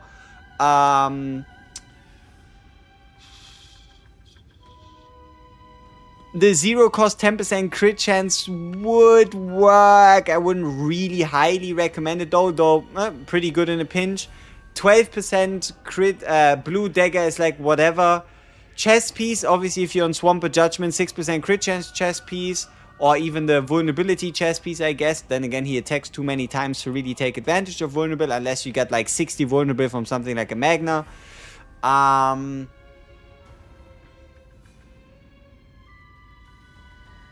Anything action count increasing can work, especially in the season. So something like the box. The box that just increases action count at the start of the turn by 3.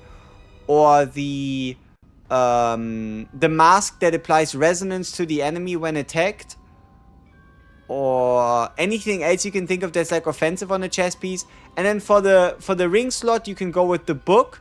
If you are sure you increase action count, you could go with the Amorphous Cube for plus 25. You could go for the plus 30%. Or I guess plus 45 from the discard cube. But obviously you get a discard stuff. And then in terms of engravings, anything that's 7 cards in graveyard 30%, 15 cards in graveyard 15% crit damage. Exhaust card damage is okay, but doesn't work for everything. Plus 50 damage amount on ally action count increase is really sweet. 1 morale on extra attack works. Yeah, I think those are like the big 5, and then there might be some more niche things you could think of. And this deck is also okay with AoE Lucas and does like 6k AoE every turn minimum just with his 2 bullets, not even counting all the 8 damage from the bullet exhaust. Alright, let's have a look. Let's have a look what you cooked up.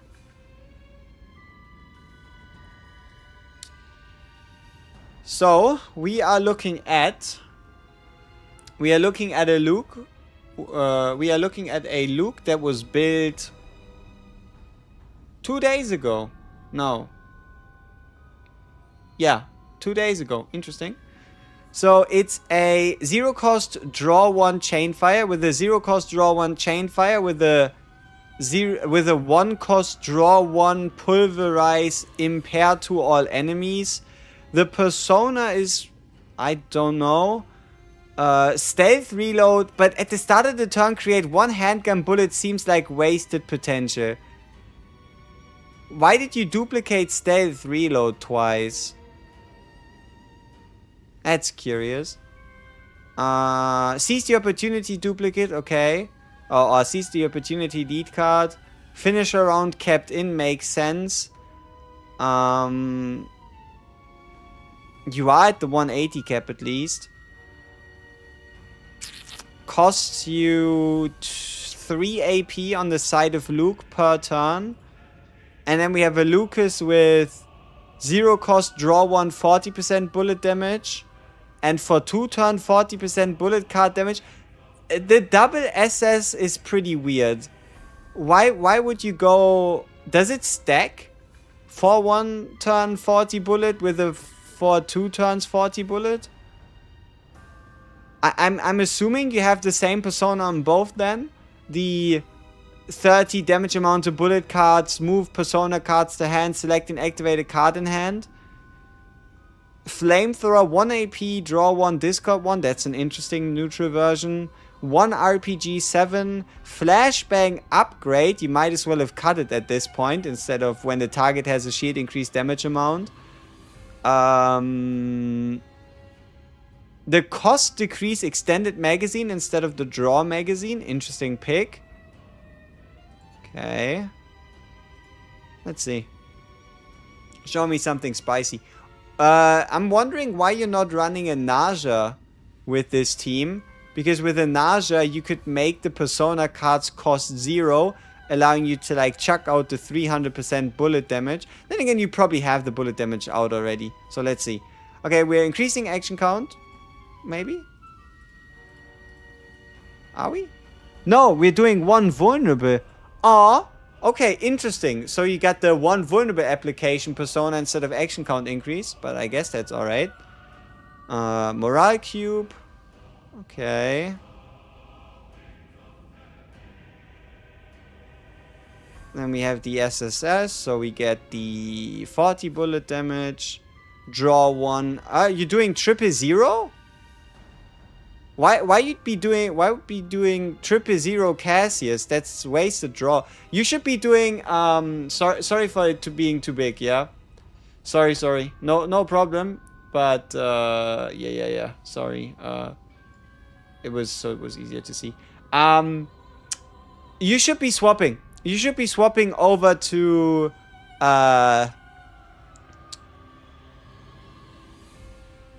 Full House Cassius.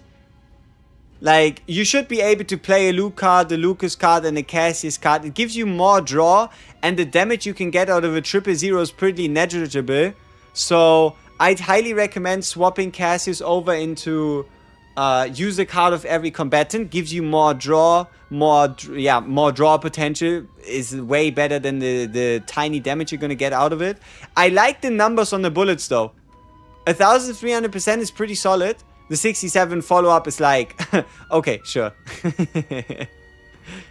For Dance of the Demon stacks, it's not worth it. The reason why it's not worth it is because everything in the tower has a debuff that says anything past 7 hits doesn't do any more damage. Also, if I recall correctly, your Dance of the Demon is... okay, your Dance of the Demon is hit per attack card, but still, it's only 4 cards. It's not worth it. I'd rather make sure you get the rest of the draw that you need. Also, I find it curious that you still have a shuffle in your hand by turn 7. Wonder what kind of shuffle that is. Wait, is it the weird, like, cost draw shuffle thing?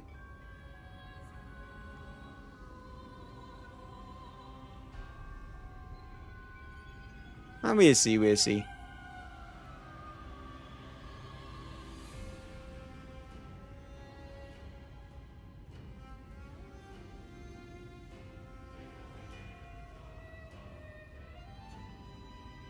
Nice damage from a bullet. 900%, 400%, sweet, sweet. The one with the 100% against shields is pretty nice against shields. 22 hits. 1, 2, 3, 4, 5, 6, 7, and then boom, gone. Look at the rest of the damage, right? It doesn't really make a difference if you're gonna end up, you see, right? Like these Cassie's hits, they really didn't do much. I'd rather get the draw instead. Could have played the remaining whatever you had in your deck. Probably would have been able to get another damage bonus out or whatever.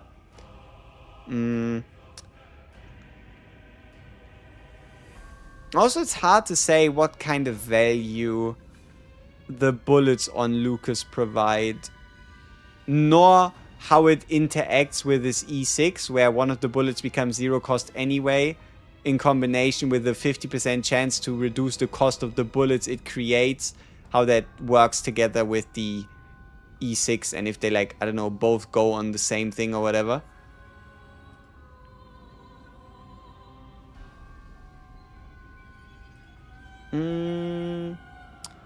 Higher floors of towers, he's gonna die. The HP is too low to even take it, and his team would need a lot of action count. Just get some healing, get some shields. I don't know. Put in like a good old support nausea. You could put in a support. You could put in like a Adelheid. You could do Adelheid for some big shields. Like blessing Adelheid for draw and survivability probably. But yeah, I mean, you could smack on a couple of the increased action count by 3. If you have that 3 times, you increase action count by 9. That is pretty tempting. And also, if you just end enemies in one turn, usually you don't die, even if you do get hit sometimes. Okay, we have a mission. We need to find the copy event. Yeah. What about the rest of our cards? So, we have the Divine Chainfire, which is cool. We need to finish off the Umbra Persona. I kind of want to re-epiphany both Dance of the Demon and Stave Reload at least once to see what I can get. There's a Campfire, so we kind of do that. Gear perk wise, things also would work out. I just don't know if we could afford missing out on the question mark, because if we miss out on the copy event, then shit's on fire. If we're really lucky, we're about to find the copy event in a second, but I do think we should prioritize copy event over everything.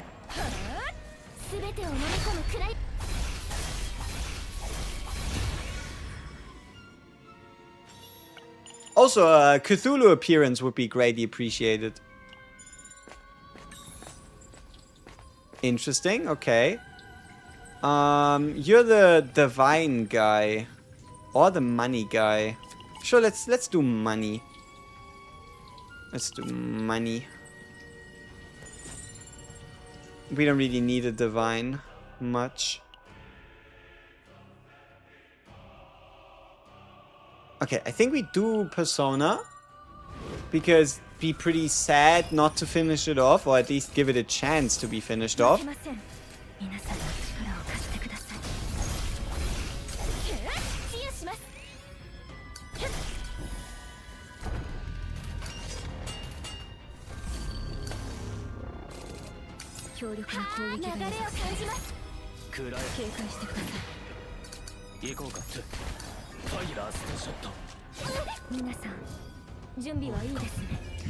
That's awkward.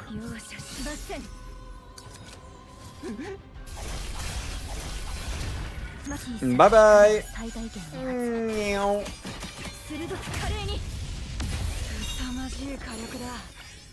Okay, come on. 30%.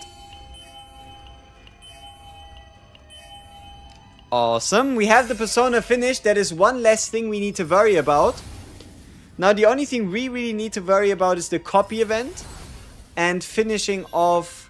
Yeah, we need to worry about the copy event. And we need to worry about, like, finishing off our gear.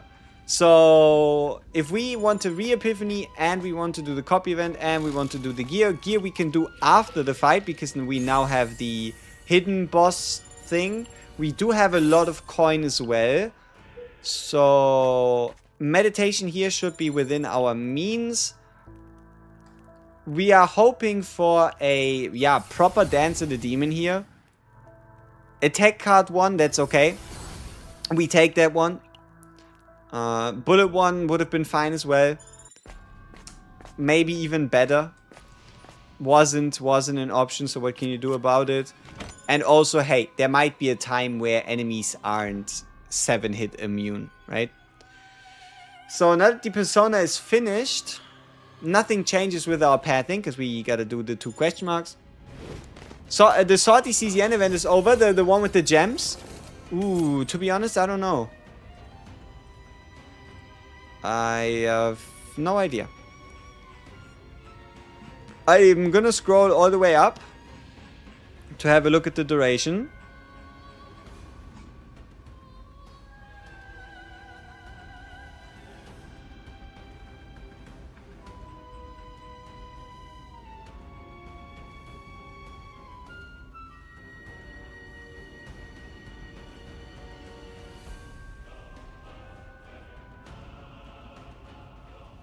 When am I gonna make Magical Girl Luke? It's not that difficult. And we are technically building a build that you could call Magical Girl Luke. Let me have a look. I'm here. June 16th. So yeah, it ended with Tenebria. It ran for 11 days. From halfway through Adelheid up until the Tenebria banner.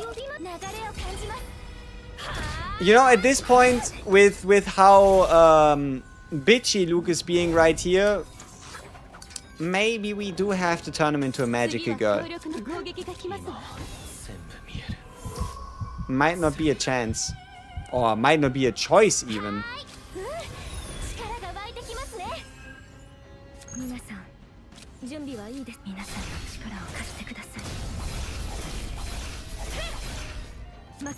Bye bye.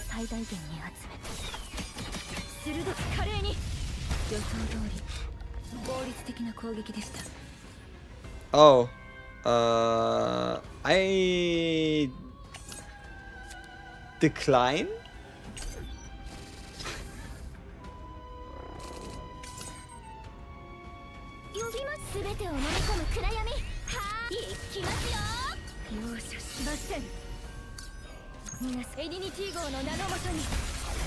Okay, nice. Got this out of the way. Which means this right here is a copy event. I can smell it. Fuck. Luckily, we still have one event left.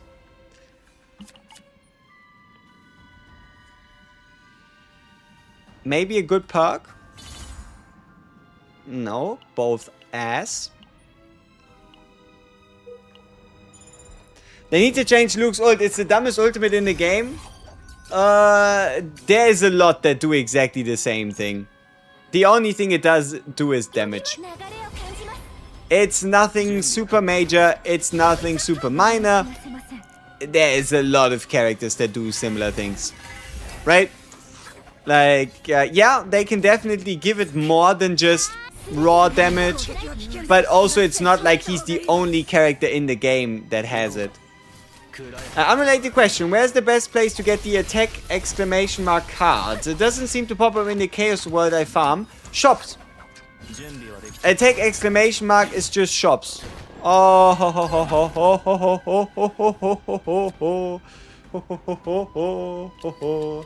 Maybe I need to be a bit more careful. But no, the best way to just get it is shops, or you can restart a run all the time until you get at the, like, if you want a guaranteed way to get it, restart a run all the time, all over, to the point that you get the laziness fade. Laziness Fate gives you a neutral card, so you can restart a run all the time. Every time pick the Laziness Fate, and it's going to give you a neutral card, which might be a tech exclamation mark, so you could start the run with it. 負けます。容赦しません。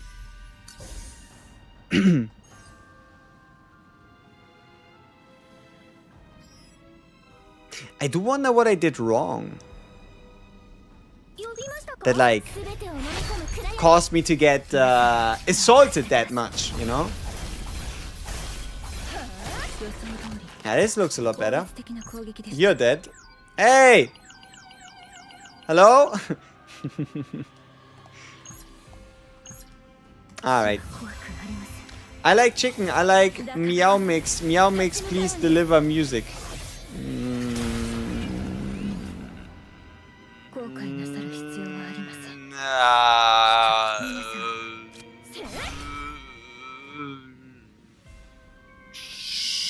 Sure. Yeah, I agree.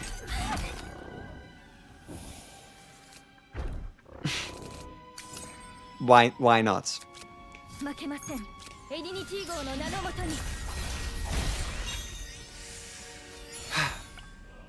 Okay, so luckily we have our persona already finished. Copy event, please. Yes, thank you. Now, give me the divine, please.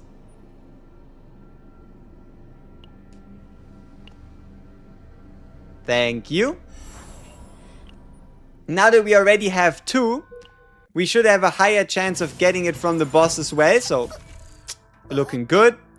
Damage of exhaust cards plus action count target. I mean, that's better than what we currently have because it does the same thing but is more valuable. We are still looking for like a banger type thing though. Like the chance wasn't that bad. It was 3 and 4, 2 and 3, 1 and 2.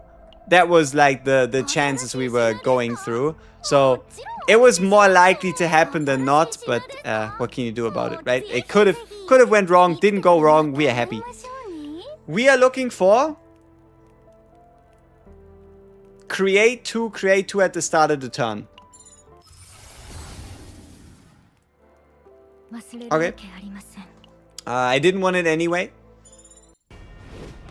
Didn't want it anyway, if anybody asks.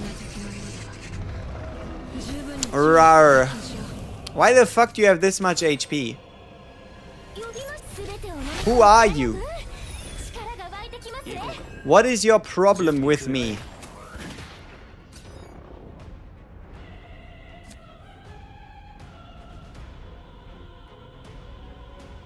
Yeah, I'm not gonna let you activate Ephemera though. We might not have the best set of characters for our particular circumstances.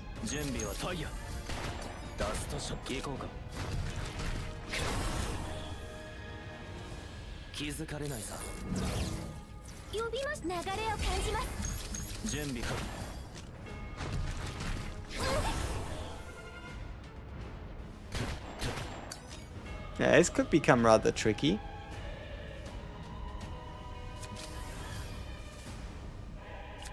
Okay, we have to rely on Hide Mary instead then. So, give me draw.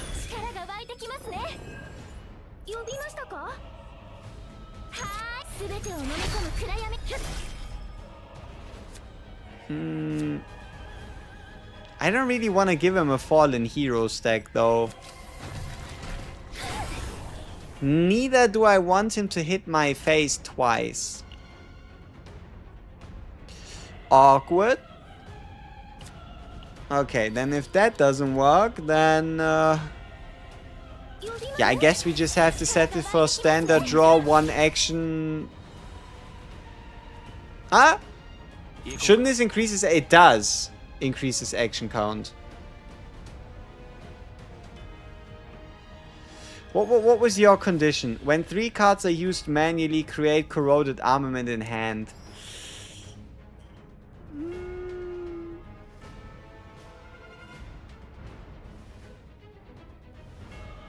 Okay. Whatever.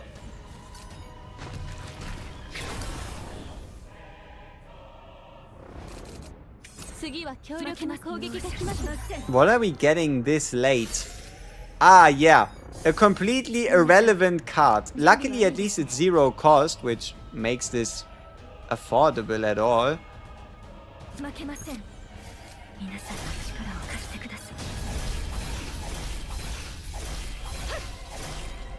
Hmm. 準備はできている。くらえ。遅すぎた後悔よ。前へ進むち皆さん。はあ。せ。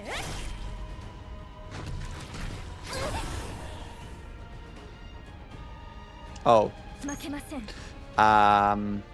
You know, I don't think I like dying. How about we don't do that? Got a problem with it, big guy? No? Awesome. Sweet. I have an idea. We are going to use the power of link application to make it so that I don't have to worry about much. Yeah. It's a great idea.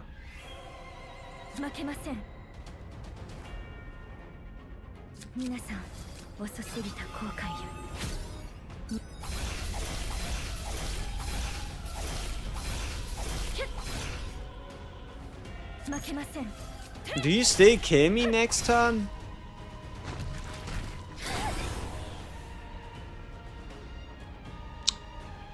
You bitch. Okay. So this is how you wanna play, huh? Alright, then 次は強力な攻撃が来ますわ。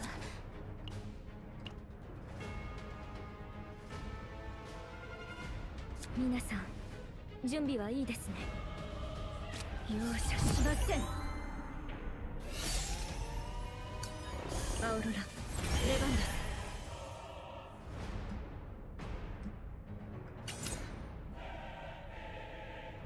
負けません。遅すぎた後悔よ。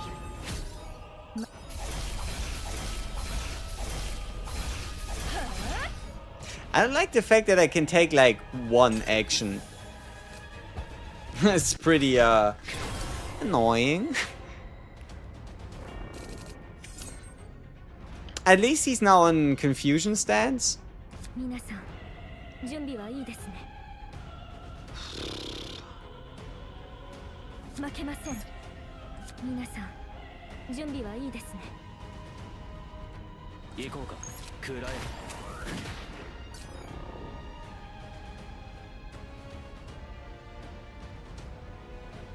負けません。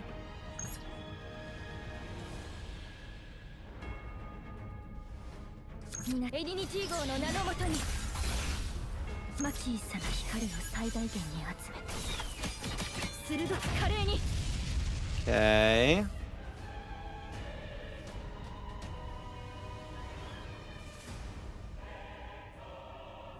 準備ファイヤー。果たして私に資格なんてあるのでしょうか。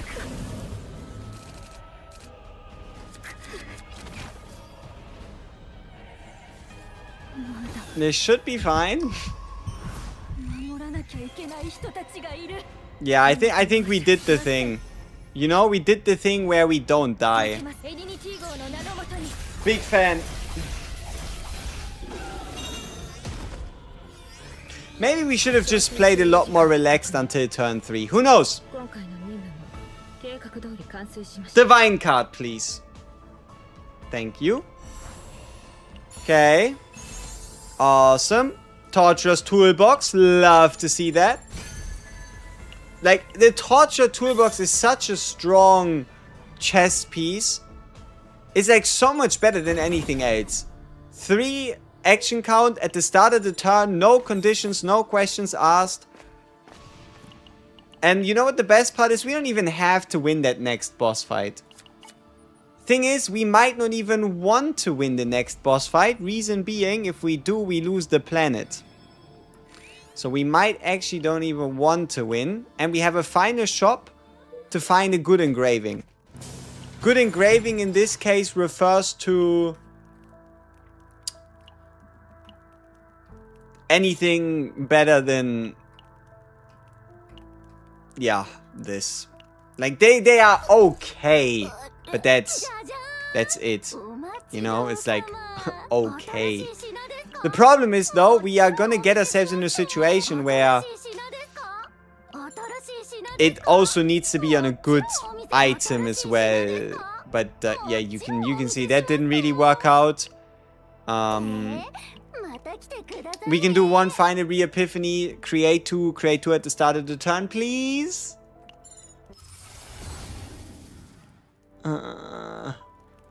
More draw.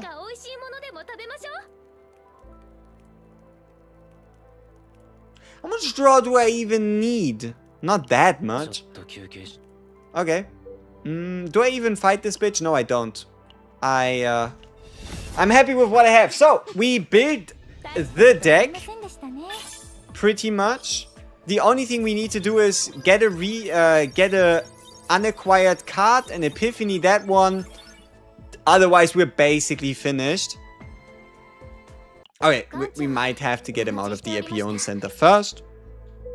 But outside of this minor inconvenience, we should be in a pretty good spot. Okay, we got the 50. We got the 100. We know our boy too well. And we give him a thumbs up. There we go. Alright. Yeah, you know, I think that was a pretty good way of I mean, I think this is a really good loop deck, all things considered. Especially in comparison to the whatever the fuck this shit is. Especially in comparison to whatever the fuck that shit is. Okay. So, what do we have? We didn't meet Cthulhu for whatever reason. So, we get 1 morale whenever we get the mark bullet. We get a plus 40 because we don't multi-target. We get 25% multiplicative to all our bullets. And we also get a plus 30 when action count is increased, which Torture Toolbox does for us. So we get a plus 30 as well. And we technically get a plus 30 to mark damage every turn. But that's like pretty minor. We could have, you know what? We could have picked up the chess piece along the lines of when hit, apply resonance. But whatever. Yeah, so what's missing here would be us adding back in the Seize the Opportunity. It's just that if we do add Seize the Opportunity back in, we would have at least... We at least need to change it to, let's say, plus 100 to next attack card, plus 70 to bullet cards for 1 turn, or plus 30 to handgun bullet cards. And any of those would be fine. But I think the deck, with the way it is right now, is good enough. We have, hey. Where was it? We have 3 draw. 4 chain fires at 0 cost. No, okay, we have 3 chain fires at 0 cost. 3 draw. The persona for the discard. And the damage boost. We have the Dance of the Demon. Okay, do I bother? I think this loop deck thing, we might work on another one. We might change some stuff, but I don't think we're actually going to do a tower run now. Because if I were to, I'd have to like redo this entire one here. And for this deck, there's just one more thing I need to change. And then I can showcase that stuff tomorrow. So, yeah, I need 8,000 more sortie points to change this future decreed. And then we'll have ourselves a field day.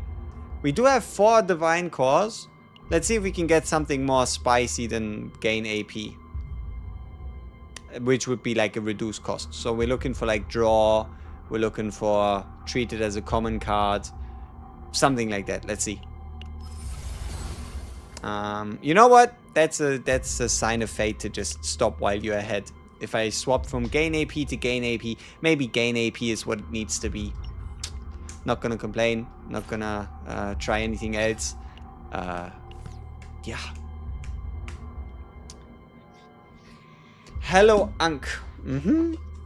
What do the armaments even do? The armaments, when you don't play them, make the enemy take a stacking 20% less damage all the way up to 80%, so long as you don't have a combatant that does a mental breakdown dance.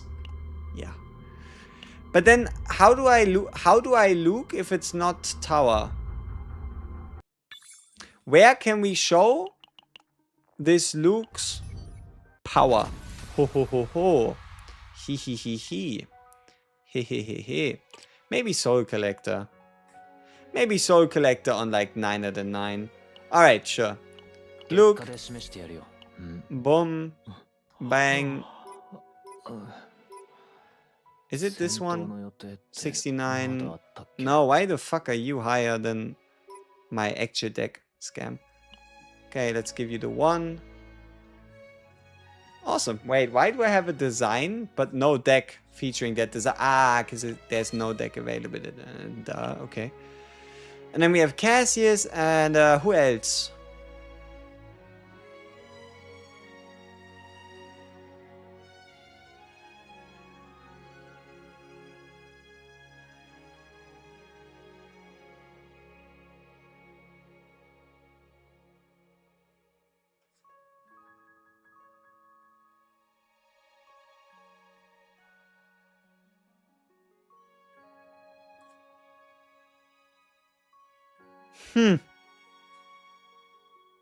Do I have an interesting Lucas deck for funsies?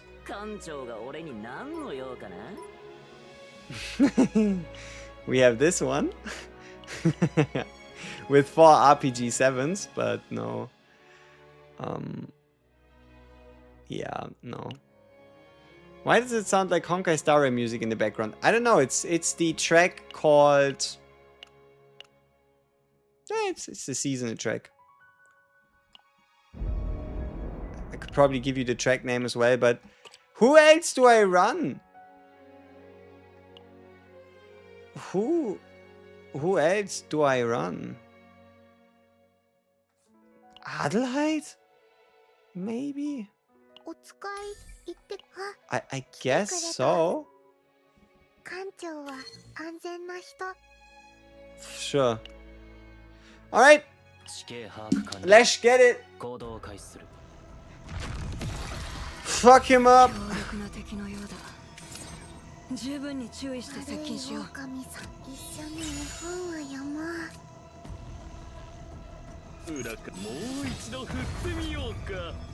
Why do you change my cost? What is your problem?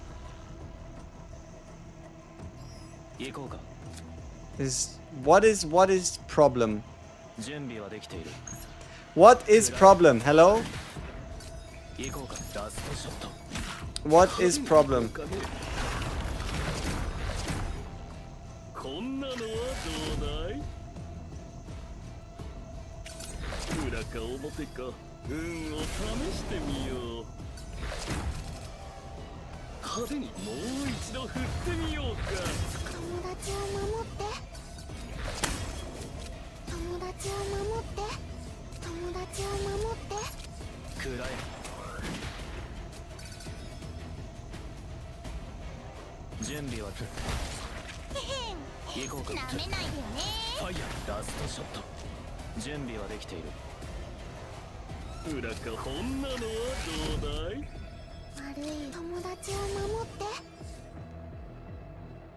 行こうか。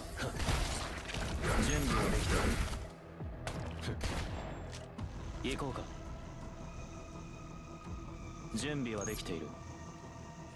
Do you have 7 hit protection? You do. 行こうか。 Eh. 準備は Then I'm just gonna hit you 3 more times. How about that? ラストショット。準備は 4 more times. I lied. Okay, this thing is probably dead. Okay, awkward starting hand, I guess. 準備は But we should be able to financially recover from this. こんなのはどうだい。捕ま友達を守って行こうか。くらえ。派手にこんなのはどうだい。準備はできている。想定完了。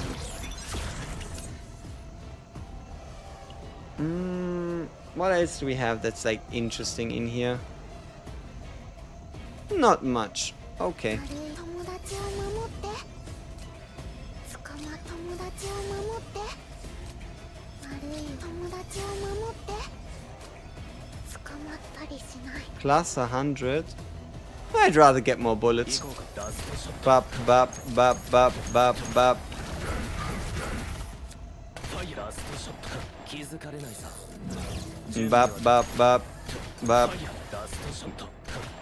And keep in mind, these numbers are with 40% damage reduction, right? Like all of these Nebula Distortion bosses have 40% damage reduction applied to them.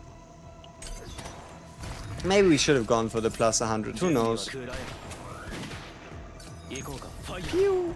準備ラストショット。 Would obviously be a lot more impressive if we were able to actually get the stuff out. This E6 Luke, yes, I decided to randomly waste my Omega. It depends on if you look at it as a waste. Use my Omega code to take him from E2 all the way to E4. I bought a dupe for the 400 points. In total, I bought 2 of his. I used my E7 9 to get a Luke dupe.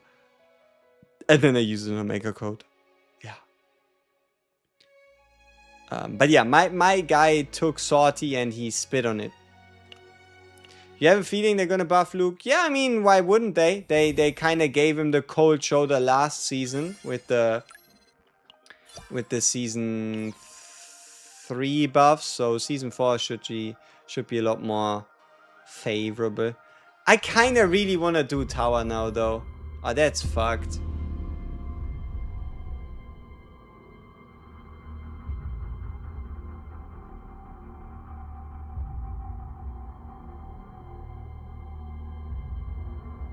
Who'd I run with him? Like, it'd be Luke, it'd be Cassius. That's a no-brainer. But who's like that in between?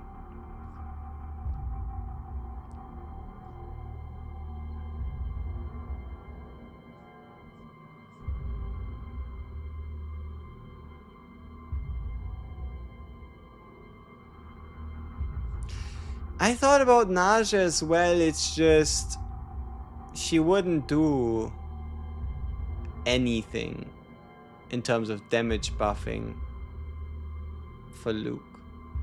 Neither would Adelheid or Veronica.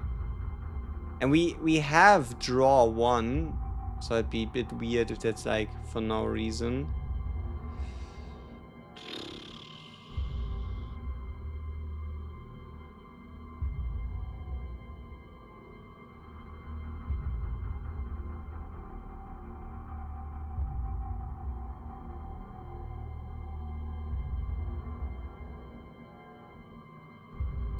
I hate the fact that maybe Magical Girl Luke ends up being the way.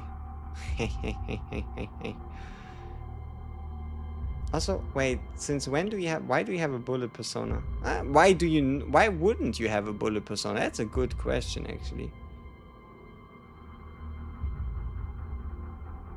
But I think we can do better. I have a couple divine cores anyway.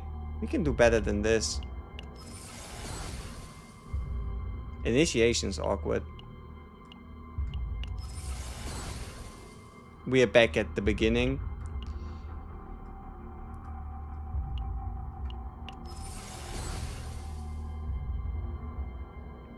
We might have actually made it worse. Alright. Note taken. Point seen.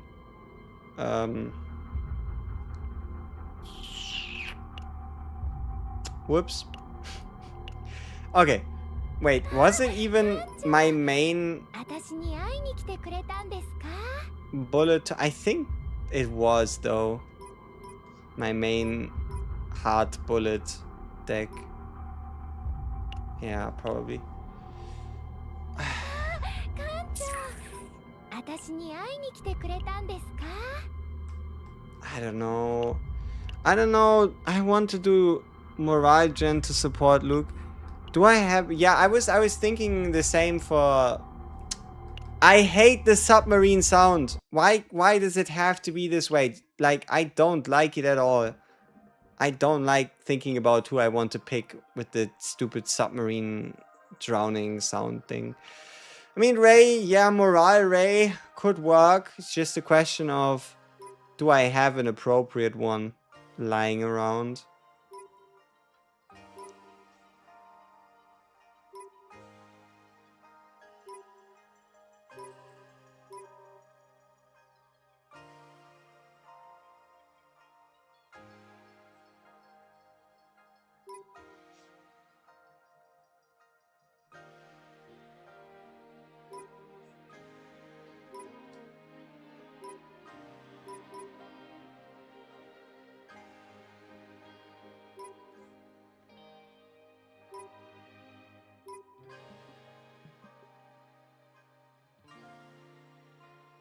That's an interesting one. What kind of deck is this? I mean, I guess it gives a lot of morale. Because we have morale here. We have morale here. We have morale on this one. We have morale here. And technically we have morale here. And we can even use this to exhaust the basic skill if we're lucky.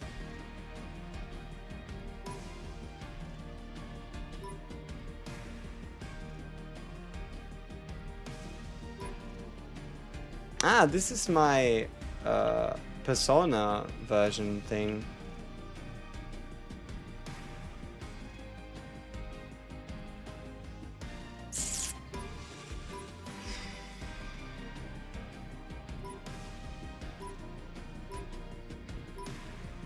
I like forced learning apparatus as like a card. Upon using 4 cards, draw one time for each turn is kind of cool. Especially if you get it with like 2 morale. Dominion would also obviously be sweet. It's just probably... I mean, this one's interesting, right? Having 2 forbidden disposable egos. Forbidden cards were cool.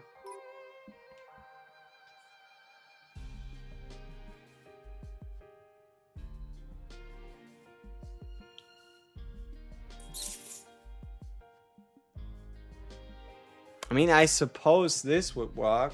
We could just exhaust most of the Ray cards out of this deck so that it's just 1 cost or lower, a 4 morale boost, a 2 morale boost, and that's kind of it.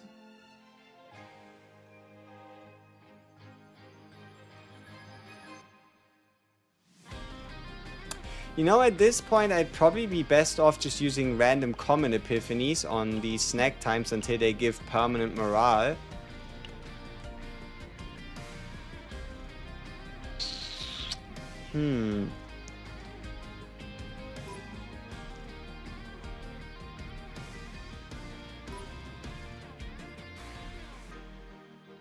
Wait, Lucas, what difficulty do you run Sortie just for farming materials?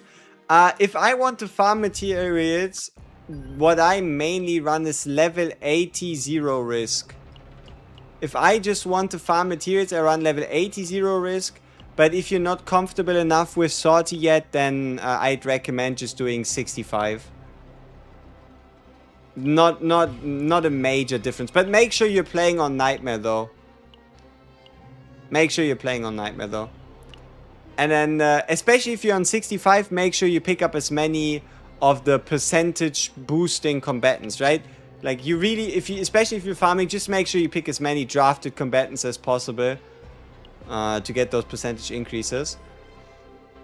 Yeah, I don't know. What would be a good support for Luke at the moment?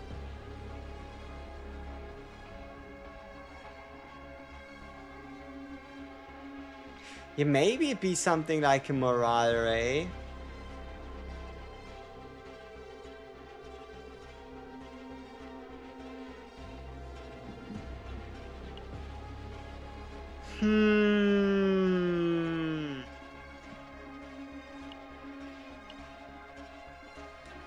I like attack exclamation mark as a card.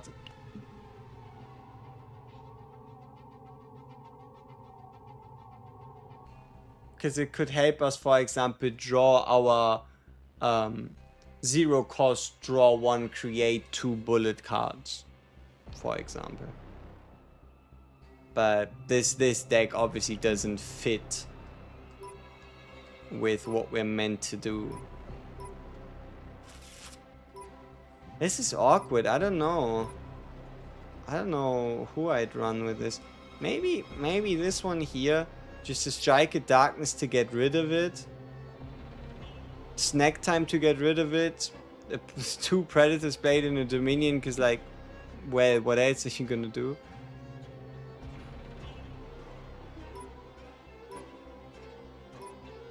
Ooh, something that I wanted to tell you about that I think is pretty cool is some people go out of their way to pick up this Resonating Darkness.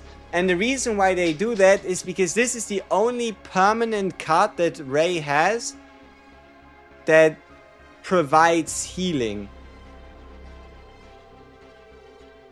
Which could help you, for example, trigger the 10% on recover ally attack thing. Then again, you could probably trigger it as well with like a Strike of Darkness through the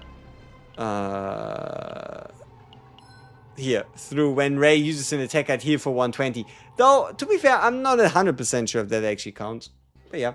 I'm changing my Cassie's deck. I'm gonna give him the upgrade, lets him heal, so he can be a healer for me too. Based on my calc, he'll be healing 7 to 800% per turn. So him and Luke would have super survivability.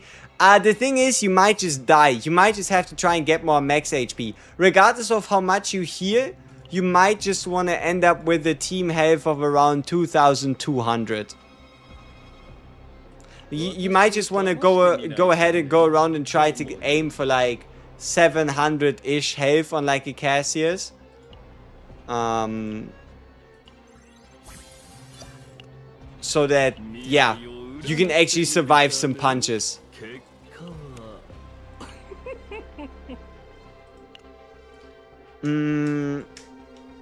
Yeah, because there's no point healing from something if you're dead.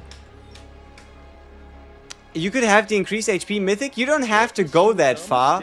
Like, you can just go with defense, double HP. And if you wanted to, you could just put in a max HP set. Or just like HP percent or HP flat substats. You don't have to go out of your way to go with like a max HP mythic. Where you might just be better off going for something like, I don't know, damage increases. Or whatever. Okay. Kelly Betex, I appreciate the follow. So, I think we did enough Luke brainstorming for a day. I need to play another Sortie. I'm gonna do that whenever. Like, probably early tomorrow morning, maybe. And then, yeah, I'm going to show you Rita X Tenebria Big Boy gameplay. No. Hope you're excited for that. You're going to get some big boy Rita Tenebria Masterclass. And after that we can think about Luke, Yuki, Shizuru, And Meilin. I need to do Tenebria X Meilin, which is a lot more complicated. You sent me a screenshot of my current Cassie's deck. I'm gonna remove the 1-cost Devil Dice and add in another dice trick with the heal upgrade. I mean... Let me see. You want to go for this one. When using a quest card, heal 100%, 100 fixed damage to a random enemy. There's a problem. You cannot have 2 unique cards at the same time. So... You cannot have at the start of the turn create an empowered quest card as well as dice trick when using a quest card heal 100%. Unfortunately, it's impossible. One of the other reasons that like reminded me of it is, unfortunately, I tried to get both Chrono Circles on Rita. So when Chrono Ascension is gained, move all basics and draw 3 2-cost cards. Doesn't work. Unfortunately, does not work. Sad times. But yeah, that's the way it works. Alright, people. Appreciate you joining in. Been a pleasure. I'll have something interesting for you tomorrow. And yeah, we see each other in the next one.